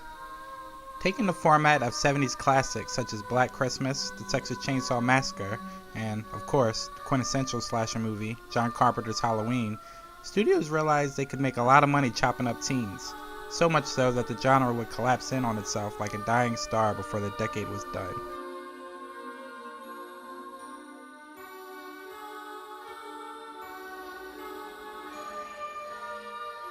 In the early 70s, I made a horror film with Wes Craven called Last House on the Left, which had some notoriety and some success initially. But as a byproduct, both Wes and I got reputations as being people that would produce really disgusting stuff and cheap. You know? So if you wanted puke in a bucket and cheap, you know, call Sean and Wes. Finally, I got to do some kids' films in the late 70s. I did a Bad News Bears kind of rip-off film called Here Come the Tigers. And after we did that, we had this notion of doing sort of a soccer movie.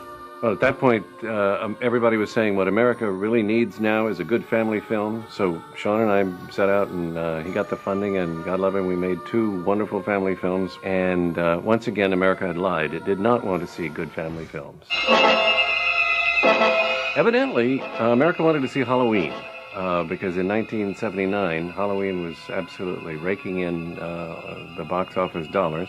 I was playing around with titles, and one of the titles that just came into my head at the time was Friday the 13th. And out of frustration, I said, Friday the 13th. Christ, if I had a picture called Friday the 13th, I could sell that. He said to me, I'm going to make the scariest picture ever made. It's going to be called Friday the 13th. So, and I said, well, who am I to question? And I went to school basically on the movie Halloween, saw it once, figured out what a good horror film would need.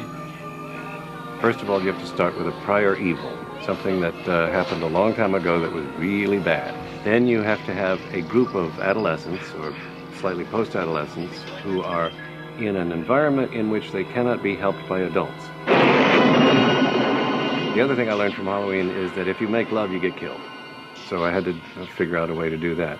We took out this ad in Variety that said, Friday the 13th, the most terrifying film ever made, was a great big block letters crashing through a mirror. He was very open about the fact that he was definitely going to make people sit up and watch this movie. Ta-da! Sean and I talked about all the possible places that it could be, and I came up with a summer camp. How far is it to Camp Crystal Lake? They have to watch themselves be thinned out one by one.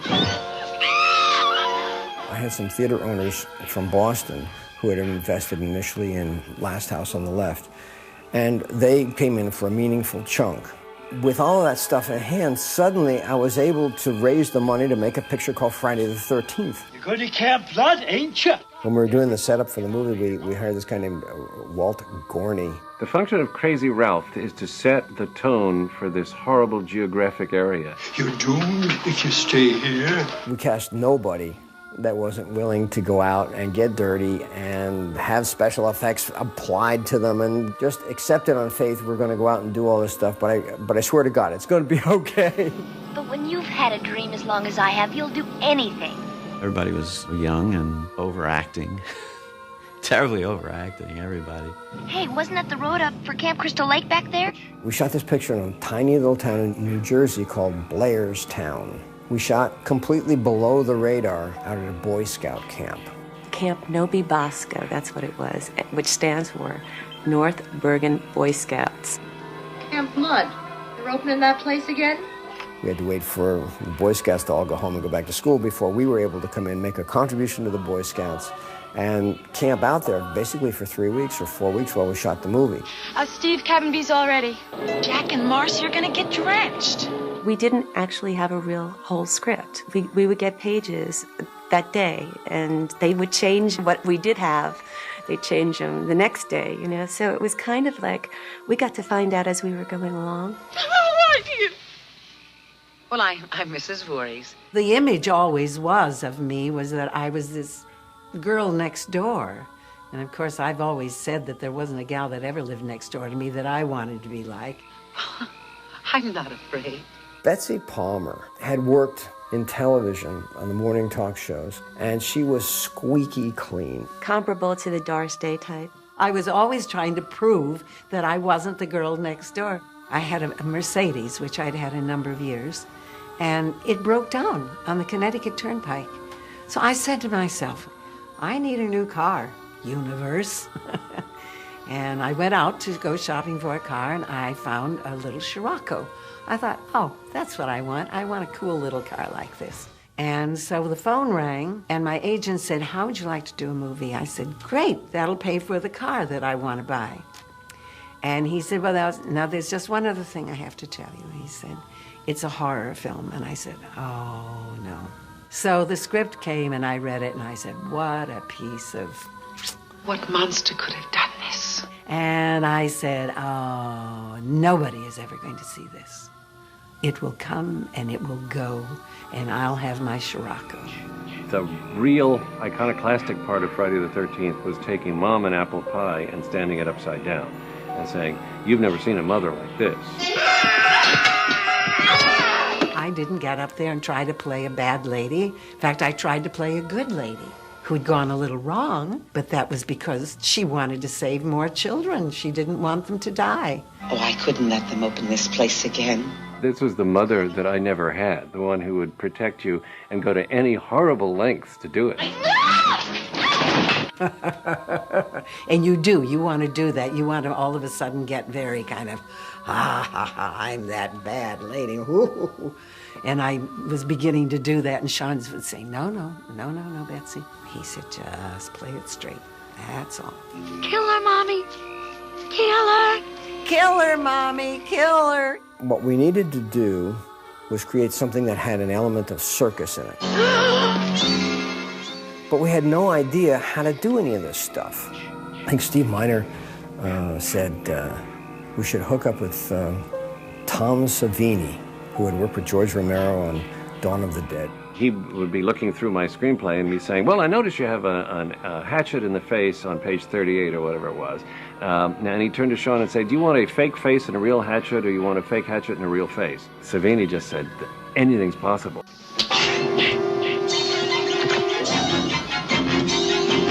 It was a highly technical special effect that literally they could only shoot once. I mean, when that arrow comes through and the blood squirts up, and Tom Savini is underneath the cot, and he's squirting blood into this tube with this plunger so that it can come up through the fake rubber chest.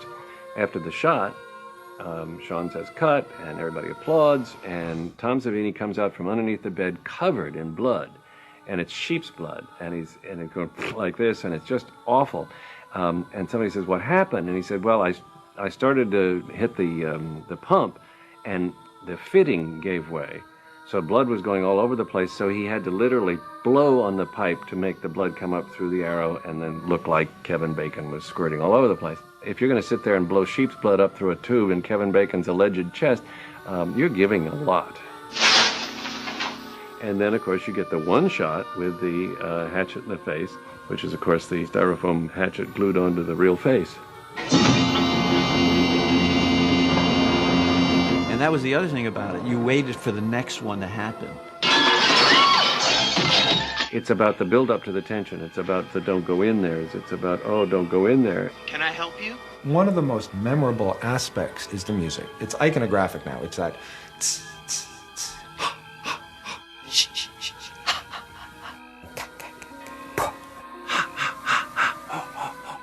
People come up to me, oh, you did... And everybody thinks it's cha-cha-cha. I'm like, cha-cha-cha? What are you talking about?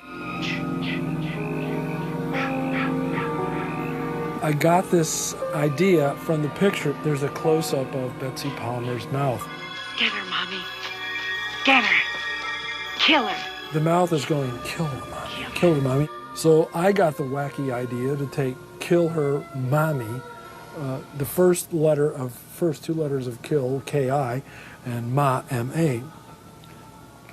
And then there was a gizmo we had called an echoplex, which we were using a lot in the film. Kill her, Mommy.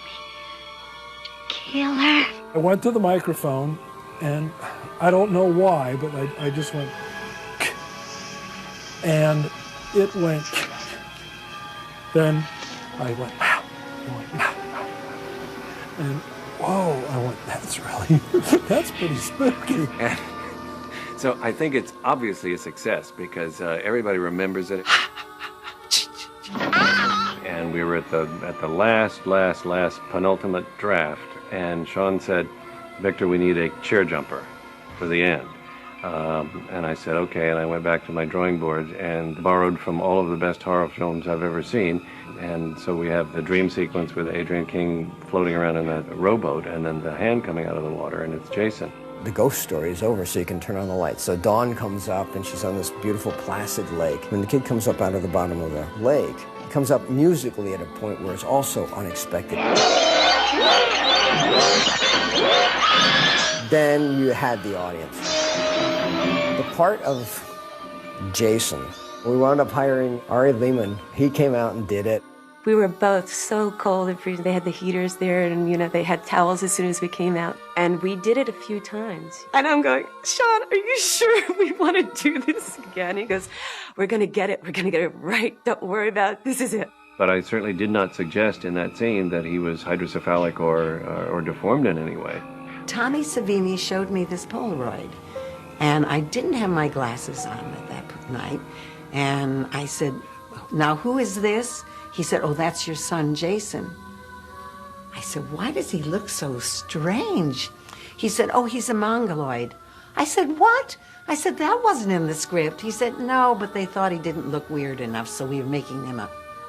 Because of the nature of the nightmare ending, and because Sean had Tom Savini on board as such a fabulous makeup artist, they turned him into sort of a monstrous-looking cretin. I mean, he just looked awful. We had screenings for ourselves, but then we had the first screening that I recall for Paramount. And if you recall the ending, when that head pops up, I swear people just jumped out of it. And I think that's the thing that sold it. And the next thing I know, Paramount has bought the movie and is going to do this massive release in all these theaters. And I'm going, wow. Warner Brothers took foreign distribution, Paramount took domestic. At that point, Frank Mancuso was running distribution for Paramount.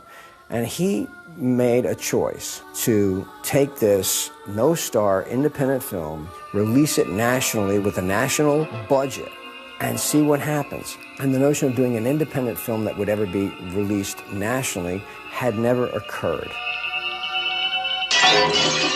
The opening night on Broadway, it was just packed. It was packed. What are all these people going to see this movie? Do they know what they're going to see? And I guess they did, Man, they jumped every single time something happened. There were real screams. Screaming, running out of the theater in the middle of the film, just screaming and yelling. Come on, you guys. The best part of watching Friday the 13th in theaters, and I was watching the audience say, don't go in there. You know, I mean, literally talking to the screen saying, girl, don't go in there. You don't want to go there. And Sean would just go like, I got them all. The kids would come out of the theater telling the kids who are coming in the theater, oh, you better look out, or there was so much fun. And it became a really big social event. The next thing I knew, I was looking at the Variety results, and we were in the top 10. People poured into the theaters to see this and kept coming and kept coming and kept coming. They started talking about 10 million, 20 million, $30 million. When the film was released, by and large, it was dismissed by the critics as being exploitative and just not really worthy of attention. The critics universally hated it. I read that I'm really awful and that the movie sucks and that we all suck. One of them was fit to be tied because I had done this movie. How dare I let my viewing audience down by playing this horrible woman? He said, you write to her. So there were people who were disappointed in me. Parents and educators would say, this is not a productive use of your time. The feminists didn't like it particularly. Who's going to die? Well, the slut's going to die for sure, and the good person, the virgin, she will survive. Did you live because you were a good girl? I never bought into the notion of sex equals death, that the reason everybody gets punished in horror films is because they're sexually promiscuous. I was certainly raised that if you make love before you're married, you are going to get punished somehow. We weren't doing anything. We were just messing up. I'm not sure whether the vengeful, moralistic tone of the movie was anything I was thinking of consciously. I was basically working from what I had seen in my own movie-going experience prior to that, that if you were following your lustful heart, that you were going to get nailed for it. That was at least the Puritan ethic that I was brought up with. Just when it was getting interesting? I didn't look at it that way as, the victim. I actually thought it was an empowering position. I lived. Have I written something that caused people to go off? If there's a paranoid schizophrenic out there who's seen Friday the 13th 147,000 times, should I feel guilty if he goes out and murders somebody? Ma'am, we didn't find any boy. Then he's still there. We started talking about doing a sequel within days, really, of the initial success. And that came directly from Paramount. You killed 8 people, maybe next year you should kill 12 people. My friends in Boston felt it was really important to bring back this Jason character. Well, I thought that was just the worst idea I ever heard. I was completely wrong. There was no hockey mask, which became one of the icons of the film. It was never my idea to put a hockey mask on anybody because I had nothing to do with parts 2 through whatever. I said, I don't know who this guy in the hockey mask is. I would never have done what I did to Camp Blood. If my little boy hadn't drowned, I said, he's at the bottom of the lake. Friday the 13th kind of became its own little industry, didn't it? The most important thing you can do in a film career is make money.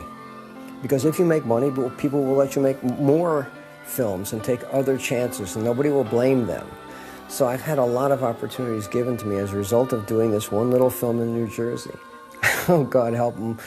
My kids may be producing Friday the 13th movies long after I'm gone. Even people who aren't huge fans of the horror film in general still point to Halloween as a magnificent film, groundbreaking film.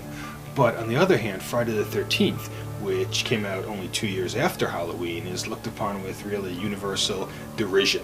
But the truth is, Friday the 13th is actually an extremely well-made and suspenseful film. The only difference is that while the murders in Halloween were in the shadows, off-camera, dare I say, classy, Friday the 13th, they were in your face. You actually saw a real live decapitation without a cutaway in full view of the audience, and audiences had never seen that before. They weren't prepared for it, and it was really no surprise that once they got a taste of it, they wanted more. Bloody Birthday, the overwhelming horror. Bloody Moon, a film you won't soon forget. When you know how to celebrate, every day is Mother's Day. Final exam.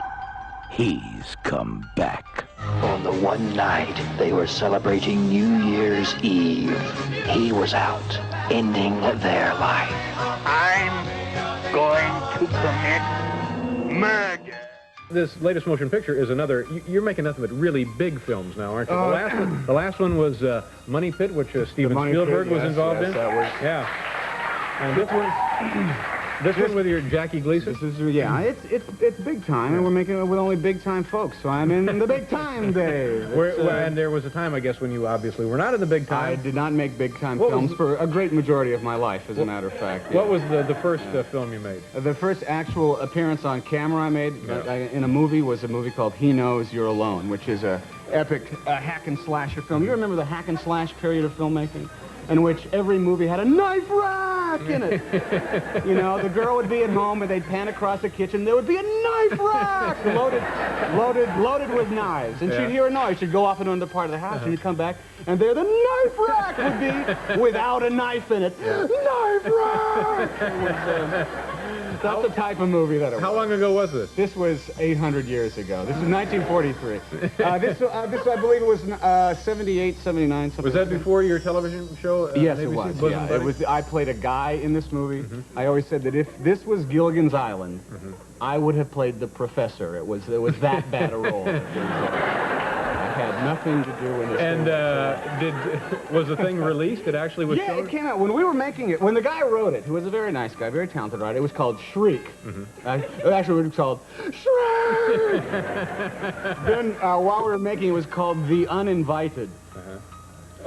What did this mean? Nobody really knew. And then MGM, they cut it together and released it as Blood Wedding.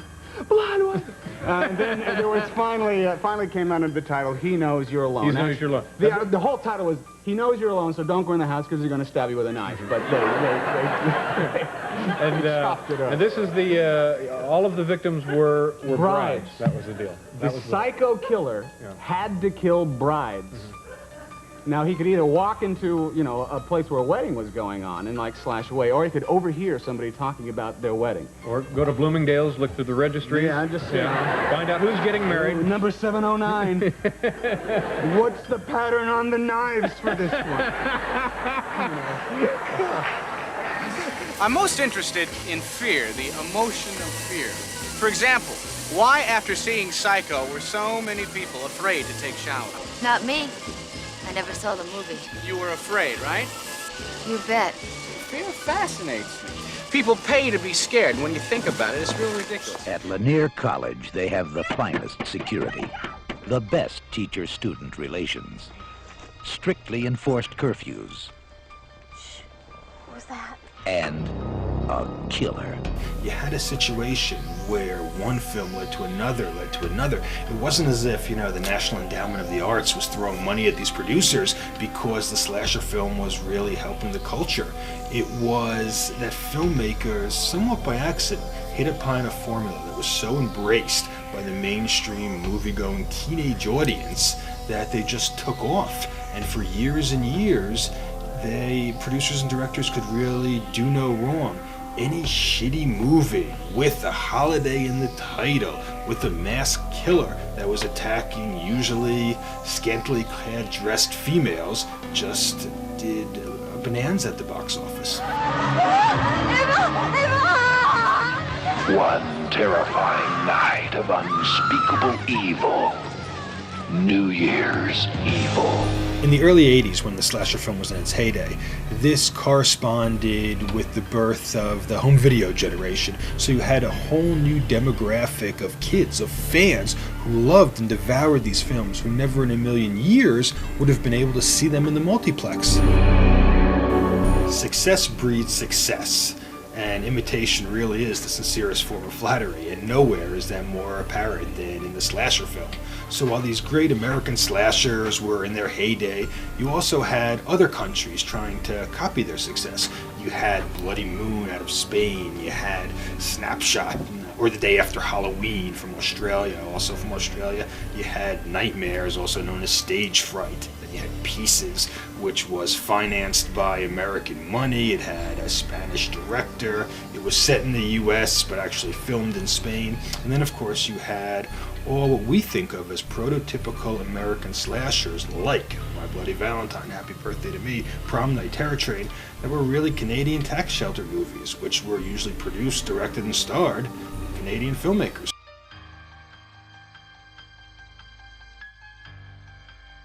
And now the latest breaking eyewitness news with Jerry Dunphy, Christine Lund, Ed Arnold for Ted Dawson with sports, Johnny Mountain with the weather, and the Eyewitness News team. Horror movie opened tonight in Hollywood officially and all over the Los Angeles area. There's a lot of controversy over this one, which is why we're paying attention to it. Feminists in particular have said that this is a film that promotes harm to women. Ann Martin has more on it right now. Ann. Christine, the movie is Maniac, and the billboards themselves are pretty gruesome. Moviegoers tonight told me the plot is a man who hated his mother goes out and kills women. Besides the billboard, the picture is also advertising as the movie the LA Times wouldn't run ads for. Now, President Eleanor Smeal had this reaction to the billboard. All I can say is that when you talk about violence towards women and brutality, this just typifies it, and I think that it is shocking, and it contributes to the injury of women. Tonight I asked moviegoers who had just seen the film if they thought it was potentially injurious to women. Yeah, I'm going to be scared to walk out at night, really, now. Do you think it was unfair to women? Yeah, I did. How about you? What did you think of it? I think it was a sick movie. It was kind of stupid, you know, but it wasn't as scary as I planned it to be, like other movies I've seen, like Texas Chainsaw Massacre or something like that. Would you think that a movie like that would inspire violence toward women? Yeah, I think some guys might have ideas watching this, you know, if they're sick-minded coming in here, you never know. Two young men who were about to see Maniac said movies are fiction. It's real life that's scary. It bothers you to see some guy like Whittaker, for instance, who's convicted of doing torture and murder on young girls, but it doesn't bother you to see this? Well, no, not really, because in the movie, well, it's just a movie. It's fiction, but in Whittaker's case, that's true. It freaks me out a little. This doesn't give you nightmares? No, not at all. You were a young woman, do you think it might? Yeah, definitely. I wouldn't be seeing it if I was a young woman. So far, the movie management there told me the movie is doing a fair business. This was its first. Today we look back at these slasher films and we think that they're fun and cheesy and albeit harmless forms of entertainment. At the time, the country was really in an uproar over them. They were looked at, you know, along with heavy metal, one of the chief corruptors of America's youth. If you must. Hello, operator? Hide if you can. Scream if you are able, but above all, if you are alone. Don't answer the phone. I killed them all. Don't answer the phone. Rated R. TV commercials like that one exploiting the plight of women in danger, those ads have been saturating television for the past 2 years. And the summer and fall of 1980 are the worst yet. They signify a disturbing new trend at the movie box office, one we'll be discussing on this special edition of Sneak Previews. Across the aisle from me is Gene Siskel, film critic of the Chicago Tribune. And this is Roger Ebert, film critic of the Chicago Sun-Times. Now, normally on Sneak Previews, Roger and I review new movies. This week, however, we're going to be looking at a group of recent films that have some very ugly things in common. All of these films are thrillers featuring extreme violence directed at young women. To put it bluntly, what you see in most of these films is a lot of teenage girls being raped or stabbed to death, usually both. This is a depressing development in American movies, and on this show, we'll examine the nature of this trend and then speculate on why we're getting so many of these films and getting them now. A lot of moviegoers, adults and teenagers, both go to see these R-rated films and they assume, well, they're just going to see a bunch of routine, scary pictures. But oftentimes, they're really shocked how awful these films are. To begin with, one of the things these so-called women in danger films all have in common is that they portray women as helpless victims. And after you've sat through a dozen or so of these films, as Gene and I have unfortunately had to, they all fall into the same pattern. A woman or a young girl is shown alone, isolated, and defenseless, and then come suspense-building scenes where the girl thinks she's about to be attacked, but she isn't, and then just when you think everything's going to be okay and nothing's going to happen, a crazy killer springs out of the shadows and attacks her, and frequently the killer sadistically threatens the victim before he strikes. You know, a lot of people think that the battle has been won in Hollywood on films about women. They think that now women have parity with men, that there's strong women images in the films, Jill Clayburgh and an unmarried woman, Jane Fonda, in every picture she makes. Got it all wrong. Fonda and Clayburgh make one film a year maybe, right? These films are coming out week after week, playing to millions of people, and the dominant image in American films today on women is not Fonda and Clayburgh. It's women like that, cowering in the corner, knives being brandished in their faces, being raped, being sliced apart. That's what's going on in American movies. That's why we're doing the show. I think a lot of people have the wrong idea. They identify these films with earlier thrillers like Psycho, or even a more recent film like Halloween, which we both like. These films aren't in the same category. These films hate women. And unfortunately, the audiences that go to them don't seem to like women too much either. Now, we go to see these films in movie theaters. These are not the kinds of movies where they have nice private little screenings for the critics. And to sit there surrounded by people who are identifying not with the victim, but with the attacker, with the killer, who are cheering these killers on, is a very scary experience. Yeah, the movies are played so that they really are in favor almost of the killer and really against the women cowering back. I don't think we can stress this too strongly, that we're not talking about just a couple of films. It seems like we're getting new ones of these kind of films every other week. That amounts to a major movie trend. Here are some examples.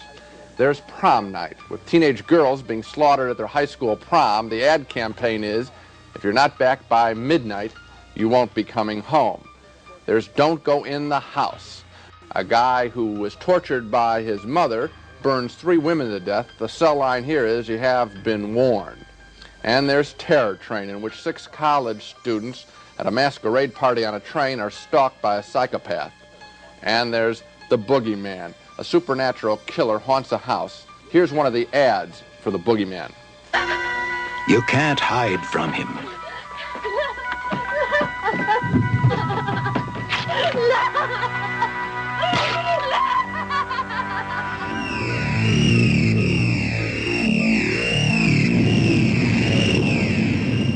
By the time they believe in him, it'll be too late. The Boogeyman, he's going to get you. And we're out to get the Boogeyman before he gets you and your $4. Now, week after week, these are the kinds of movies we're getting. It is relentless. Every film company seems to be making one of these movies or distributing one that some fast buck artist has already made. In addition to the films we've already mentioned this season, we also have He Knows You Are Alone, Motel Hell, Phobia, Mother's Day, Schizoid, Silent Scream, and I Spit on Your Grave, which is easily the worst of this disgusting bunch. The newspaper ads for these films are bold in the way they suggest terror, but in no way, in many cases, do the ads really prepare you for the kind of explicit violence we end up getting on the screen. Decapitations are not uncommon, and repeated stabbing shots of all parts of women's bodies are grotesquely routine. I think at this point somebody is probably wondering why. Why? Why exactly? Now? Why is this happening? And I have a theory. In the last couple of months that I've been seeing these pictures, I'm convinced it has something to do with the growth of the women's movement in America in the last decade. I think that these films are some sort of primordial response by some very sick people of men saying, get back in your place, women. These women in the films are typically portrayed as independent, as sexual, as enjoying life, and the killer typically, not all the time, but most often, is a man who is sexually frustrated with these new, aggressive women. And so he strikes back at them. He throws knives at them. He can't deal with them. He cuts them up. He kills them. Get back in your place. It's against the women's movement. I think you're basically right, Gene. You know, after you've sat through hour after hour of this complete trash, you begin to ask yourself, what did these female victims do to deserve the horrible attacks they undergo in these films? What was their crime? Why is it suddenly open season on young women in the movies? Well, one thing that most of the women victims do have in common is that they do act independently, and I agree with you on that point. To one degree or another, they're liberated women who choose to act on their own, and the moment that a woman starts making decisions for herself in these movies, you can almost bet she's going to end up paying with her life, and horribly. What's your problem? You and kids like you. Very funny.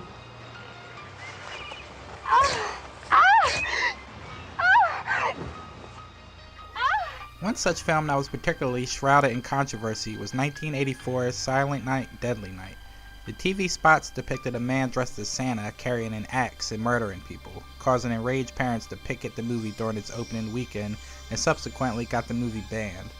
Although they clearly had not seen the film, many felt that it was wrong for Santa to be portrayed as a killer, not knowing the fact that it was actually a deranged and psychologically tortured man dressed as Santa during the killing, as opposed to Kris Kringle himself. Still, despite the waves and waves of negative press, for the time being, the slasher genre continued to prosper and would go on to introduce us to its biggest icon yet. Freddy Krueger is every girl's dream and every girl's nightmare. I'm gonna have nightmares! Oh no! Oh no! Freddy is the ultimate nightmare. Freddy's way sociable. He's a party animal. Freddy rocks. It's like Freddy's like addicting, and you know it gets better and better each one. Scariest movie I've ever seen in a long time. I don't think I'll sleep tonight.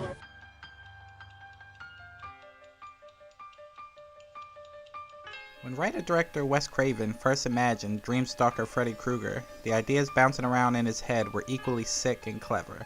While sleeping, people are at their most vulnerable, making it nearly impossible to stop Krueger from offing whomever he pleases in gory, imaginative ways. Furthermore, nobody can stay awake forever, so eventually, whether it's after a week or 2 months or longer, you're going to enter into Freddy's domain, and the outcome won't be ideal. This story, Freddy was a child murderer. The parents of his victims burn him alive, and about a decade later he comes back and starts killing the remaining children of those parents in their dreams.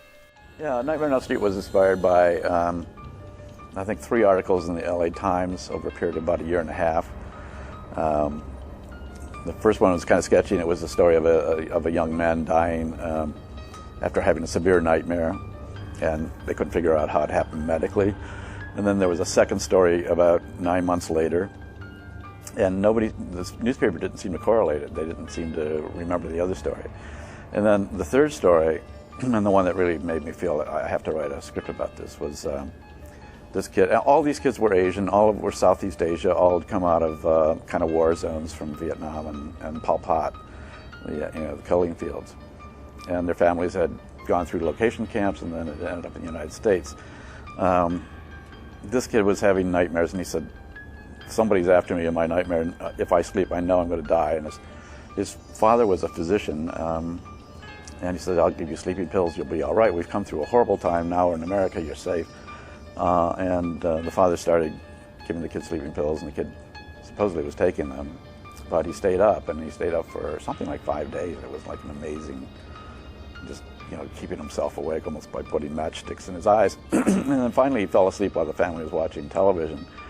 And they took him upstairs and put him to bed, and the parents later said that we were all convinced that the crisis was over. And in the middle of the night they heard screaming and thrashing, and ran into his room, and he was like kicking and screaming, and they got to him, and he just fell dead. And he was dead. And there were 3 things that really just made me think this is a movie. One was they did an autopsy on him and nothing was wrong. There was no physical reason for it. And the second was that the family said they found all the sleeping pills that supposedly he had taken hidden. So he had obviously put them in his mouth, and when Dad wasn't looking, it was right back out because he didn't want to sleep. And the third thing was this incredible thing. This kid had run an extension cord behind his bedroom curtains and into the closet, and he had a Mr. Coffee in there with black coffee. So he had a source of keeping awake even when he was in his room supposedly sleeping. It was just it was heart-rending because this kid, he was right, He died as soon as he fell asleep. Freddy was based on, I think it was based on a man who scared me when I was a little kid. Again, my father was dead. There was always this sense that I had of like nobody's around to really protect us, because Dad's gone. And I just was lying in my bed. We're in a second-story apartment, and heard this guy sort of mumbling, grumbling, and shambling along. And once the wind down, it was this guy, kind of dressed like Freddy, dark jacket, the sort of brimmed hat that they wore in those days. And he stopped and somehow just looked straight up at me. And I was so scared, I just like jumped back, and I was back in the shadows waiting for the sound of him going away. And I waited. It seemed like I waited forever, and finally, well, he must have gone. And so I went back to the window, and he was there, and he just went, and then he started walking down the sidewalk, looking over his shoulder at me, like, and he went into our building. So I don't know who that guy was, but he became Freddy. My brother went down with a baseball bat, and the guy ran away. So I guess my big brother saved my life. Who knows? He might have just thought, I'll scare this kid for the hell of it, So that became the basis of Freddy, just sort of an adult that took delight in terrifying a child was the basis of it. And then The rest was actually a quite intellectual process of what will he wear, and I thought, you know, like an overcoat would be good, and then I thought of the idea of a janitor. So because, you know, I'd taught Greek mythology, and the descent into Hades was always going down and fire, and so made his job basically being in Hades, you know. And the sweater, the striped sweater, was a Scientific American article on the two colors that are the most difficult for the human retina to see side by side. So that was those colors. And there were a lot of films being made with villains that had masks, but I wanted them to be able to talk, so I said instead of a hockey mask or whatever, I'll give them a mask of scar tissue, and that'll be the way the parents kill them. And the final thing with the claws was, you know, we went through the usual thing of, shall it be a hunting knife, shall it be, you know, a scythe, should it be, you know, all this crap. And so I said, well, no, go back to the most primal weapon you can think of. And I thought, well, it would be tooth and claw, you know, what men faced before they had real weapons. And then I thought, well, cave bears, you know, that claw that can come in and grab you. And then combining that with the human hand, you had kind of the elements of both the ancient and the new, you know, highly evolved, dexterous thing that makes humans so incredibly unique is our hands, you know. So putting those two things together just made something that was pretty powerful. It's funny, originally I was thinking he should be a guy in his 70s, and we looked at a lot of, you know, older gentlemen, and they, you know, I think if you get to be 70, you're kind of like mellow. You know, you've seen it all, and you're just grateful to be alive, and life has a lot more kind of preciousness to it. And so, and then Robert Englund came in, and it was like, not this guy, you know, he's too young. And he just had such an enthusiasm for it. And I found that, and then we looked at a lot of big stuntmen too, and I found stuntmen were also very gentle people in general, that they were so in control of their body and physicality, they didn't have these issues, you know, that people that are a little bit more normal and, you know, were beat up as kids or whatever. And Robert Englund just had no hesitation to play something really evil. And I realized that that was what it took. It didn't take an old guy, it didn't take a big guy. It took somebody who was comfortable, you know, looking inside and saying, what would I be like if I was utterly evil?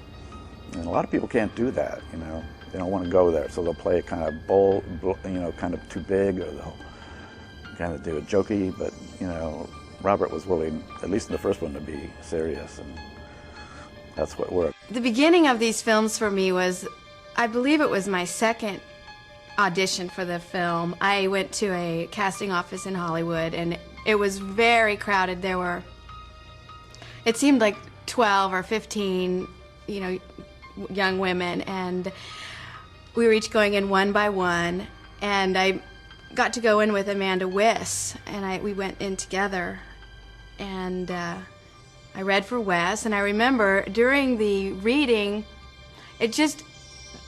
I was just compelled to make my fingers into this shape and say, it was just a part in the dialogue where I'm describing my dream, and I just had this little claw that just became alive somehow, and I think Wes really liked that, and he let everybody go except for me, and he came out and he said, I'd like you to know that I'd like you to be Nancy. And that never happens in Hollywood. They always have your agent call your people, and it's never like that, and that's the kind of man Wes was. I always felt when we were filming the first movie that it's rare in modern films, and certainly the films that I've seen in my life, where the protagonist and the antagonist are so clearly defined and actually represent good and evil with no equivocation at all. And Robert Englund and I talked a lot about the underlying, you know, symbolism of our battle. And Robert is a very intelligent person and very highly trained actor. So he, in a lot of ways, encouraged me to think of the battle on much like more, you know, archetypal level, if I can use that word. And he and I even today talk about it as if we're talking about a Greek tragedy. We've never thought of it literally as popular teenager slasher film. We always have had the respect for it that Wes was able to create a modern myth about, you know, the struggle between good and evil. And as the issues of Nancy's became more developed, first you just see her as a teenager, then you see her as the child of a divorced family, and then you see her as a person who's very concerned about her friends. And then in the later films, she's trying to take care of teenagers and a social worker type, and then finally she's a mother of her own child and a wife. She, you know, and we often, you know, Wes is very, I think, concerned that her story was always toward the good and what our ideals and virtues are all about in our society. And we always talked about those things. And Robert and I, we enjoyed being enemies, and we were always, you know, playing those kind of tricks and stuff on each other as that.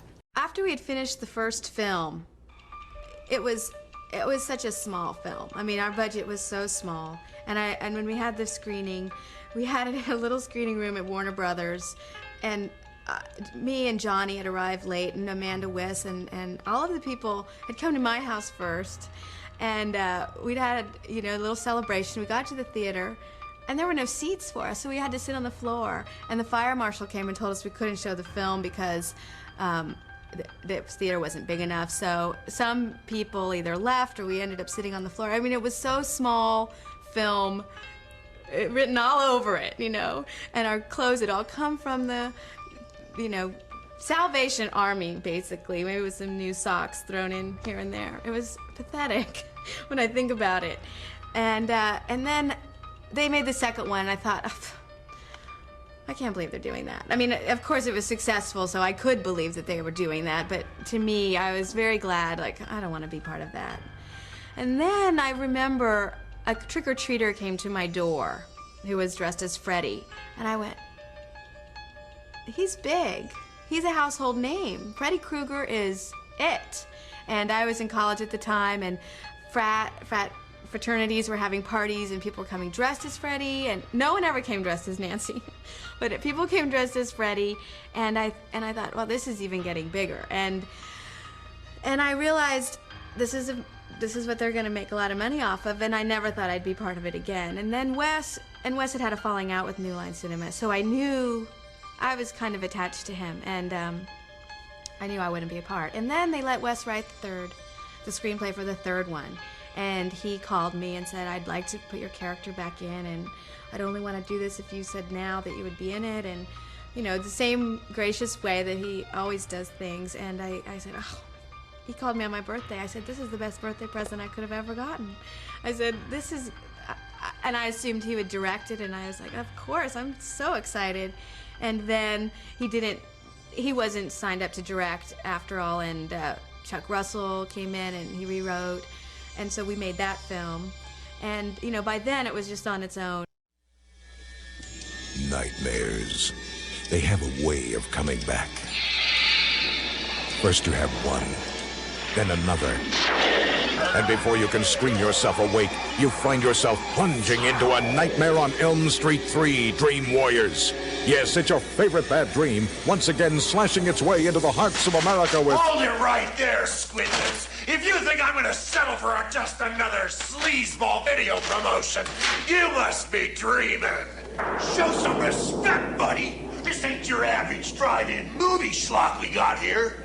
Nightmare 3 scared up $25 million in its first 2 weeks in release. The total grosses, so to speak, are now over 40 million. It scored the biggest opening for any independent film ever. Why? Why, you ask? Freddy Krueger, that's why, sucker. That's right. It's the return of cult hero Freddy Krueger, the same vile maniac who helped turn the first two Nightmares into video blockbusters. Nightmare 1, 120,000 units. Nightmare 2, 180,000 units. Together, these two hits spent over 50 weeks on Billboard's rental charts. And for the past 2 summers, Freddy's Nightmares have been the nation's top video rental titles. Now, it's Freddy's third time around, and he's all set to claw his way beyond the 200,000 mark. Only 200,000? Wake up and smell the coffee, bud. It's gotta be a lot more than 200,000. You see, I have right here my own special sales incentive plan. TV clips ready. Okay, enough about my persuasive abilities. Tell them about America's insatiable Freddy fetish. Right. With the release of Nightmare 3, Freddy's slashed his way to the top. He's a media phenomenon with featured appearances on TV shows across the country. It's the biggest nightmare ever, but nobody's going to lose sleep over this one. Well, maybe the makers of Platoon, because for the very first time in history, a small independent film has swept the weekend box office grosses. And the top money-making film this past weekend is Nightmare on Elm Street 3, Dream Warriors, with $8.8 million in ticket revenues. The #1 movie in the country last week. In Syracuse, they called in the mounted police to control the crowds at theaters. Out in Los Angeles, they chanted Freddy. And guest spots on such nationally broadcast hits as Good Morning America and The Late Show with Joan Rivers. My first guest has become a real cult figure for his slimy portrayal of Freddy Krueger with his razor-edge glove. I know. For those of you who don't know who we're talking about, here is a picture. This is his third. Can you get this on channel? Okay. This is his third film now called Nightmare on Elm Street. It's the third one. The movie is just open, and it's a blockbuster. They made $30 million in 1 week alone. That's telling me woo-woo. Will you please welcome Rich Robert England, all right?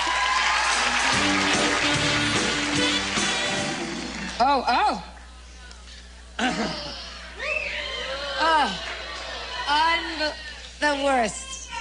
Don't leave home without it. But wait, there's more. And I ain't talking about a money-back slice-o-matic offer either. Check out the awesome in-store onslaught we've whipped up. Right. Video stores are in for their biggest nightmare ever, beginning with Freddy's arrival on this ghastly in-store banner. What a profile. A traffic-stopping wall poster. Colorful, huh? A hair-raising 3D poster for your special media light box. Disgusting enough for you, huh?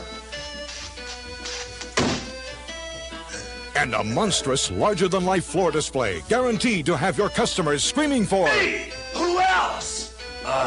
Nice likeness, huh? Plus, Freddy's got a killer contest under his hat that's guaranteed to cause an Elm Street traffic jam in your store. Announcing Freddy's Be in My Nightmare sweepstakes. The grand prize, a once-in-a-lifetime chance to appear on screen with Freddy in the upcoming Nightmare on Elm Street 4. We'll alert your customers to this fabulous promotion with spots on MTV and ads in prime youth market magazines like Rolling Stone, Us, Circus, and Fangoria. It's a Fright Fanatic's dream come true. No! Yes. Ask your media representative about this limited time offer. Don't get caught sleeping. Wake up your profit picture with a feverishly anticipated video release of A Nightmare on Elm Street 3, Dream Warriors. Coming soon from Media Home Entertainment.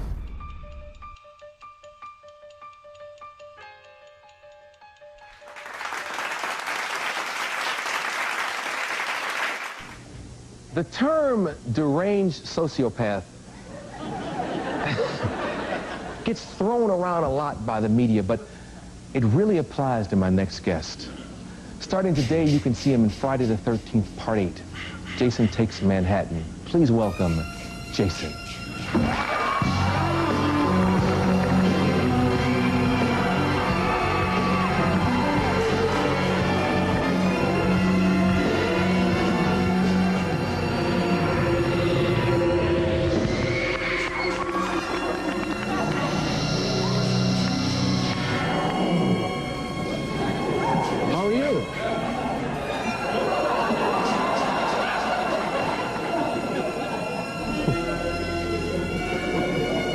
Good. You know what I've noticed? I see all your movies, man. And you know what I've really noticed?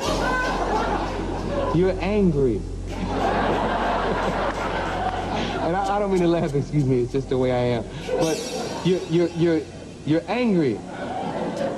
What happened, man? Where did it all begin? Was it a woman? Did you get cut from the hockey team in high school? What happened? What's up? Oh, let me ask you this. I saw the new movie, Jason Takes Manhattan. You killed 16 people. I don't know why I'm laughing, man. You killed 16 people, and you were responsible for the death of 8 others. Total, that's less than what you usually kill in a movie. Are you getting soft? Are you losing a step? In fact, it wasn't just the Friday the 13th franchise I was indeed losing a step. Blood-gushingly great kills couldn't sustain a genre that spiraled into creative bankruptcy as the 1980s came to a close. Freddy Krueger became a joke-slinging parody of himself, and Jason just got kind of monotonous. And horror was no longer a fringe interest for teenage moviegoers. The slasher genre would of course show its face in the years that followed, but it would never be the same. The slasher movies of the 2000s had mostly, with a few notable exceptions, taken the form of remakes. Everything from A Nightmare on Elm Street to Prom Night got a glossy update that banked on nostalgia, but in reality, all they did was make us cherish the slashers of yesteryear even more. And that, folks, is almost it. Apart from the outro, all that really remains for me to say is thank you for choosing to tune in to Reality Decoded, part of the Shit Video Productions Syndicate this evening, and hopefully you have enjoyed this nostalgic trip back to the 1980s and taking a little look at some forgotten classics in the form of video nasties and horror movies, and hopefully you guys don't have nightmares. But for RD, all that remains for me to say is until the next time, guys, take care, be excellent to each other, and may the Force be with you all.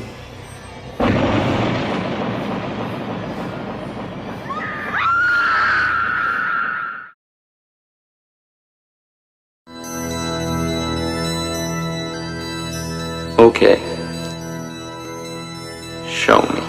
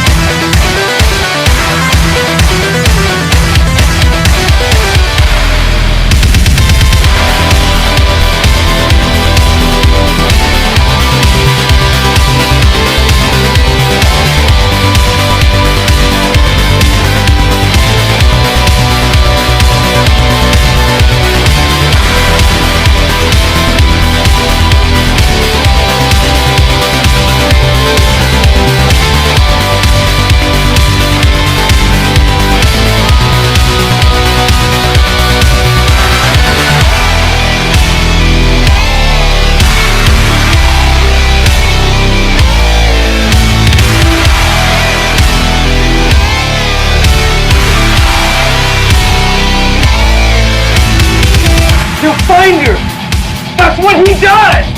That's all he does! Oh, no tears, please. It's a waste of good suffering. They're only noodles, Michael. Fuck you too! What is this place? I brought you here to bury Ellen's cat. Whatever you do, don't fall asleep.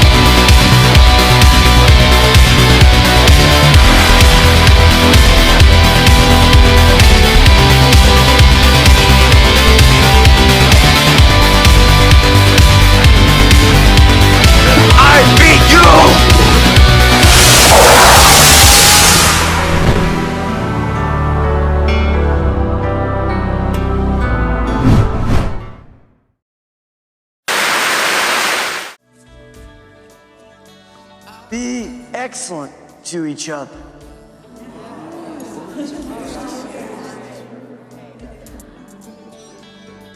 Party on, dudes!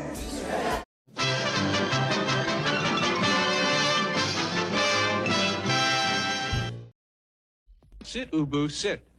Good dog.